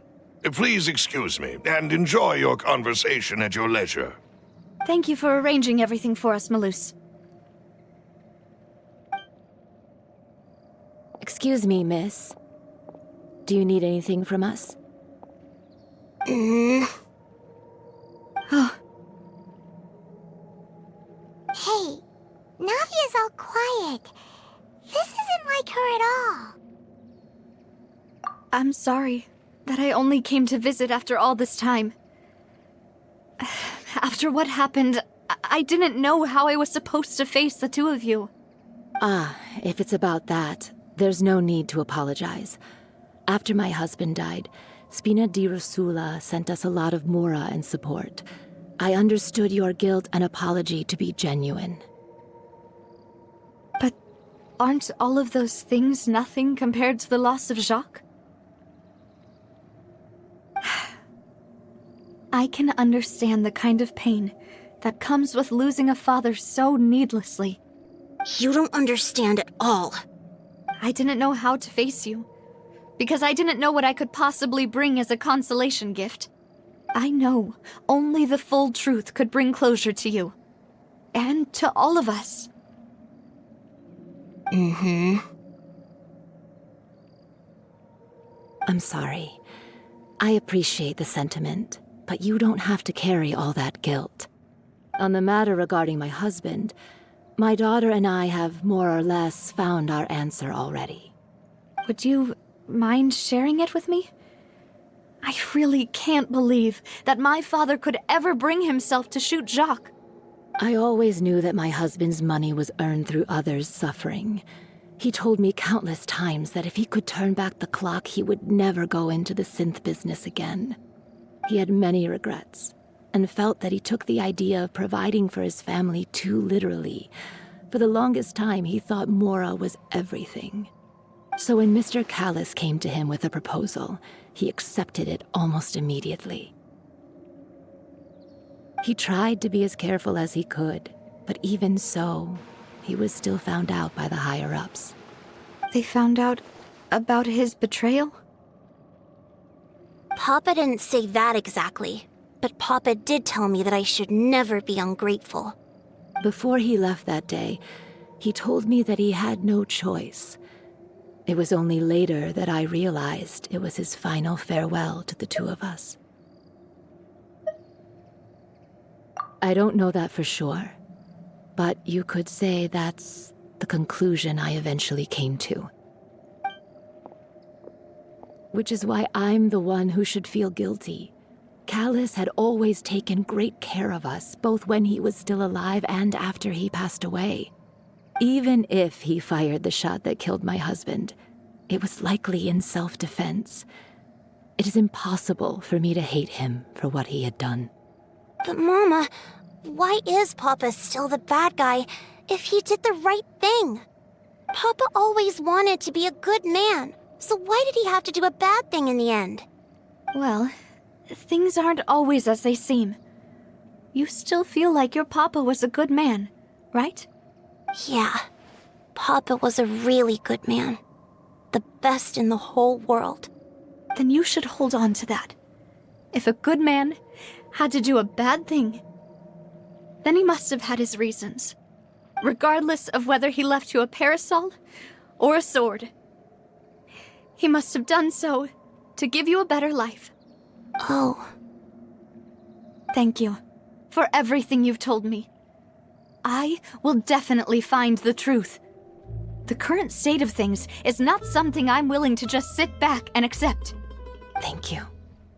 I'm very grateful to hear this from you. Even though your personality is quite different from your father's, your determination when you speak is really similar. You really think so? That's the first time anyone said that to me.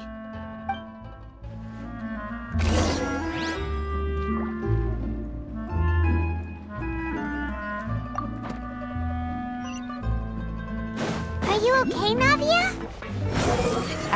I'm fine. Don't worry. Let's investigate the 3 suspects next.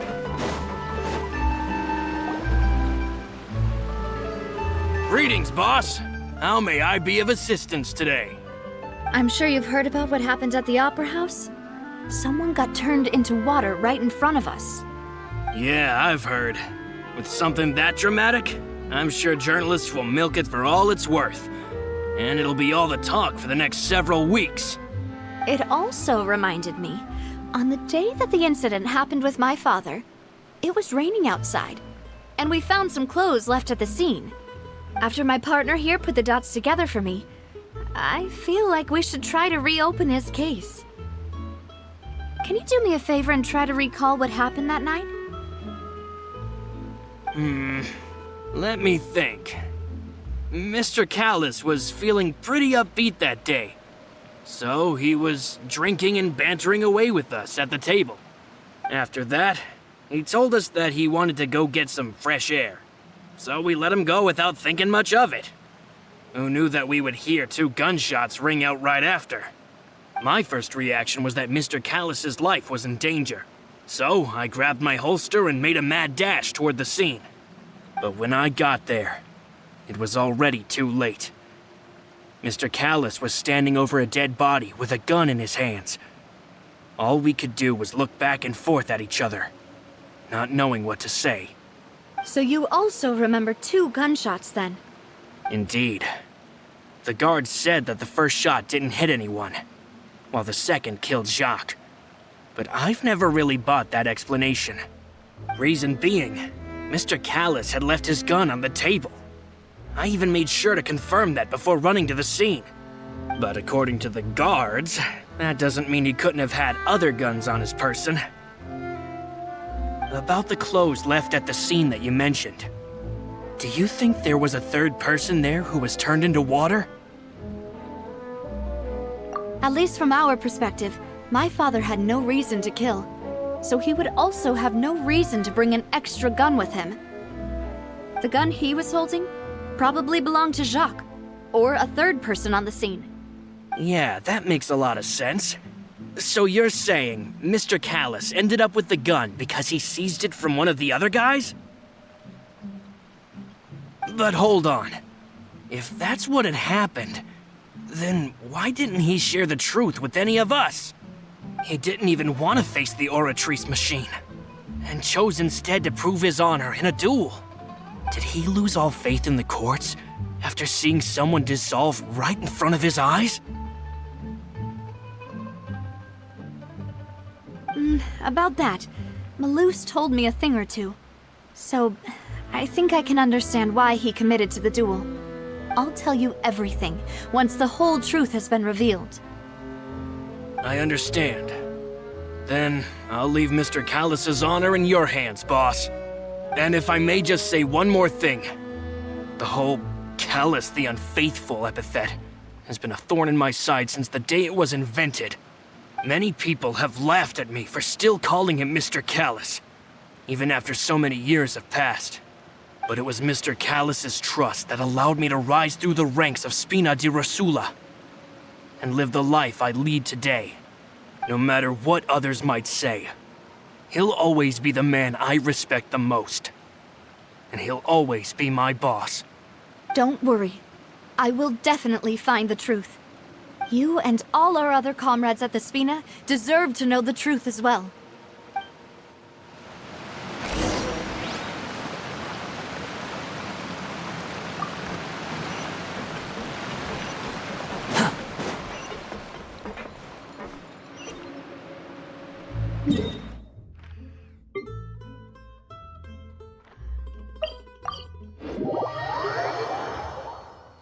Quit following me. Hey, Thierry, it's me. Oh, now, what brings you here, Miss Navia? I've heard that you made quite the name for yourself at the Opera House. Oh, so you've got news of that already. Oh, okay. Hey, I'm also a member of the guards, you know. The way you make it sound, people would think I was sent off to Poisson because I had done something wrong. Are you sure there isn't a little bit of truth in that? Under normal circumstances, shouldn't you have been called back to the city already? I mean, where I work is really up to me. Let's just say I enjoy the ambiance of Poisson. Callus did a fantastic job running the town, building Spina di Rosula from the ground up and clearing many obstructions in my way. It would be next to impossible for me to find a similarly easy but high-paying job in the city. Anyway, enough chit-chat. Are these 2 friends of yours? You, here for some formal business? Yes. These 2 are my partners. What happened at the Opera House made us realize that Linny's case and my father's may be related. We're trying to reinvestigate the details of my father's old case. Ah, I get it. You think there might be more to the case now that we know people can be dissolved into water, right? I was also flabbergasted when I first heard of it. If you want to go through the original files from your father's case, I can help you look for them. That'd be much appreciated. Thank you. Actually, I have another question. Do you have the authority to dispatch Gardamex? Of course. Without them, I couldn't possibly handle Poisson on my own. Why do you ask? We definitely can't use them to forcefully get more evidence for your father's case. Well, you see, just recently, we were attacked by a horde of unnumbered Gardamex in the city. So, if you hypothetically wanted to do something against me, all you would need to do is get rid of the mecha serial numbers and send them after me. Then you think too highly of my abilities. Dispatching mecha is very different from controlling them. If I had to make an analogy, when you order a dish, the chef will make it for you. You can ask the chef to cook, but not to massage your shoulders or carry your baggage. If you try to make unreasonable demands, the chef would just think you're out of your mind and ignore you completely. The same goes for me and my Gardamex. Removing a serial number is also not as easy as you might think. There are a lot of complex steps to it, and it's almost impossible to keep it a secret. So I can promise you, those mecha were definitely private units. They're certainly not cheap. So, whoever their owner is must be super rich, powerful, or both. Now that you mention it, though, being in the synth business would definitely be profitable enough to afford this. Oh, then you're officially in the clear, Thierry. Oh, well, thank you for the vote of confidence, Navia. Jokes aside, I'd like to wish you all the best with your investigation. I'll be staying in the city for a little while, so just come find me if you need any support from the guards.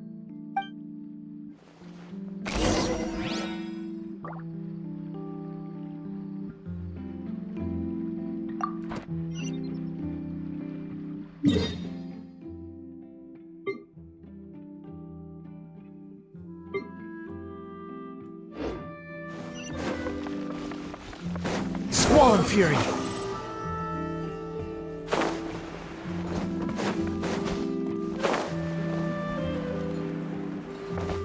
Behold!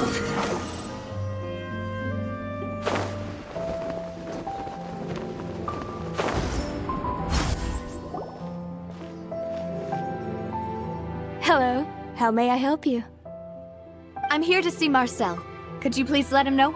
You can just say Navia's looking for him. Sure. I will let him know right away.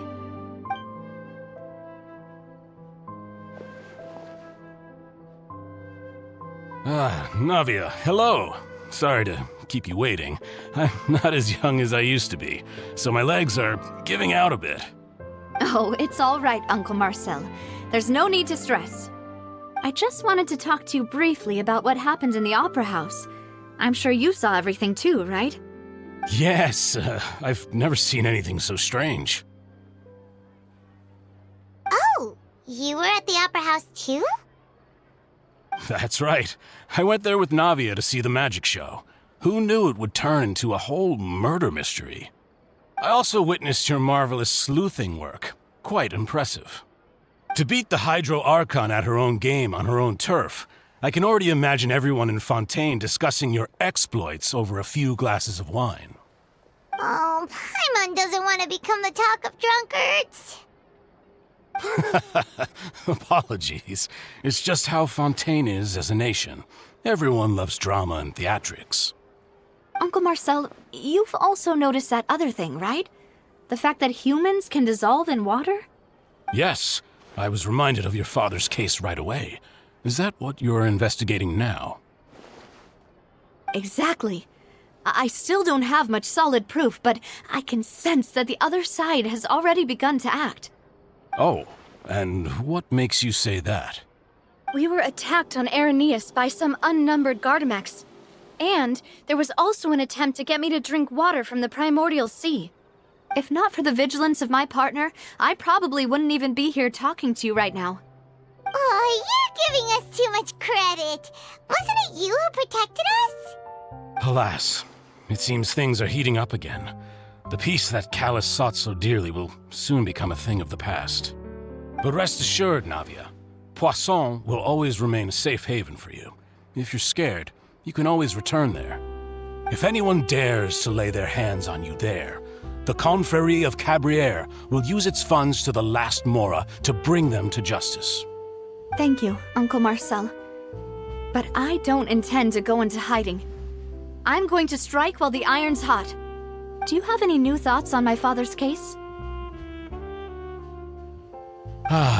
About that. Sorry, my age is catching up with me, so it'll take me a while to recall my memory.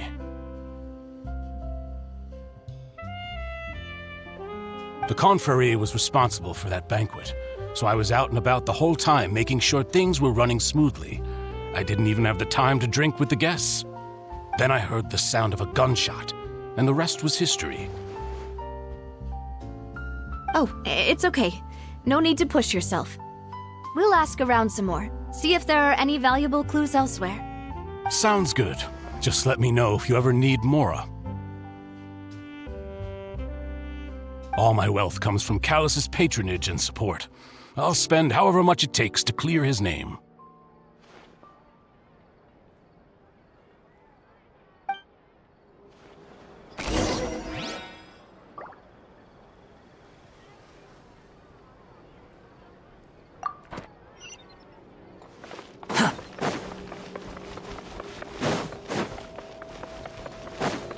Quick, the wind rises.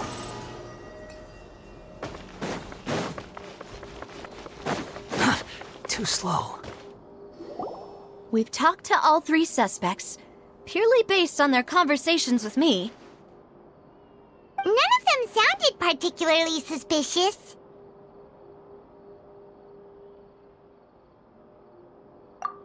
I suppose that's to be expected, though. If a single conversation's all that's needed to find them out, then my father wouldn't have needed to investigate the case for so many years. Anyway, even though we didn't make a breakthrough, let's still compile what we were able to find. But where should we start? Ah, you're right! Flora mentioned that Callus probably only ended up with the gun because of circumstance. That makes sense. According to Jacques' family members, he already told them that he had been discovered, and that he had no choice before he left home that day. If I had to guess, he probably received an order from the synth boss to kill my father. Had he refused, he and his family's lives would have been forfeit. So, Jacques fired the first shot? Oh? And why is that? Ooh, that's a good point. Jacques probably already knew that he was just being used as a tool for murder. And once he had completed his mission, he'd be of no more use to his boss. So, what would make more sense from his perspective would be to turn his back on the Order and seek protection from my father. Makes sense. But without evidence, that's still just a theory. Besides Jacques, the attack from the Gardamex has been bothering me quite a bit as well. It's obvious that our enemy has become more antsy after the secret of the primordial seawater was revealed. Do you think he knew, even then, that we'd follow this lead to the end? Given everything that's happened since, it's quite possible. But who among the three suspects would have the ability to control privately owned Gardamex? Thierry, you say? It is possible that he's figured out a way to convert the Gardamex for personal use. But I didn't feel like he was lying when he was talking to us about the mecha. I also don't think he'd be able to keep that kind of tampering under wraps. Yeah. Had he actually tampered with the mecha, we'd be able to prove it with a simple check of the guard's inventory. If the mecha were taken from the guards, it should be pretty easy to find out when and how that happened.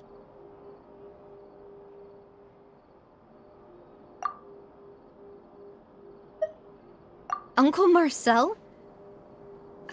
My father did really trust him.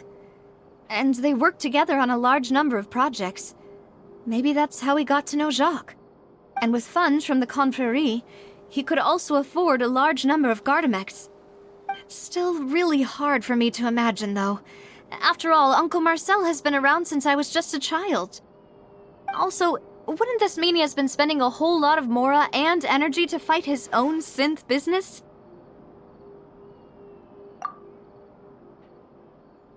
Florent? It is true that he was closest to my father, and thus had the best chance of learning about his dealings with Jacques. But as Spina di Rosula's advisor, his work mostly deals with personnel and security, so he shouldn't have much means when it comes to finances. So you're saying he's too broke to afford a mecha army? Exactly. He can't. And even if he could, I don't think he would be able to dispatch a whole group so quickly. Who could it be?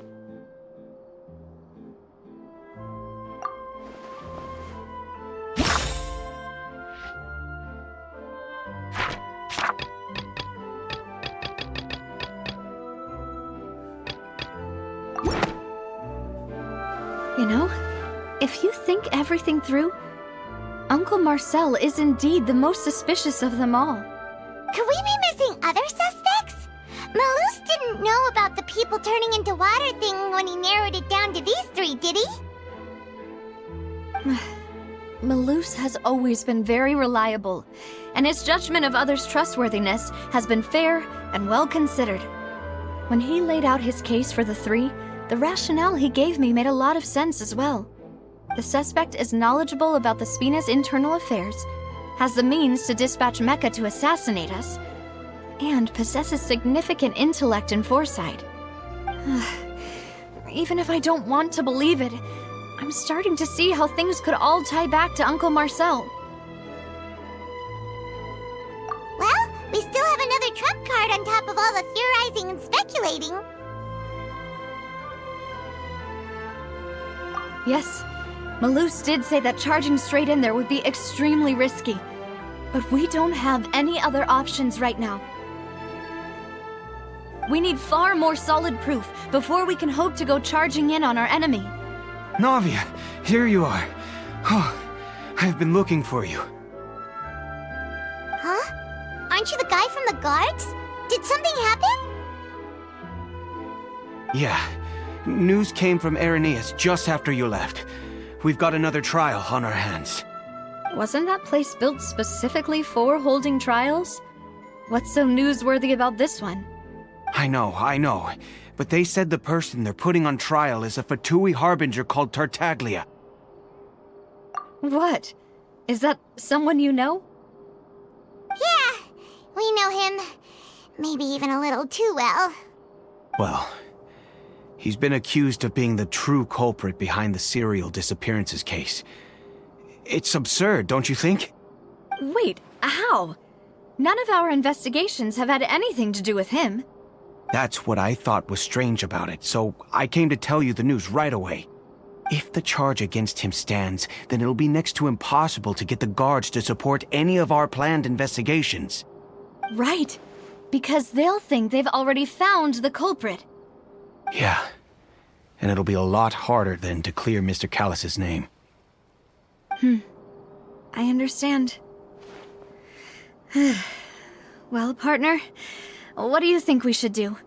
We still haven't found any conclusive evidence.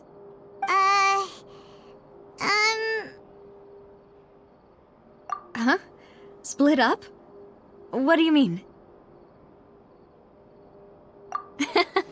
Just as expected of my partner. Since this is a trial about the serial disappearances case, the culprit's attention will be focused on Irenaeus, leaving his home base wide open. You're right. This is our best opportunity. All right then, let's do this. I'll stall them at the Opera House and charge Marcel as the true culprit. I won't have any chance of making that charge stick, though, unless we find more evidence. It'll be up to you to make it back in time and hand the decisive evidence to me. you, just like you helped us in Linny's trial. Demoiselle, please allow us to accompany you. I'm ready. Ah, Malou, Silver. When did you two get here? We heard that you'll be leaving Poisson and figured that you might require our assistance. It's our hope that your confidence will be bolstered with the two of us by your side. Thank you so much. Then, let's make haste for Irenaeus. Paimon, Traveler, I'll see you at the Opera House. See you then!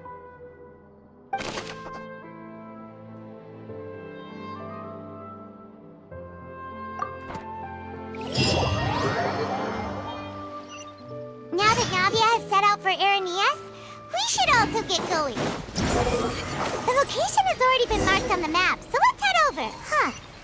According to Malus's info, the synth production base is underwater. Let's go and try to find the entrance.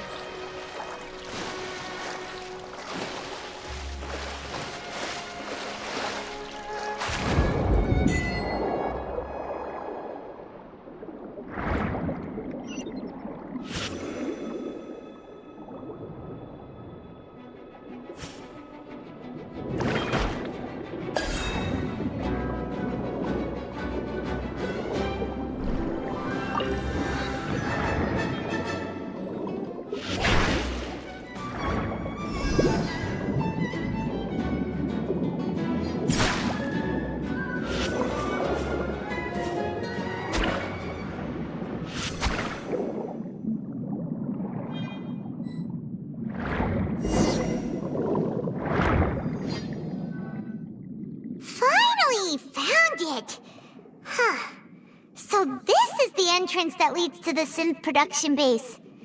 It sure doesn't seem out of the ordinary at all.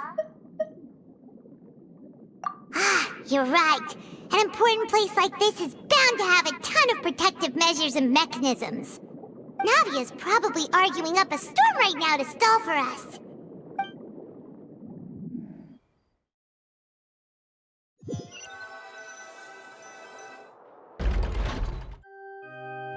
It would appear that I must repeat my question again, Mr. Tartaglia. Do you accept the charge that you are the true culprit behind the serial disappearances case? To be perfectly honest, I don't understand your country's complicated court system, or the reason why I'm being charged with something I've never even heard of. However, I did hear that people who have been charged can choose to participate in a duel to clear their name. Is that right? In which case, as long as I accept the charge, I can have an all-out fight with that champion duelist Clorend, right? I've got to admit, that's one of the most enticing offers I've ever received. When I privately sparred with her last time, she was obviously holding back. Real disappointing. Hey! Don't you understand? You're currently the prime suspect for a major case. This isn't the place for you to be looking for fights. Oh?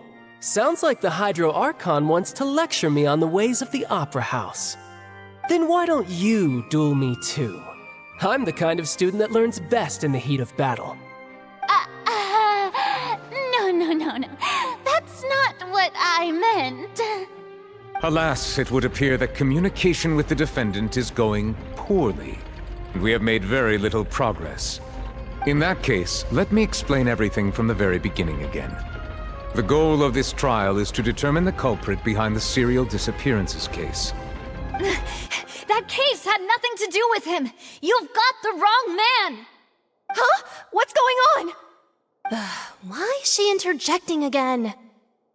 I told you it couldn't be one of the Fatui harbingers.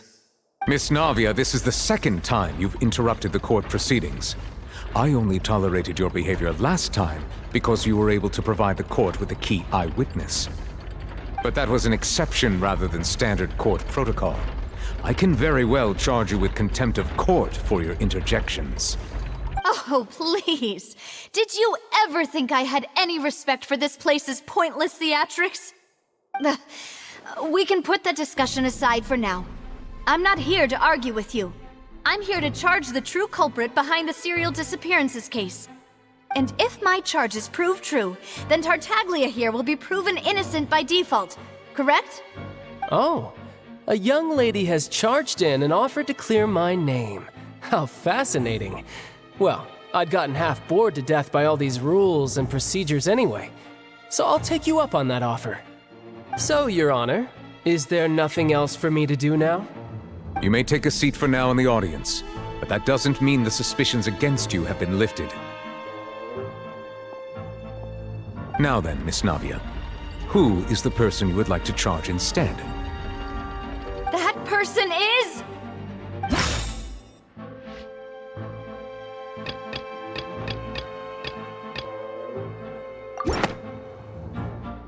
Marcel, the head of Confrérie of Cabrières!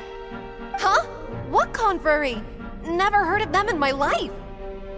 I've heard of them, but weren't they Spina di Rosula's sister organization? Oh, is this going to be a friends to enemies type situation? Please let me remind you, Miss Navia, that charging someone is an incredibly serious matter. Committing to the charge also means taking on the legal responsibilities associated with it. And if the charge fails, depending on the circumstances, you may also be charged with the crime of making a false accusation. Knowing this, do you still wish to charge this man? Yes, I do. In that case, I declare the charge to be valid.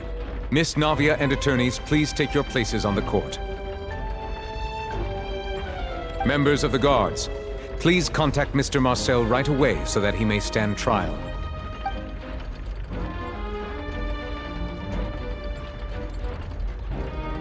Mr. Marcel, you will not require an attorney. Is that correct? Apologies. It all just happened so quickly. I still haven't figured out what's going on. I think an attorney won't be necessary. This is probably just a misunderstanding between me and Navia. Very well. In that case, since both sides have now arrived, Miss Navia, please present your charges. I would like to take everyone back to 3 years ago, to the case of Callus the Unfaithful. Only through elucidating what really happened in that case can we connect all the dots for the serial disappearances case. Navia, do you really think that I was the one who killed your father? Come on, why would I do that? Callus was my benefactor, and remember both you and I only ran to the scene when we heard the sound of a gun. If that's enough to make me a suspect, wouldn't that make everyone at that banquet a suspect as well? I think there's no point in getting into the specifics right now. The audience doesn't even have the big picture yet. Even I'm struggling to remember some details of that case. Exactly correct, Your Honor. I must refresh everyone's memory about that case before I can explain my charge and reasoning. I see. In which case, I will recount the findings about that case as originally recorded by Maison Gardiennage.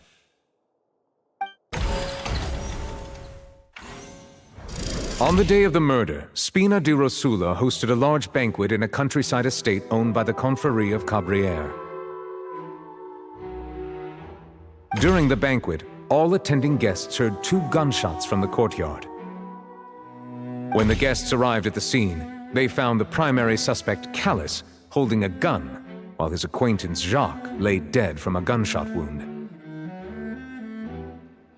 The guards' investigation did not recover any other firearms from the scene. As a result, they concluded that the suspect's first shot must have missed, while the second must have taken Jacques' life. The suspect did not dispute this conclusion, and also declined to defend himself in court. Instead, he chose to prove his innocence through a duel. Callus was defeated by champion duelist Clarande in the ensuing duel, and soon succumbed to the injuries. These are the known facts about the case.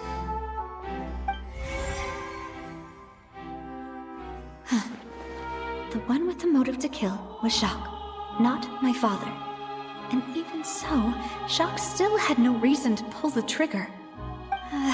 In truth, the third person shot Jacques first, and was shot in turn by my father when my father seized the gun from him. After that, the true culprit turned the third person into water, erasing all traces of him from the scene. Thank you for the summary, Your Honor. Of course, the guard's conclusion appeared quite sensible to us at the time. However, we should revisit the case now that we've gained new information about the abilities of water from the primordial sea.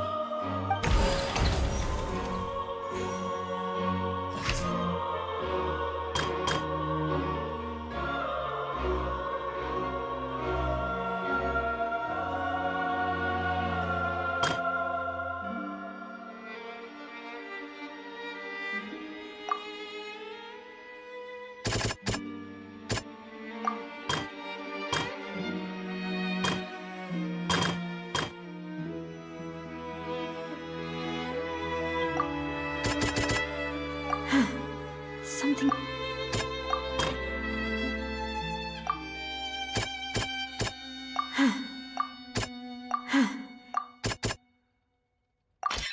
The testimony of the victim's family confirms that Jacques had thoughts of assassinating Callus when he set out for the banquet. However, in the end he reconsidered, and instead shared everything with Callus, hoping to seek the latter's protection. Unfortunately for Jacques, the true culprit had already considered this possibility, and had sent out another assassin.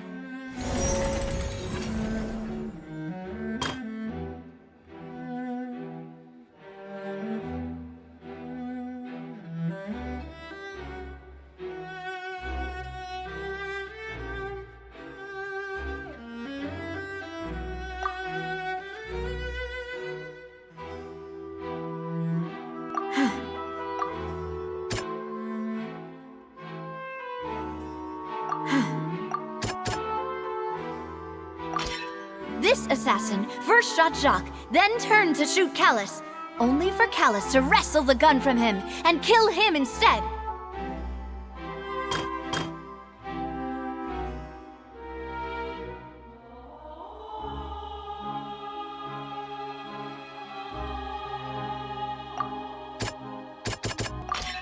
A pile of clothing was found at the scene.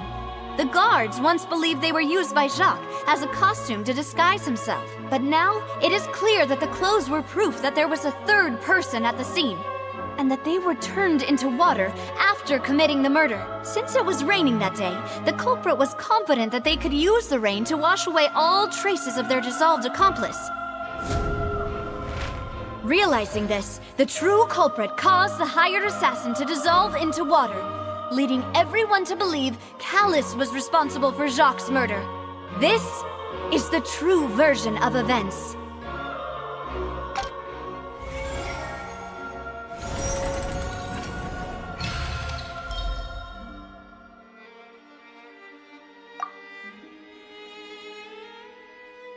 Ah, so that's what happened.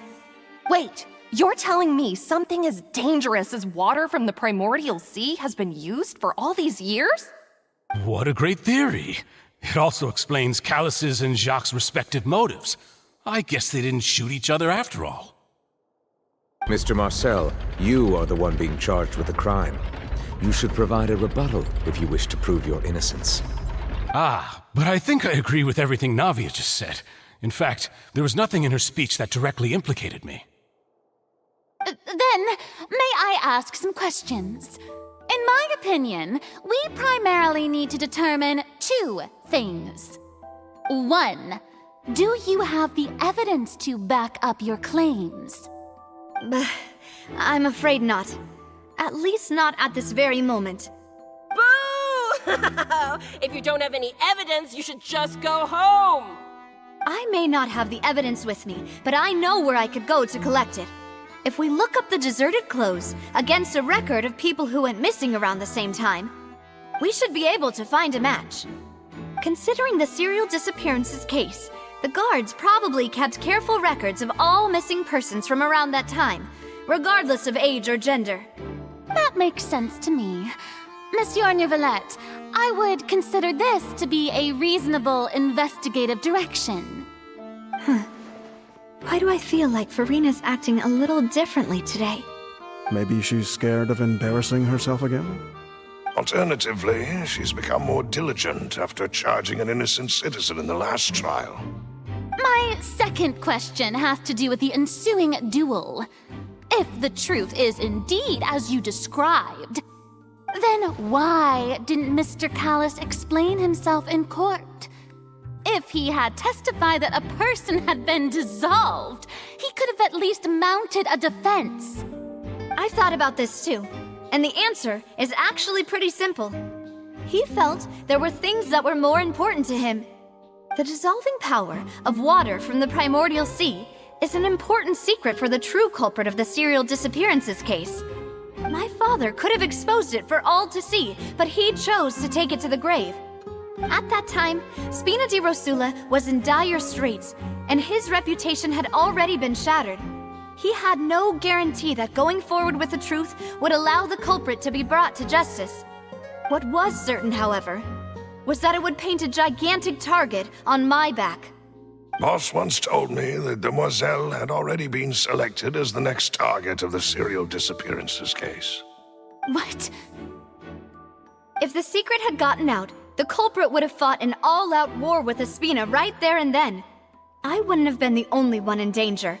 All of us would have stood to lose our lives. Of course, the guards might eventually figure out the truth of the matter and determine that we were in the right.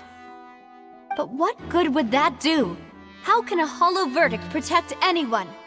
Had this opera house ever given my father any kind of confidence in its brand of justice, Spina di Rosula would have had no reason to exist. But by staying silent, we retained the ability to deter our opponents and continue the stalemate. I was able to become Spina di Rosula's president, which made me harder to target, as well as giving me more time to grow and learn.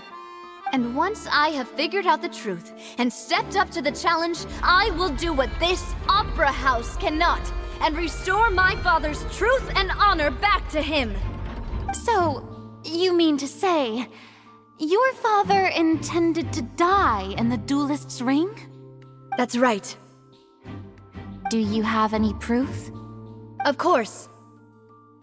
All you need is to ask his opponent, Clarand. I don't need your apology, your guilt, or your support from the shadows. You don't have to do anything for my sake. But since he entrusted his will to you, Clarand, you should tell us the truth about his sacrifice. So, during the duel, did you believe that Callus was intending to die? Yes, I did. As a champion duelist, I've fought many battles and taken a countless number of dishonored lives. In my line of work, I've seen all kinds of people give their all for the faintest hope to continue living. Some were determined, others passionate, and some even manic and twisted. Just one look and I can tell if a duelist is hoping to live or if they're looking to die. I hereby swear on my name and honor as a champion duelist that Mr. Callus never intended to leave the ring alive. Since that's your testimony, I have no more questions. It appears there really are good grounds to reopen this case. I concur. However, Miss Navia, you still have not explained the link between your father's case and the serial disappearances case. Right? What she said was fascinating, but kind of beside the point. Wait, weren't they just talking about the serial disappearances case? Of course, Your Honor. The two cases are connected via a matter of timing. In my father's case, the culprit intended to kill both Jacques and Callus. As a result, they planned to act after hearing 2 gunshots. And at the end of Linny's trial, the culprit also only dissolved the victim in front of everyone because they realized they were at risk of being identified. The culprit could only time their actions so precisely if they were already at the scene. Coincidentally, Marcel attended both the banquet and the trial. So that's why you suspected me. Even after hearing your reasoning, I still can't help but find it a little preposterous. I'm used to it, though. You've always been an impulsive and sentimental child, Navia. It's one of your most endearing traits. No need to appeal to pathos. I won't try to refute your points one by one, but even if everything you just said was true, Can you prove that I was the only person present at both events? On top of that, does a person have to be physically present to control the timing? Can't someone remotely monitor the place?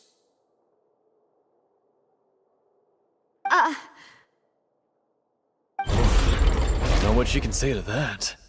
I know that even with that, you might still think you can reduce the list of suspects with some further investigations, until I'm the only one left on the list. Alas, who won't feel at least a little hurt by an accusation of murder from a girl you see as your own daughter? But if I were to dismiss this completely, you'd also think I'm not being considerate of your feelings. Ah well, let Uncle Marcel teach you another lesson. Do you know what the biggest flaw in your reasoning is? I suppose you're gonna tell me anyways. It's timing again. I'm a businessman by trade. From that standpoint, there's no reason for me to kidnap young women. It's a high-risk action with nothing to gain. In addition, I left my home in Snezhnaya when I was young to come to Poisson and work in some trade. My business only thrived when I received Callus's patronage. But the disappearances began before I ever stepped foot in Fontaine. I do apologize, demoiselle. This was my mistake. No, it's not your fault. I'm sure he had come prepared. Is there anything else you'd like to say? Would you like to check the date of my first business license against the first known case of the serial disappearances? You can also take a look at my border entry records, or ask my friends and family when I left Snezhnaya for the first time. Could those records and testimonies do something to appease the unspeakable anguish in your heart? Seems like she got the wrong guy. At this rate, Navia will be convicted for falsely accusing him. I think you've done a superb job of dissecting your father's feelings as he neared the end of his life. But aren't you going against all of his wishes and expectations right now? He wished for you to become more rational, collected, and conscientious, instead of dwelling only on your own feelings. Once you've learned to be more considerate of others' feelings, and to stop rushing headlong into things, you'd have met most of his expectations. This isn't just about me, and it never has been. The biggest difference between me and the rest of the victims is that I still have the ability to search for the truth, while that same agency has long been taken from them. The people whose families were destroyed by synth abuse, the people who lost their loved ones to the serial disappearances, and the people who suffered tragic ends due to their sense of justice. Many people's images are flashing before my eyes. I'm sure some are coming to those of you in the audience as well. And whose image do you see, Marcel? Is it a man named Vacher? Oh, so you do know that name. I'm merely surprised you'd suddenly say the name of someone I've never even heard of. I was waiting for you to say that.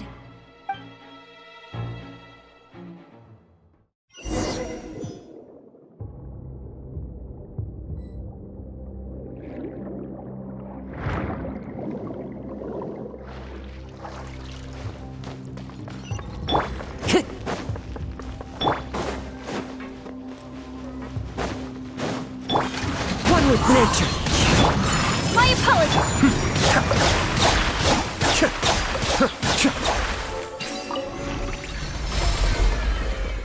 Whoa! The floor is going up! Is it because of this mechanism in the middle? That guy really prepared a lot of stuff for this place.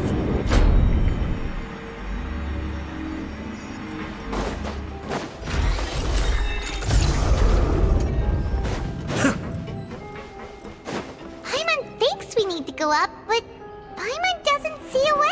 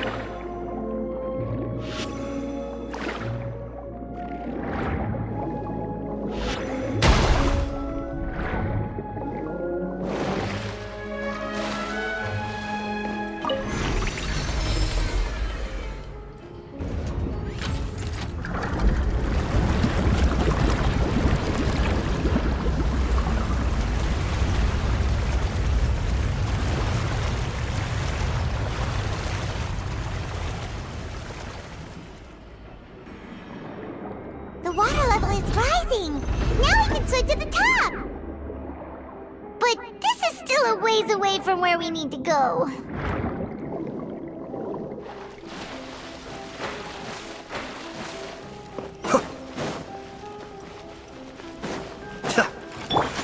Into the wind!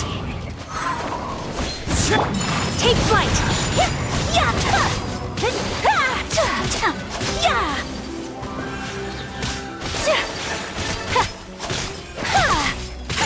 My apologies.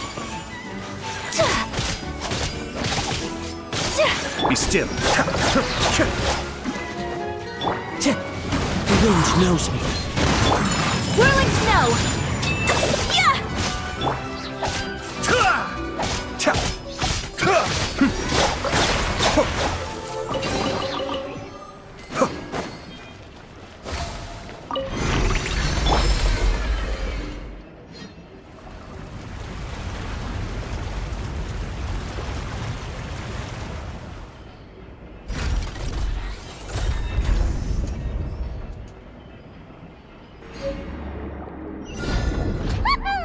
Now the path is clear! Let's go!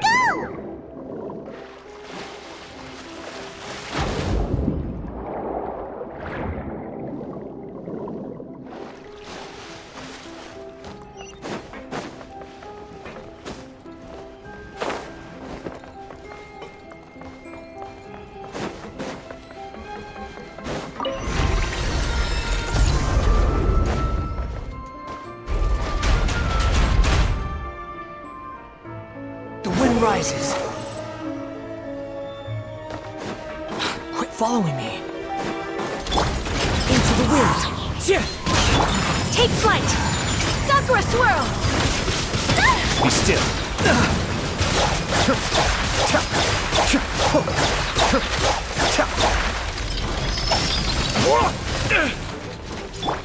One with nature. Whirling snow! Cascade. Squall and fury.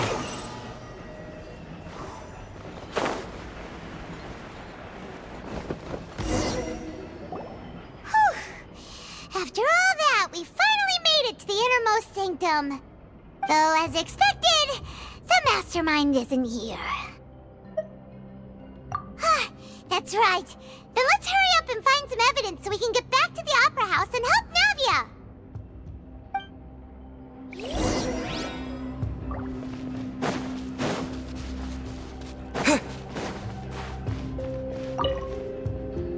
What's this over here?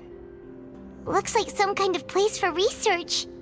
Experiment number 16 aims to verify Jacob Ingold's research conclusions on the primordial sea and use his theory as a foundation to achieve a breakthrough. The experiment was a failure. No individual managed to resurface from the water from the primordial sea. Female specimens 22, 23, and 24 were dissolved.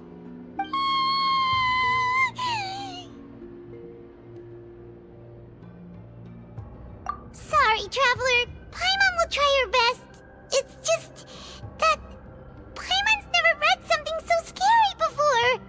How can someone write something that terrible in such a matter-of-fact tone? You read the rest. Paimon's too scared to keep going. So that's why he did all of these experiments. Wait, did he really think he'd be able to find a way just by dissolving people over and over? That's just insane! Huh? Isn't that the name you heard by the fountain? Paimon thought he was an eyewitness in the serial disappearances case. You mean Vacher is the one who did all of these... experiments? So that's it! Vacher was no victim, but personally took his lover and... No, that's not it either! If that's the case, why would he want people to resurface from the water? In any case, Paimon will write it all down.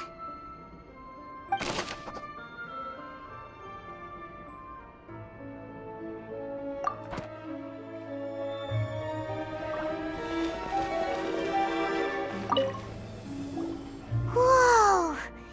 There's so much synth here! And so many bottles of ingredients that probably just contain the waters of the primordial sea.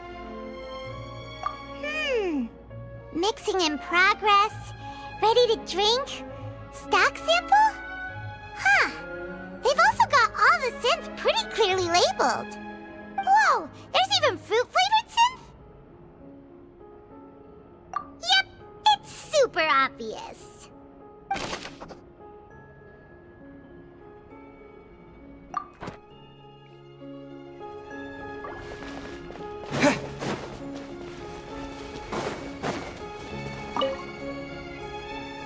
What's written here? Nothing escapes Detective Paimon's eyes. Callus. Navia's father.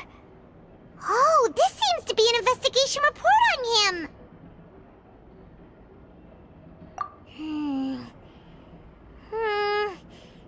Yep, it's about finding someone to assassinate Jacques and Callus because of a lack of confidence that Jacques himself would go through with it. This should prove the existence of the third person, right?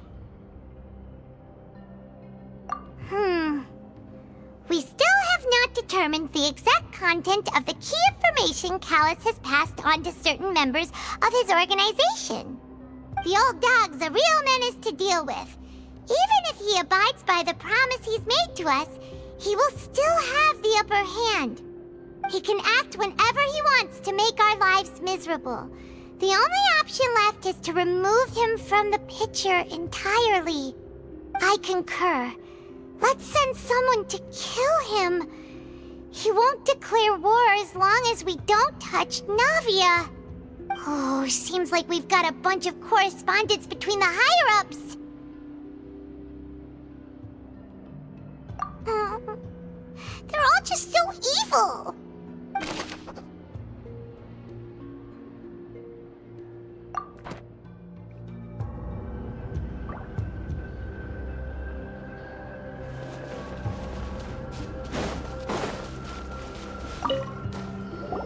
What's all this?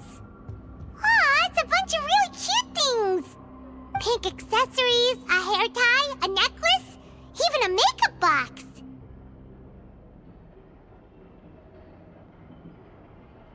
Oh, Paimon sees it too, but why are all these cute things labeled with different girls' names?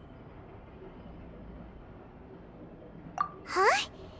You mean the girls from the serial disappearances? They were brought here? And then they were turned into water. And all the boxes of things. These names. That means... Oh, this is terrible.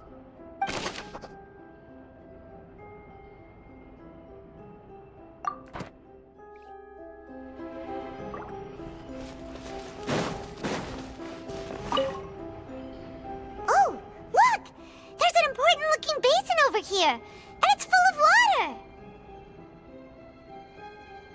That means this is where they make all the synth! And that special water is the main ingredient! If you dilute it with normal water, you'll get synth, but the pure stuff can dissolve a human! Paimon will take notes on this incriminating evidence.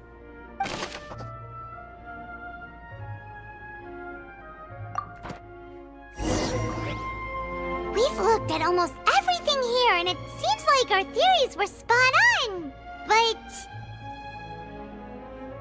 yeah, we haven't found anything that reveals his true identity.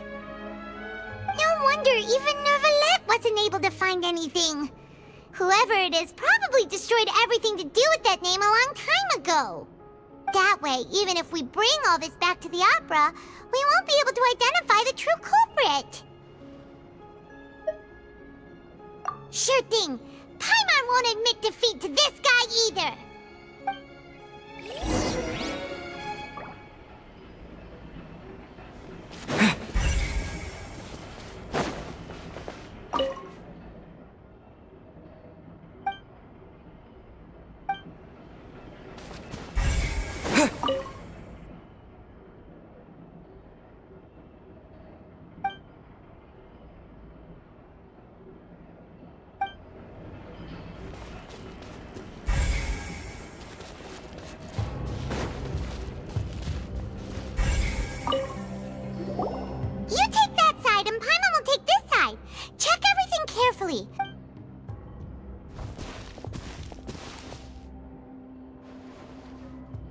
Ugh. Nothing at all. And Paimon can't even find snacks either. Whoa, really? Let Paimon see. Vinier. Isn't that Vache's lover's name? Then you found her diary. Let's see. Aww. It's just a normal diary chronicling their love story. She was so sweet, too. Oh, Paimon feels even worse for her now.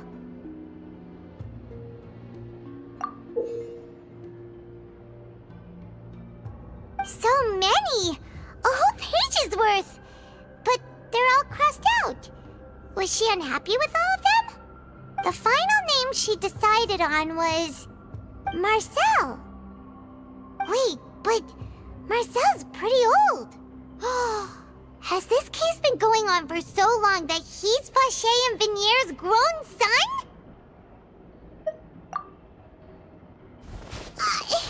Hey! Paimon still hasn't figured it out yet.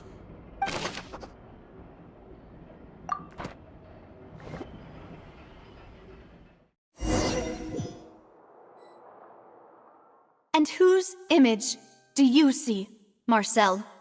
Is it a man named Vache? Oh, so you do know that name. I'm merely surprised you'd suddenly say the name of someone I've never even heard of. I was waiting for you to say that. Navia! We're back! As expected of my partner. I just knew you'd return in the nick of time.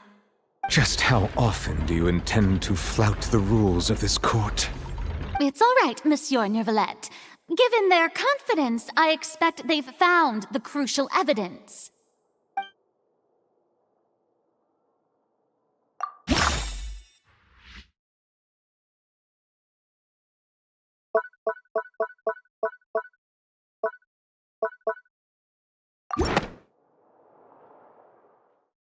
But the truth of it, Marcel, is that you've always been Vache. Huh? We've investigated your lair and we already know everything! After your lover, Vinier, was dissolved, you kept abducting young women to experiment on the hopes of bringing her back to you! You even created Marcel as a new identity and destroyed all records of your past as Vache! So that's it. Even the villains in opera performances rarely go that far. And with that, Marcel's motive has now been established. This information regarding your past also dismantles your prior timing defense. Well, Marcel, do you know where you went wrong? You fixated your gaze on the lover that passed away, instead of paying attention to the living people around you. So, you never noticed how we changed, or how we grew as individuals. You also never understood Boss's real expectations for his daughter. Or our determination to see things through. Your determination. Mr. Marcel, Please speak up now if you would like to defend yourself. Otherwise, the trial will move on to the next stage. Do you really think I wanted to do any of this? Pay attention to you? What for? Have you ever paid attention to me? Ever empathized with my pain? Ever known how it feels to watch the love of your life dissolve right in front of your eyes? No one helped me. No one even believed me.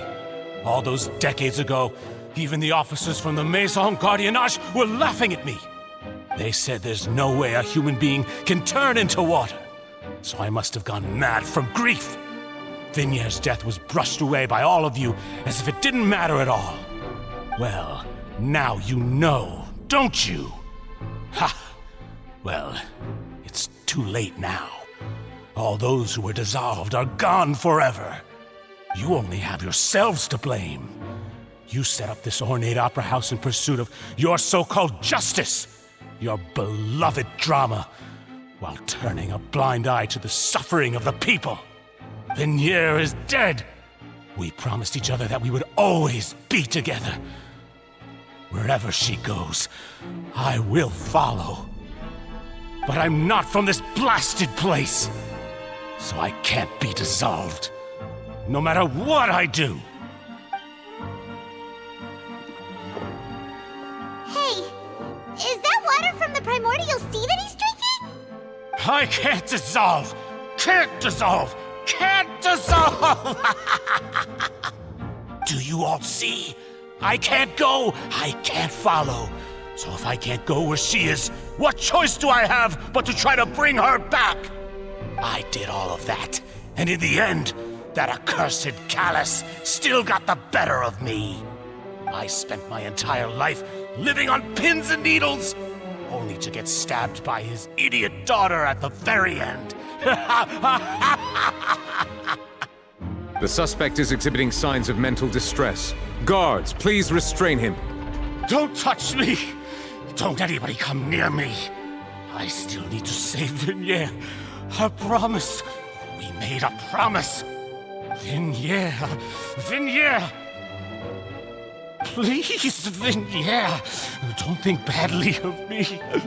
All I want to do is fulfill our promise. At this point, the verdict of this trial is clear. With Mr. Marcel's conviction, the charges against Mr. Tartaglia no longer have any basis. Fine by me. I was in a bad mood, but after a show like that, I'm actually feeling pretty good. Traveler, please submit all the evidence you have collected to the guards, so that I might review and summarize the truth behind the serial disappearances case. The man now known as Marcel was originally named Vacher and worked as an adventurer with his partner and lover Vignier. During an underwater expedition, Vignier accidentally came into contact with water from the primordial sea and was dissolved in front of Vacher as a result. Vacher learned of the primordial water's existence through the work of others and began to kidnap young women for research, with the goal of discovering a method to restore Vignier back to life. To cover his tracks, he invented the new alias of Marcel and began to operate a business in Poisson. During the course of his research, Vacher discovered that a diluted concoction of water from the primordial sea can induce feelings of euphoria, and began to manufacture and market synth. However, as he accumulated wealth to fund his continued research and expanded the scope, he came into conflict with Spina di Rosula. After exchanging blows with Spina di Rosula for many years, Vacher decided to assassinate their president Callus at a banquet. Although the assassination did not go as Vacher expected, he was able to turn Callus into the murder suspect by dissolving the assassin he sent to the scene. And just recently, Vacher attempted to frame Linny as the culprit of the serial disappearances case, using a similar method. However, his attempt to frame Linny failed, and the power of water from the primordial sea became public knowledge. This case also exposed enough of Vacher's machinations that he was eventually successfully charged in court. Thus concludes the enigmatic history of the serial disappearances case, with the truth revealed to all.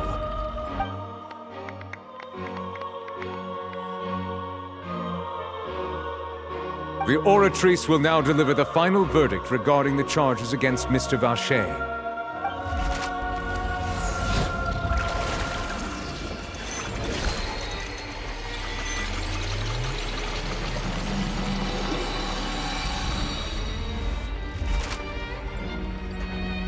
According to the judgment of the Oratrice Mécanique d'Analyse Cardinale, Mr. Vacher is guilty. Guards! Take Vacher away. Good. It's what he deserves. With that, the serial disappearances case is over now. We really just witnessed history.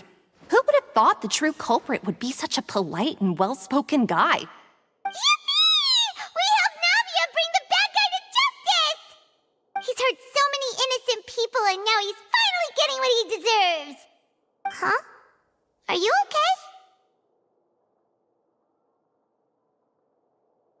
okay? Demoiselle, you were absolutely brilliant. The day our late boss had always hoped for has finally come. You can rest easy now, knowing justice has been served. Yeah.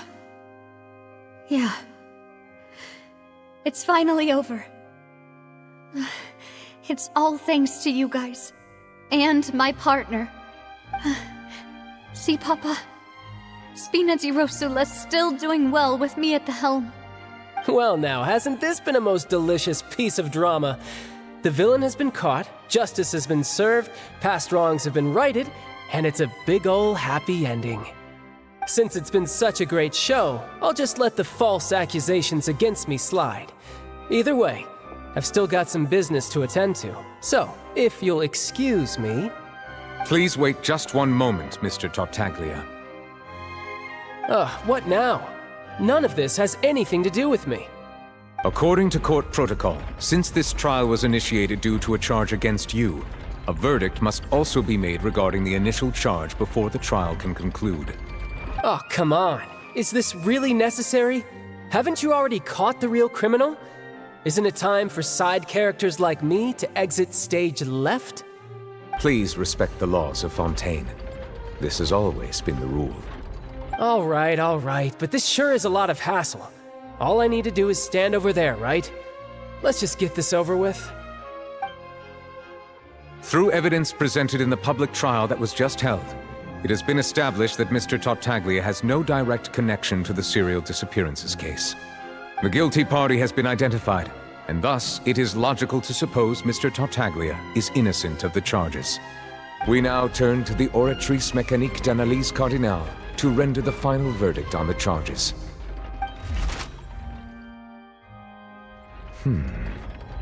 According to the judgment of the Oratrice Mécanique d'Analyse Cardinale, Mr. Tartaglia is guilty. What? Hey! That's not funny! Didn't you just say I'm supposed to be innocent? What's with this verdict? Is your justice machine malfunctioning? Huh? This has never happened before. The Oratrice actually returned a different verdict from the Chief Justice. I mean, have you ever heard of an innocent Fatui Harbinger? Do you think the Oratrice might have just convicted him on general principle? But weren't the charges about the serial disappearances case? No matter what else he's guilty of, it shouldn't affect the verdict in this case, right? The judgment of the Oratrice Mécanique d'Analyse Cardinale is, by law, the final verdict of the court. We must accept the guilty verdict. Guards, please take the suspect into custody per court protocol.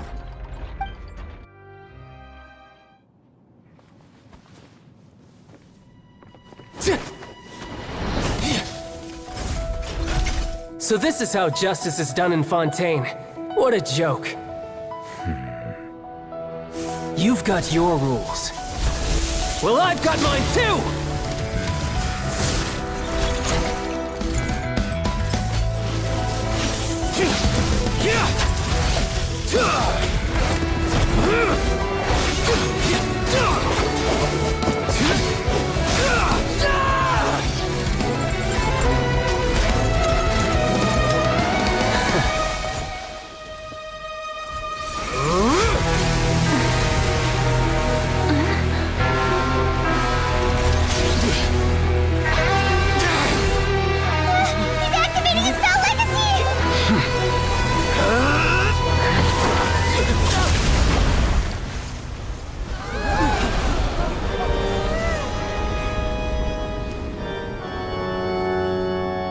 I am sorry. If you have been wronged, we will find the truth. But the rules of the court must be upheld.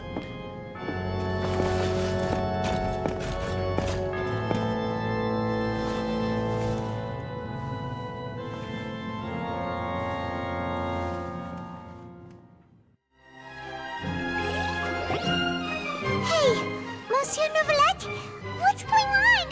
Shouldn't they have been cleared already? Apologies. This is also the first time I've encountered such a situation. However, according to the rules established at the conception of Fontaine's court system, the Oratrice's judgment is the final verdict of the court. All I do is follow court procedure. As for why the Oratrice arrived at the conclusion it did, you should probably ask someone more knowledgeable than me. Why are you looking at me? I had nothing to do with it! I don't know what happened there either! Hey, stop staring at me! What does Lady Farina mean by that?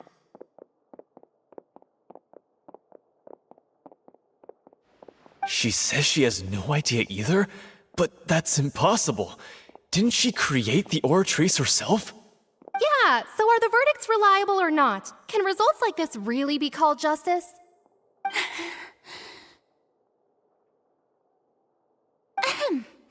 My dearest citizens, did you really think we'd allow an incorrect verdict to be handed out in this court? Did you really believe that the judgment could be mistaken or be the result of some sort of random mishap? Don't tell me you thought even I had been blindsided by the Oratrice's result. But the way she looked just now, it was pretty obvious she had no idea what was going on. However, given the state of things, I shall give you an explanation. Everything that just took place, including my supposed shock and bafflement, was a part of an elaborate performance, with every action meant to stir up drama and excitement. And, of course, for every performance there is a script. Everything has unfolded exactly as I expected from the very beginning. As the embodiment of the very concept of justice, the Oratrice shall never render an arbitrary judgment! If you thought Child had nothing to do with the serial disappearances case, it is only because you've been blinded by the superficial appearance of innocence. Everything he's done, not to mention the danger he poses, are beyond ordinary comprehension and completely unforgivable! All shall be revealed in time. You will come to understand my noble intentions, as well as the absolute correctness of the Oratrice's verdict.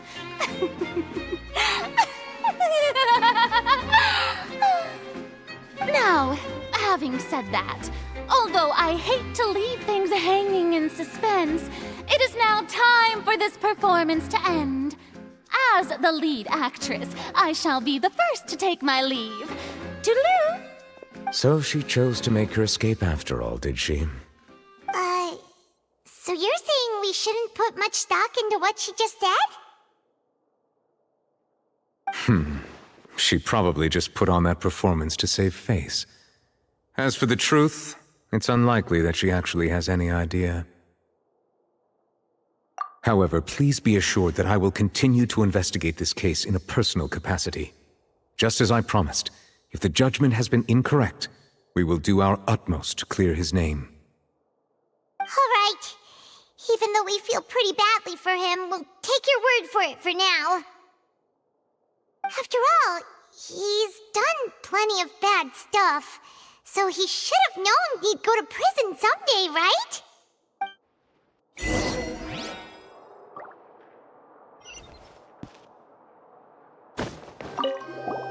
Oh, Monsieur Neuvillette! That power you showed when you took him down. Who are you really? I'm the Chief Justice of Fontaine, of course. If officers of the law lack the strength and capability to enforce it, then it makes a mockery of justice.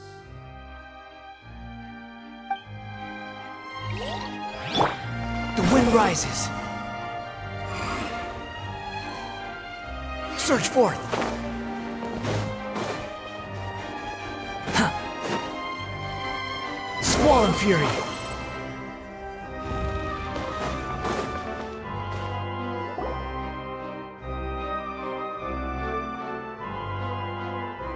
Hey, what are you doing? Quick, stop him!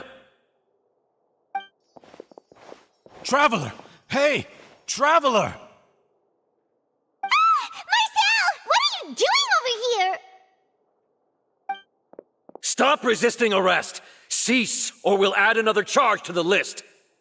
No, wait! I just want to ask the Traveler something. I'm not looking to run away. Please, just let me ask this one small thing. Go on. Thank you. I was being led away when I finally realized something. Where did you first hear the name Vacher? I erased all records of that name. So, unless... Are you still trying to prove your innocence? Give it up, you've already been convicted. Really? You did? You're sure? You met her? But how could that be? How did you manage to do it? The Fountain of Lucine? Then she's been so close to me all along. And I just never... Please give me a chance to talk to her again. Just let the Traveler take me to the fountain to see her one last time. This is the last request I'll ever make in my life. You can do whatever you want to me afterwards. I don't care. What? Give an inch and you want to take a mile? Do you think serial killers get to make requests like that? Paimon agrees. Why should we give him what he wants when he's only done a ton of super terrible things? This request, is it worth as much to you as your life? Of course! Wait, no. It's worth even more than my life. Humans. Will they betray the instinct to live just to satisfy spiritual needs? Very well. I will grant your request. Your Honor, I fear that... I will go with him. You do not need to worry about any escape. In that case, I shall leave him in your most capable hands, Chief Justice. Thank you, Your Honor.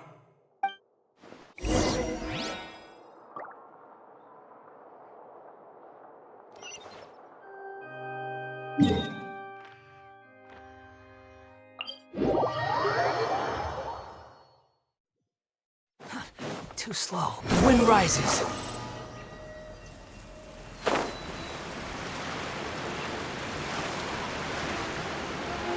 Squall and fury.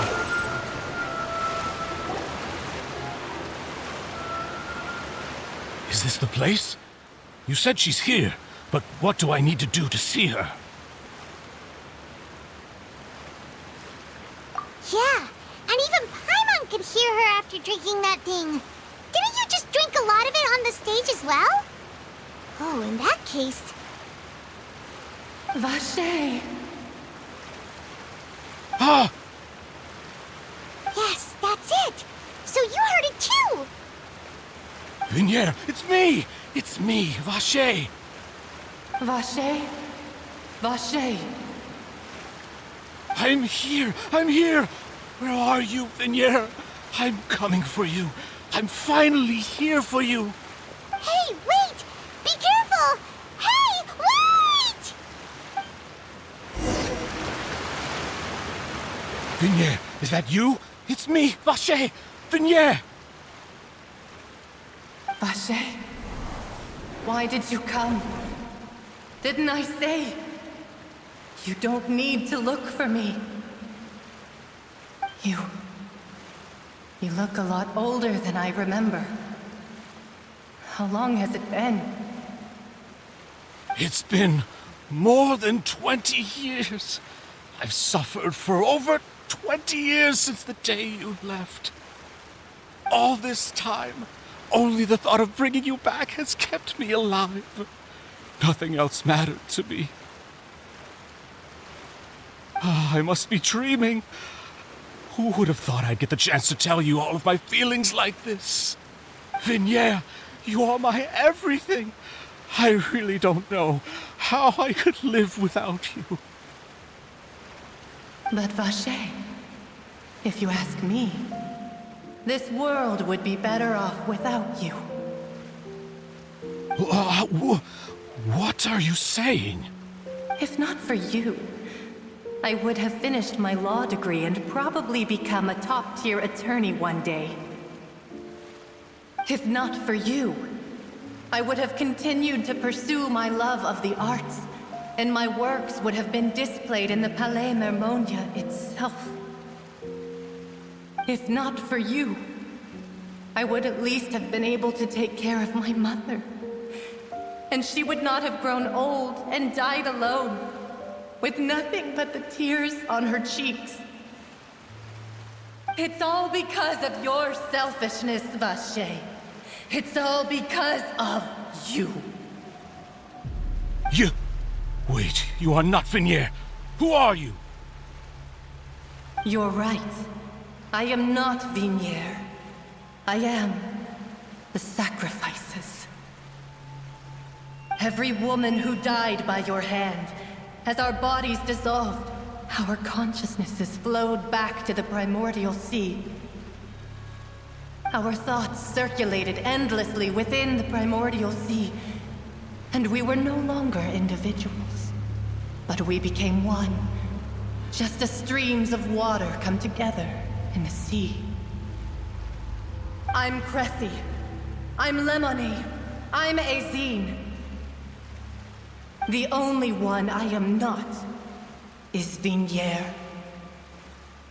Why? But then, where is Vignier? She doesn't want to see you anymore. Every tendril of her consciousness is avoiding you. This is what you get for your selfishness. Your selfishness robbed us of our lives and our futures. You said time and time again that you'd do any and everything for her. But did you ever consider whether she'd want to see you do the things that you did? If she would despise you for what you became?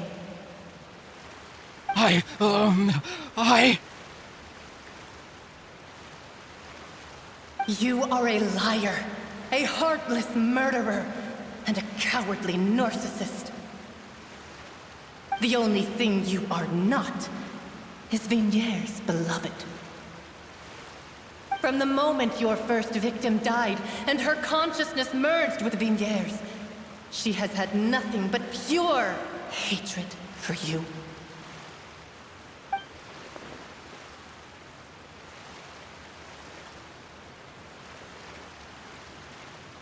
No! Yeah! She can't hate me. Let me see her. Please!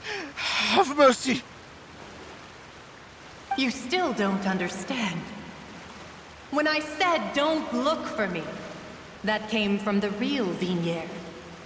She really doesn't want to see you anymore.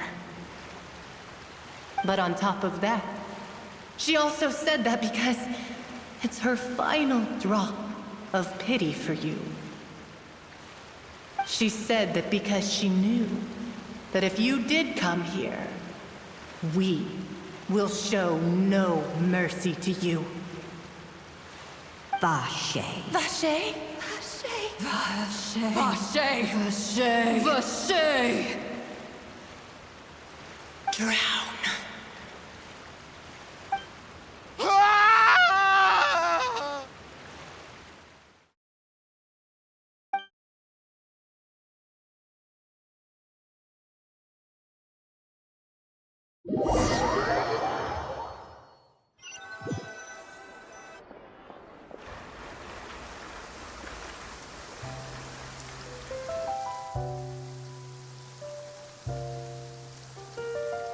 Finally, we have some time to do shopping. Gosh, it's really been a long time since we've been able to relax. Well met, partner. I knew something great was going to happen when I woke up in such a good mood today. Even this weather can't put a damper on the demoiselle's mood. It's a pleasure to see you both again. Oh, hey, Navia! It's been a few days. Oh, now that I believe. I'm easy to work with and always bring home the bacon. Who wouldn't treasure having a partner like me? Sounds like you're really enjoying life these days, Navia. What have you been busy with since the trial? It's just been one thing after the other. I've been making non-stop trips between Poisson and the court since then. Everyone from Spina di Rosula organized a memorial for my father. We never held a memorial when he first died, since everyone knew that even if we held one back then, no one was going to come. This time, though, everyone in Poisson, and even many people from the court, all attended. So his name's definitely been cleared now. That's what we like to hear. It's been the dearest wish of Demoiselle all along. That blasted stubborn fool. I was right to put my faith in him. I'm so glad I didn't give up on the case all those years ago. Oh, by the way, I ran into Charlotte just after I left the memorial service. Well, maybe it'd be more accurate to say I knew she would be there, and there was no way she'd just let me go. Huh? So you know Charlotte too? The Charlotte? Journalist from the Steambird? Yeah, way back when I first became the president of the Spina di Rosula, she was all over me. Wouldn't take no for an answer. I believe the story was called The True Heart of Darkness, Secret Tales of the Yellow Rose. To be fair, though, it was a really flattering feature. So, we've been on pretty good terms ever since. She was trying to lean on our friendship to get me to do an exclusive piece on the serial disappearances case. Oh yeah, she told us about that. She's always been super interested in that case, so now her wish has finally come true too. Anyway, I told her to make sure that when she writes about you guys entering the opera house with the critical evidence, that you both sound really cool. Now that's another thing to look forward to. We trust Charlotte's skills with the pen for sure. Oh, and in other news, I also took Clarande out for a meal. Oh, are you two on better terms now? While you were investigating Vaché's headquarters, Clarande gave testimony on my father's behalf. It was thanks to her that we were able to turn the tide. I wanted to thank her. I mean, there's also no point in being awkward all the time, so we took the chance to reconcile with each other. Oh, that's great. Paimon also thought Clarande wasn't actually a bad person. It's always good to have more friends. Anyway, now that the case has finally been solved, perhaps it will slowly begin to fade from the public consciousness. Oh, actually, there's still one last thing I need to do. What is it? I should pay a visit to my father's grave and tell him the truth of what happened, as well as how it all ended. And on top of that, just how much people still look up to him to this day. That includes me, too. Miss Navia. Indeed. We want to go too! We also think Callus is a really admirable person. Sure thing. I'd like you two to share the moment with me. After all, without you, there might not have been such a positive ending. And in that case, everyone, let's be off. Considering the recent weather, we'll be lucky if we can reach Poisson before dark. Yeah, you're right. It's been raining non-stop for a few days now.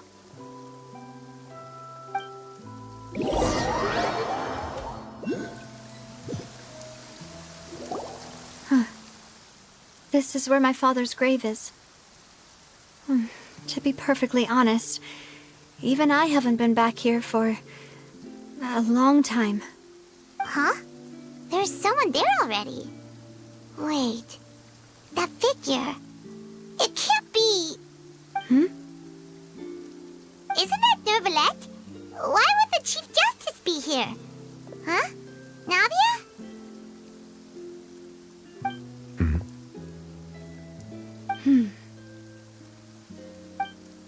My apologies. I should have asked before coming to pay my respects. Don't say that. Sorry about that. Oh, I was trying to say there's no need for you to apologize. I wanted to show my father how much I've grown, but still, I doubt I've grown to the point that even the Chief Justice would feel compelled to apologize to me over and over. In that case, I will stop apologizing for now. You really could use some pointers on understanding human emotions, Monsieur Neuvillette. In any case, why did you come to Poisson? Well, ever since that day, I've been turning a question over and over in my head. Just what is justice anyway? There was once a time when I didn't want to believe that there could be anything more important to humans than life itself. Oh, rather than that, it's probably more truthful to say I didn't believe humans were capable of resisting the most basic instinct of living things. That they could rebel against their own nature, or consider certain things to be more important than their own lives. Which is also why I didn't stop your father from beginning that fateful duel. I believed that a truly innocent man would never throw away his life like that. That there was nothing, should have been nothing more important than one's own continued survival. But Mr. Callus proved me utterly and decisively wrong.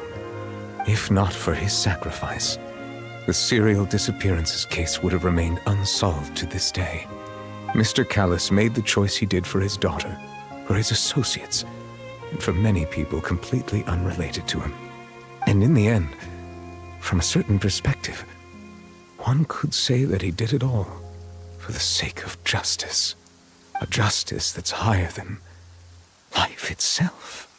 So, you asked me why I came here. I just wanted to say my apologies to Mr. Callus in person. I should have noticed all of this much sooner. This regret has filled me with a sadness that has haunted me for days. That high and mighty chair in the Opera Epiclese indeed insulates one from many important things. Spina di Rosula, thank you so much for your hard work and perseverance. I'm sorry for being mad at you before. So, you're actually one of those types that's cold on the outside, but pretty thoughtful on the inside, huh? That reminds me of Silver, one of my guys. Sorry about that. Self-expression is not one of my strong suits. Didn't I just say you don't need to apologize? Ah, so Navia and Neuvillette seem to have made their peace as well. Let's not disturb them for now. We can wait till after they're done.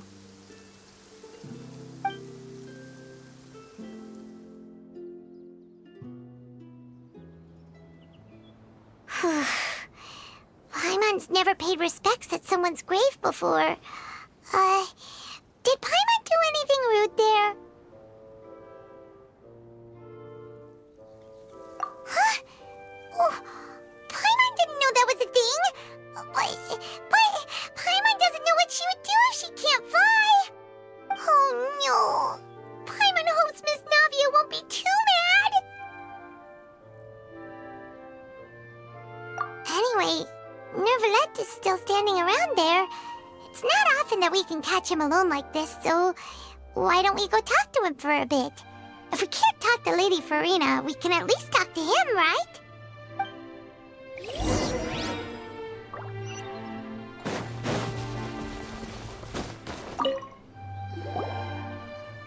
Oh, it's you two. Did Miss Navia invite you to come pay your respects to her father? Mm-hmm. We ran into Navia on the streets today, so we just followed her here. I see. Then is there something that I can help you with? Well, it's pretty hard to run into you like this, since you're usually super busy. So we figured we could try to ask you a few questions, if that's okay. Please feel free. Though outsiders, you helped us solve one of the greatest mysteries in Fontaine, and it would be my pleasure to return the favor.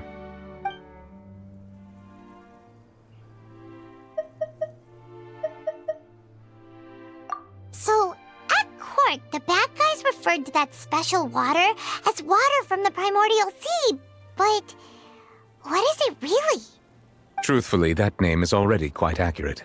I can only surmise that Vacher and his ilk only learned of its nature and existence after extensive research. There used to be a special sea on the surface of this planet. The nature of its seawater was rather different from that of the sea we know today. Most of Tevat's life forms were first born in that special sea. You could say it nurtured much of the life on this planet. Huh. So it really was where everything began. It makes sense to call it primordial then. But today, the primordial sea no longer exists on the planet's surface. What Vacher discovered must have been some kind of special case, or a remnant from a truly ancient age. Huh. So that's how it is. Oh, you really know everything, Monsieur Neuvillette. But if that's the case, then why would people, at least people from Fontaine, dissolve in that kind of water? Indeed. Why would the primordial sea, which was known to engender and nurture life, suddenly reverse itself and devour life instead? To be frank, that also doesn't match my understanding of this world and its laws. There must still be some unknown secrets around the people of this land. Is there anything else you'd like to ask me about?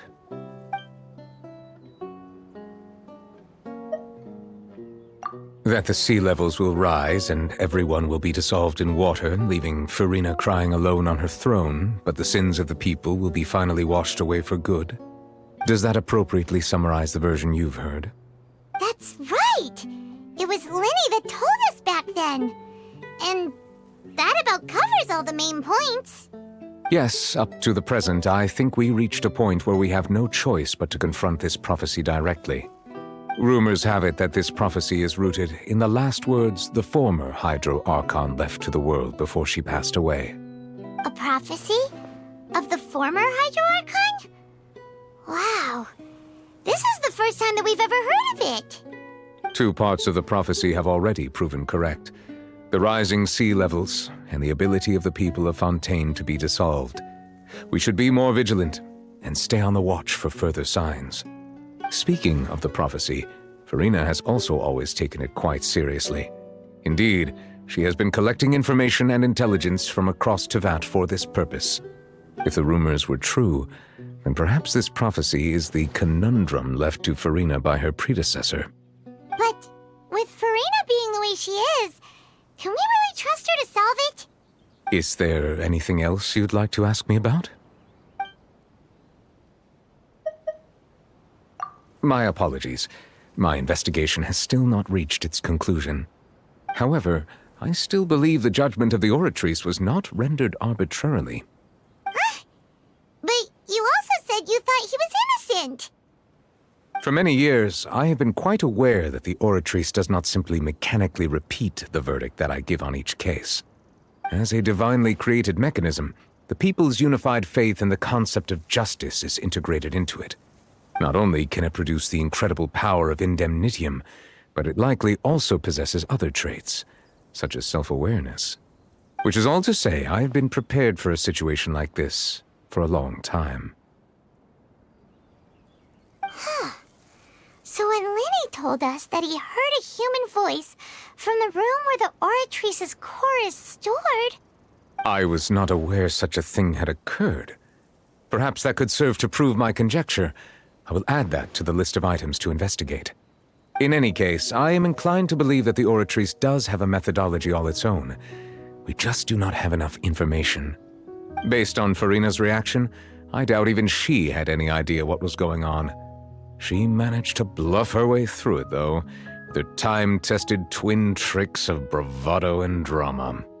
While we do intend to get to the bottom of this, for now, we regret to say that the Fatui Harbinger will just have to bide his time in the fortress of Meripede. If we did incorrectly convict him of crimes he did not commit, we will most certainly compensate him to the fullest extent allowed by the law. If you ask Paimon, the only compensation he'll want is a no-holds-barred fight with you. Is there anything else you'd like to ask me about?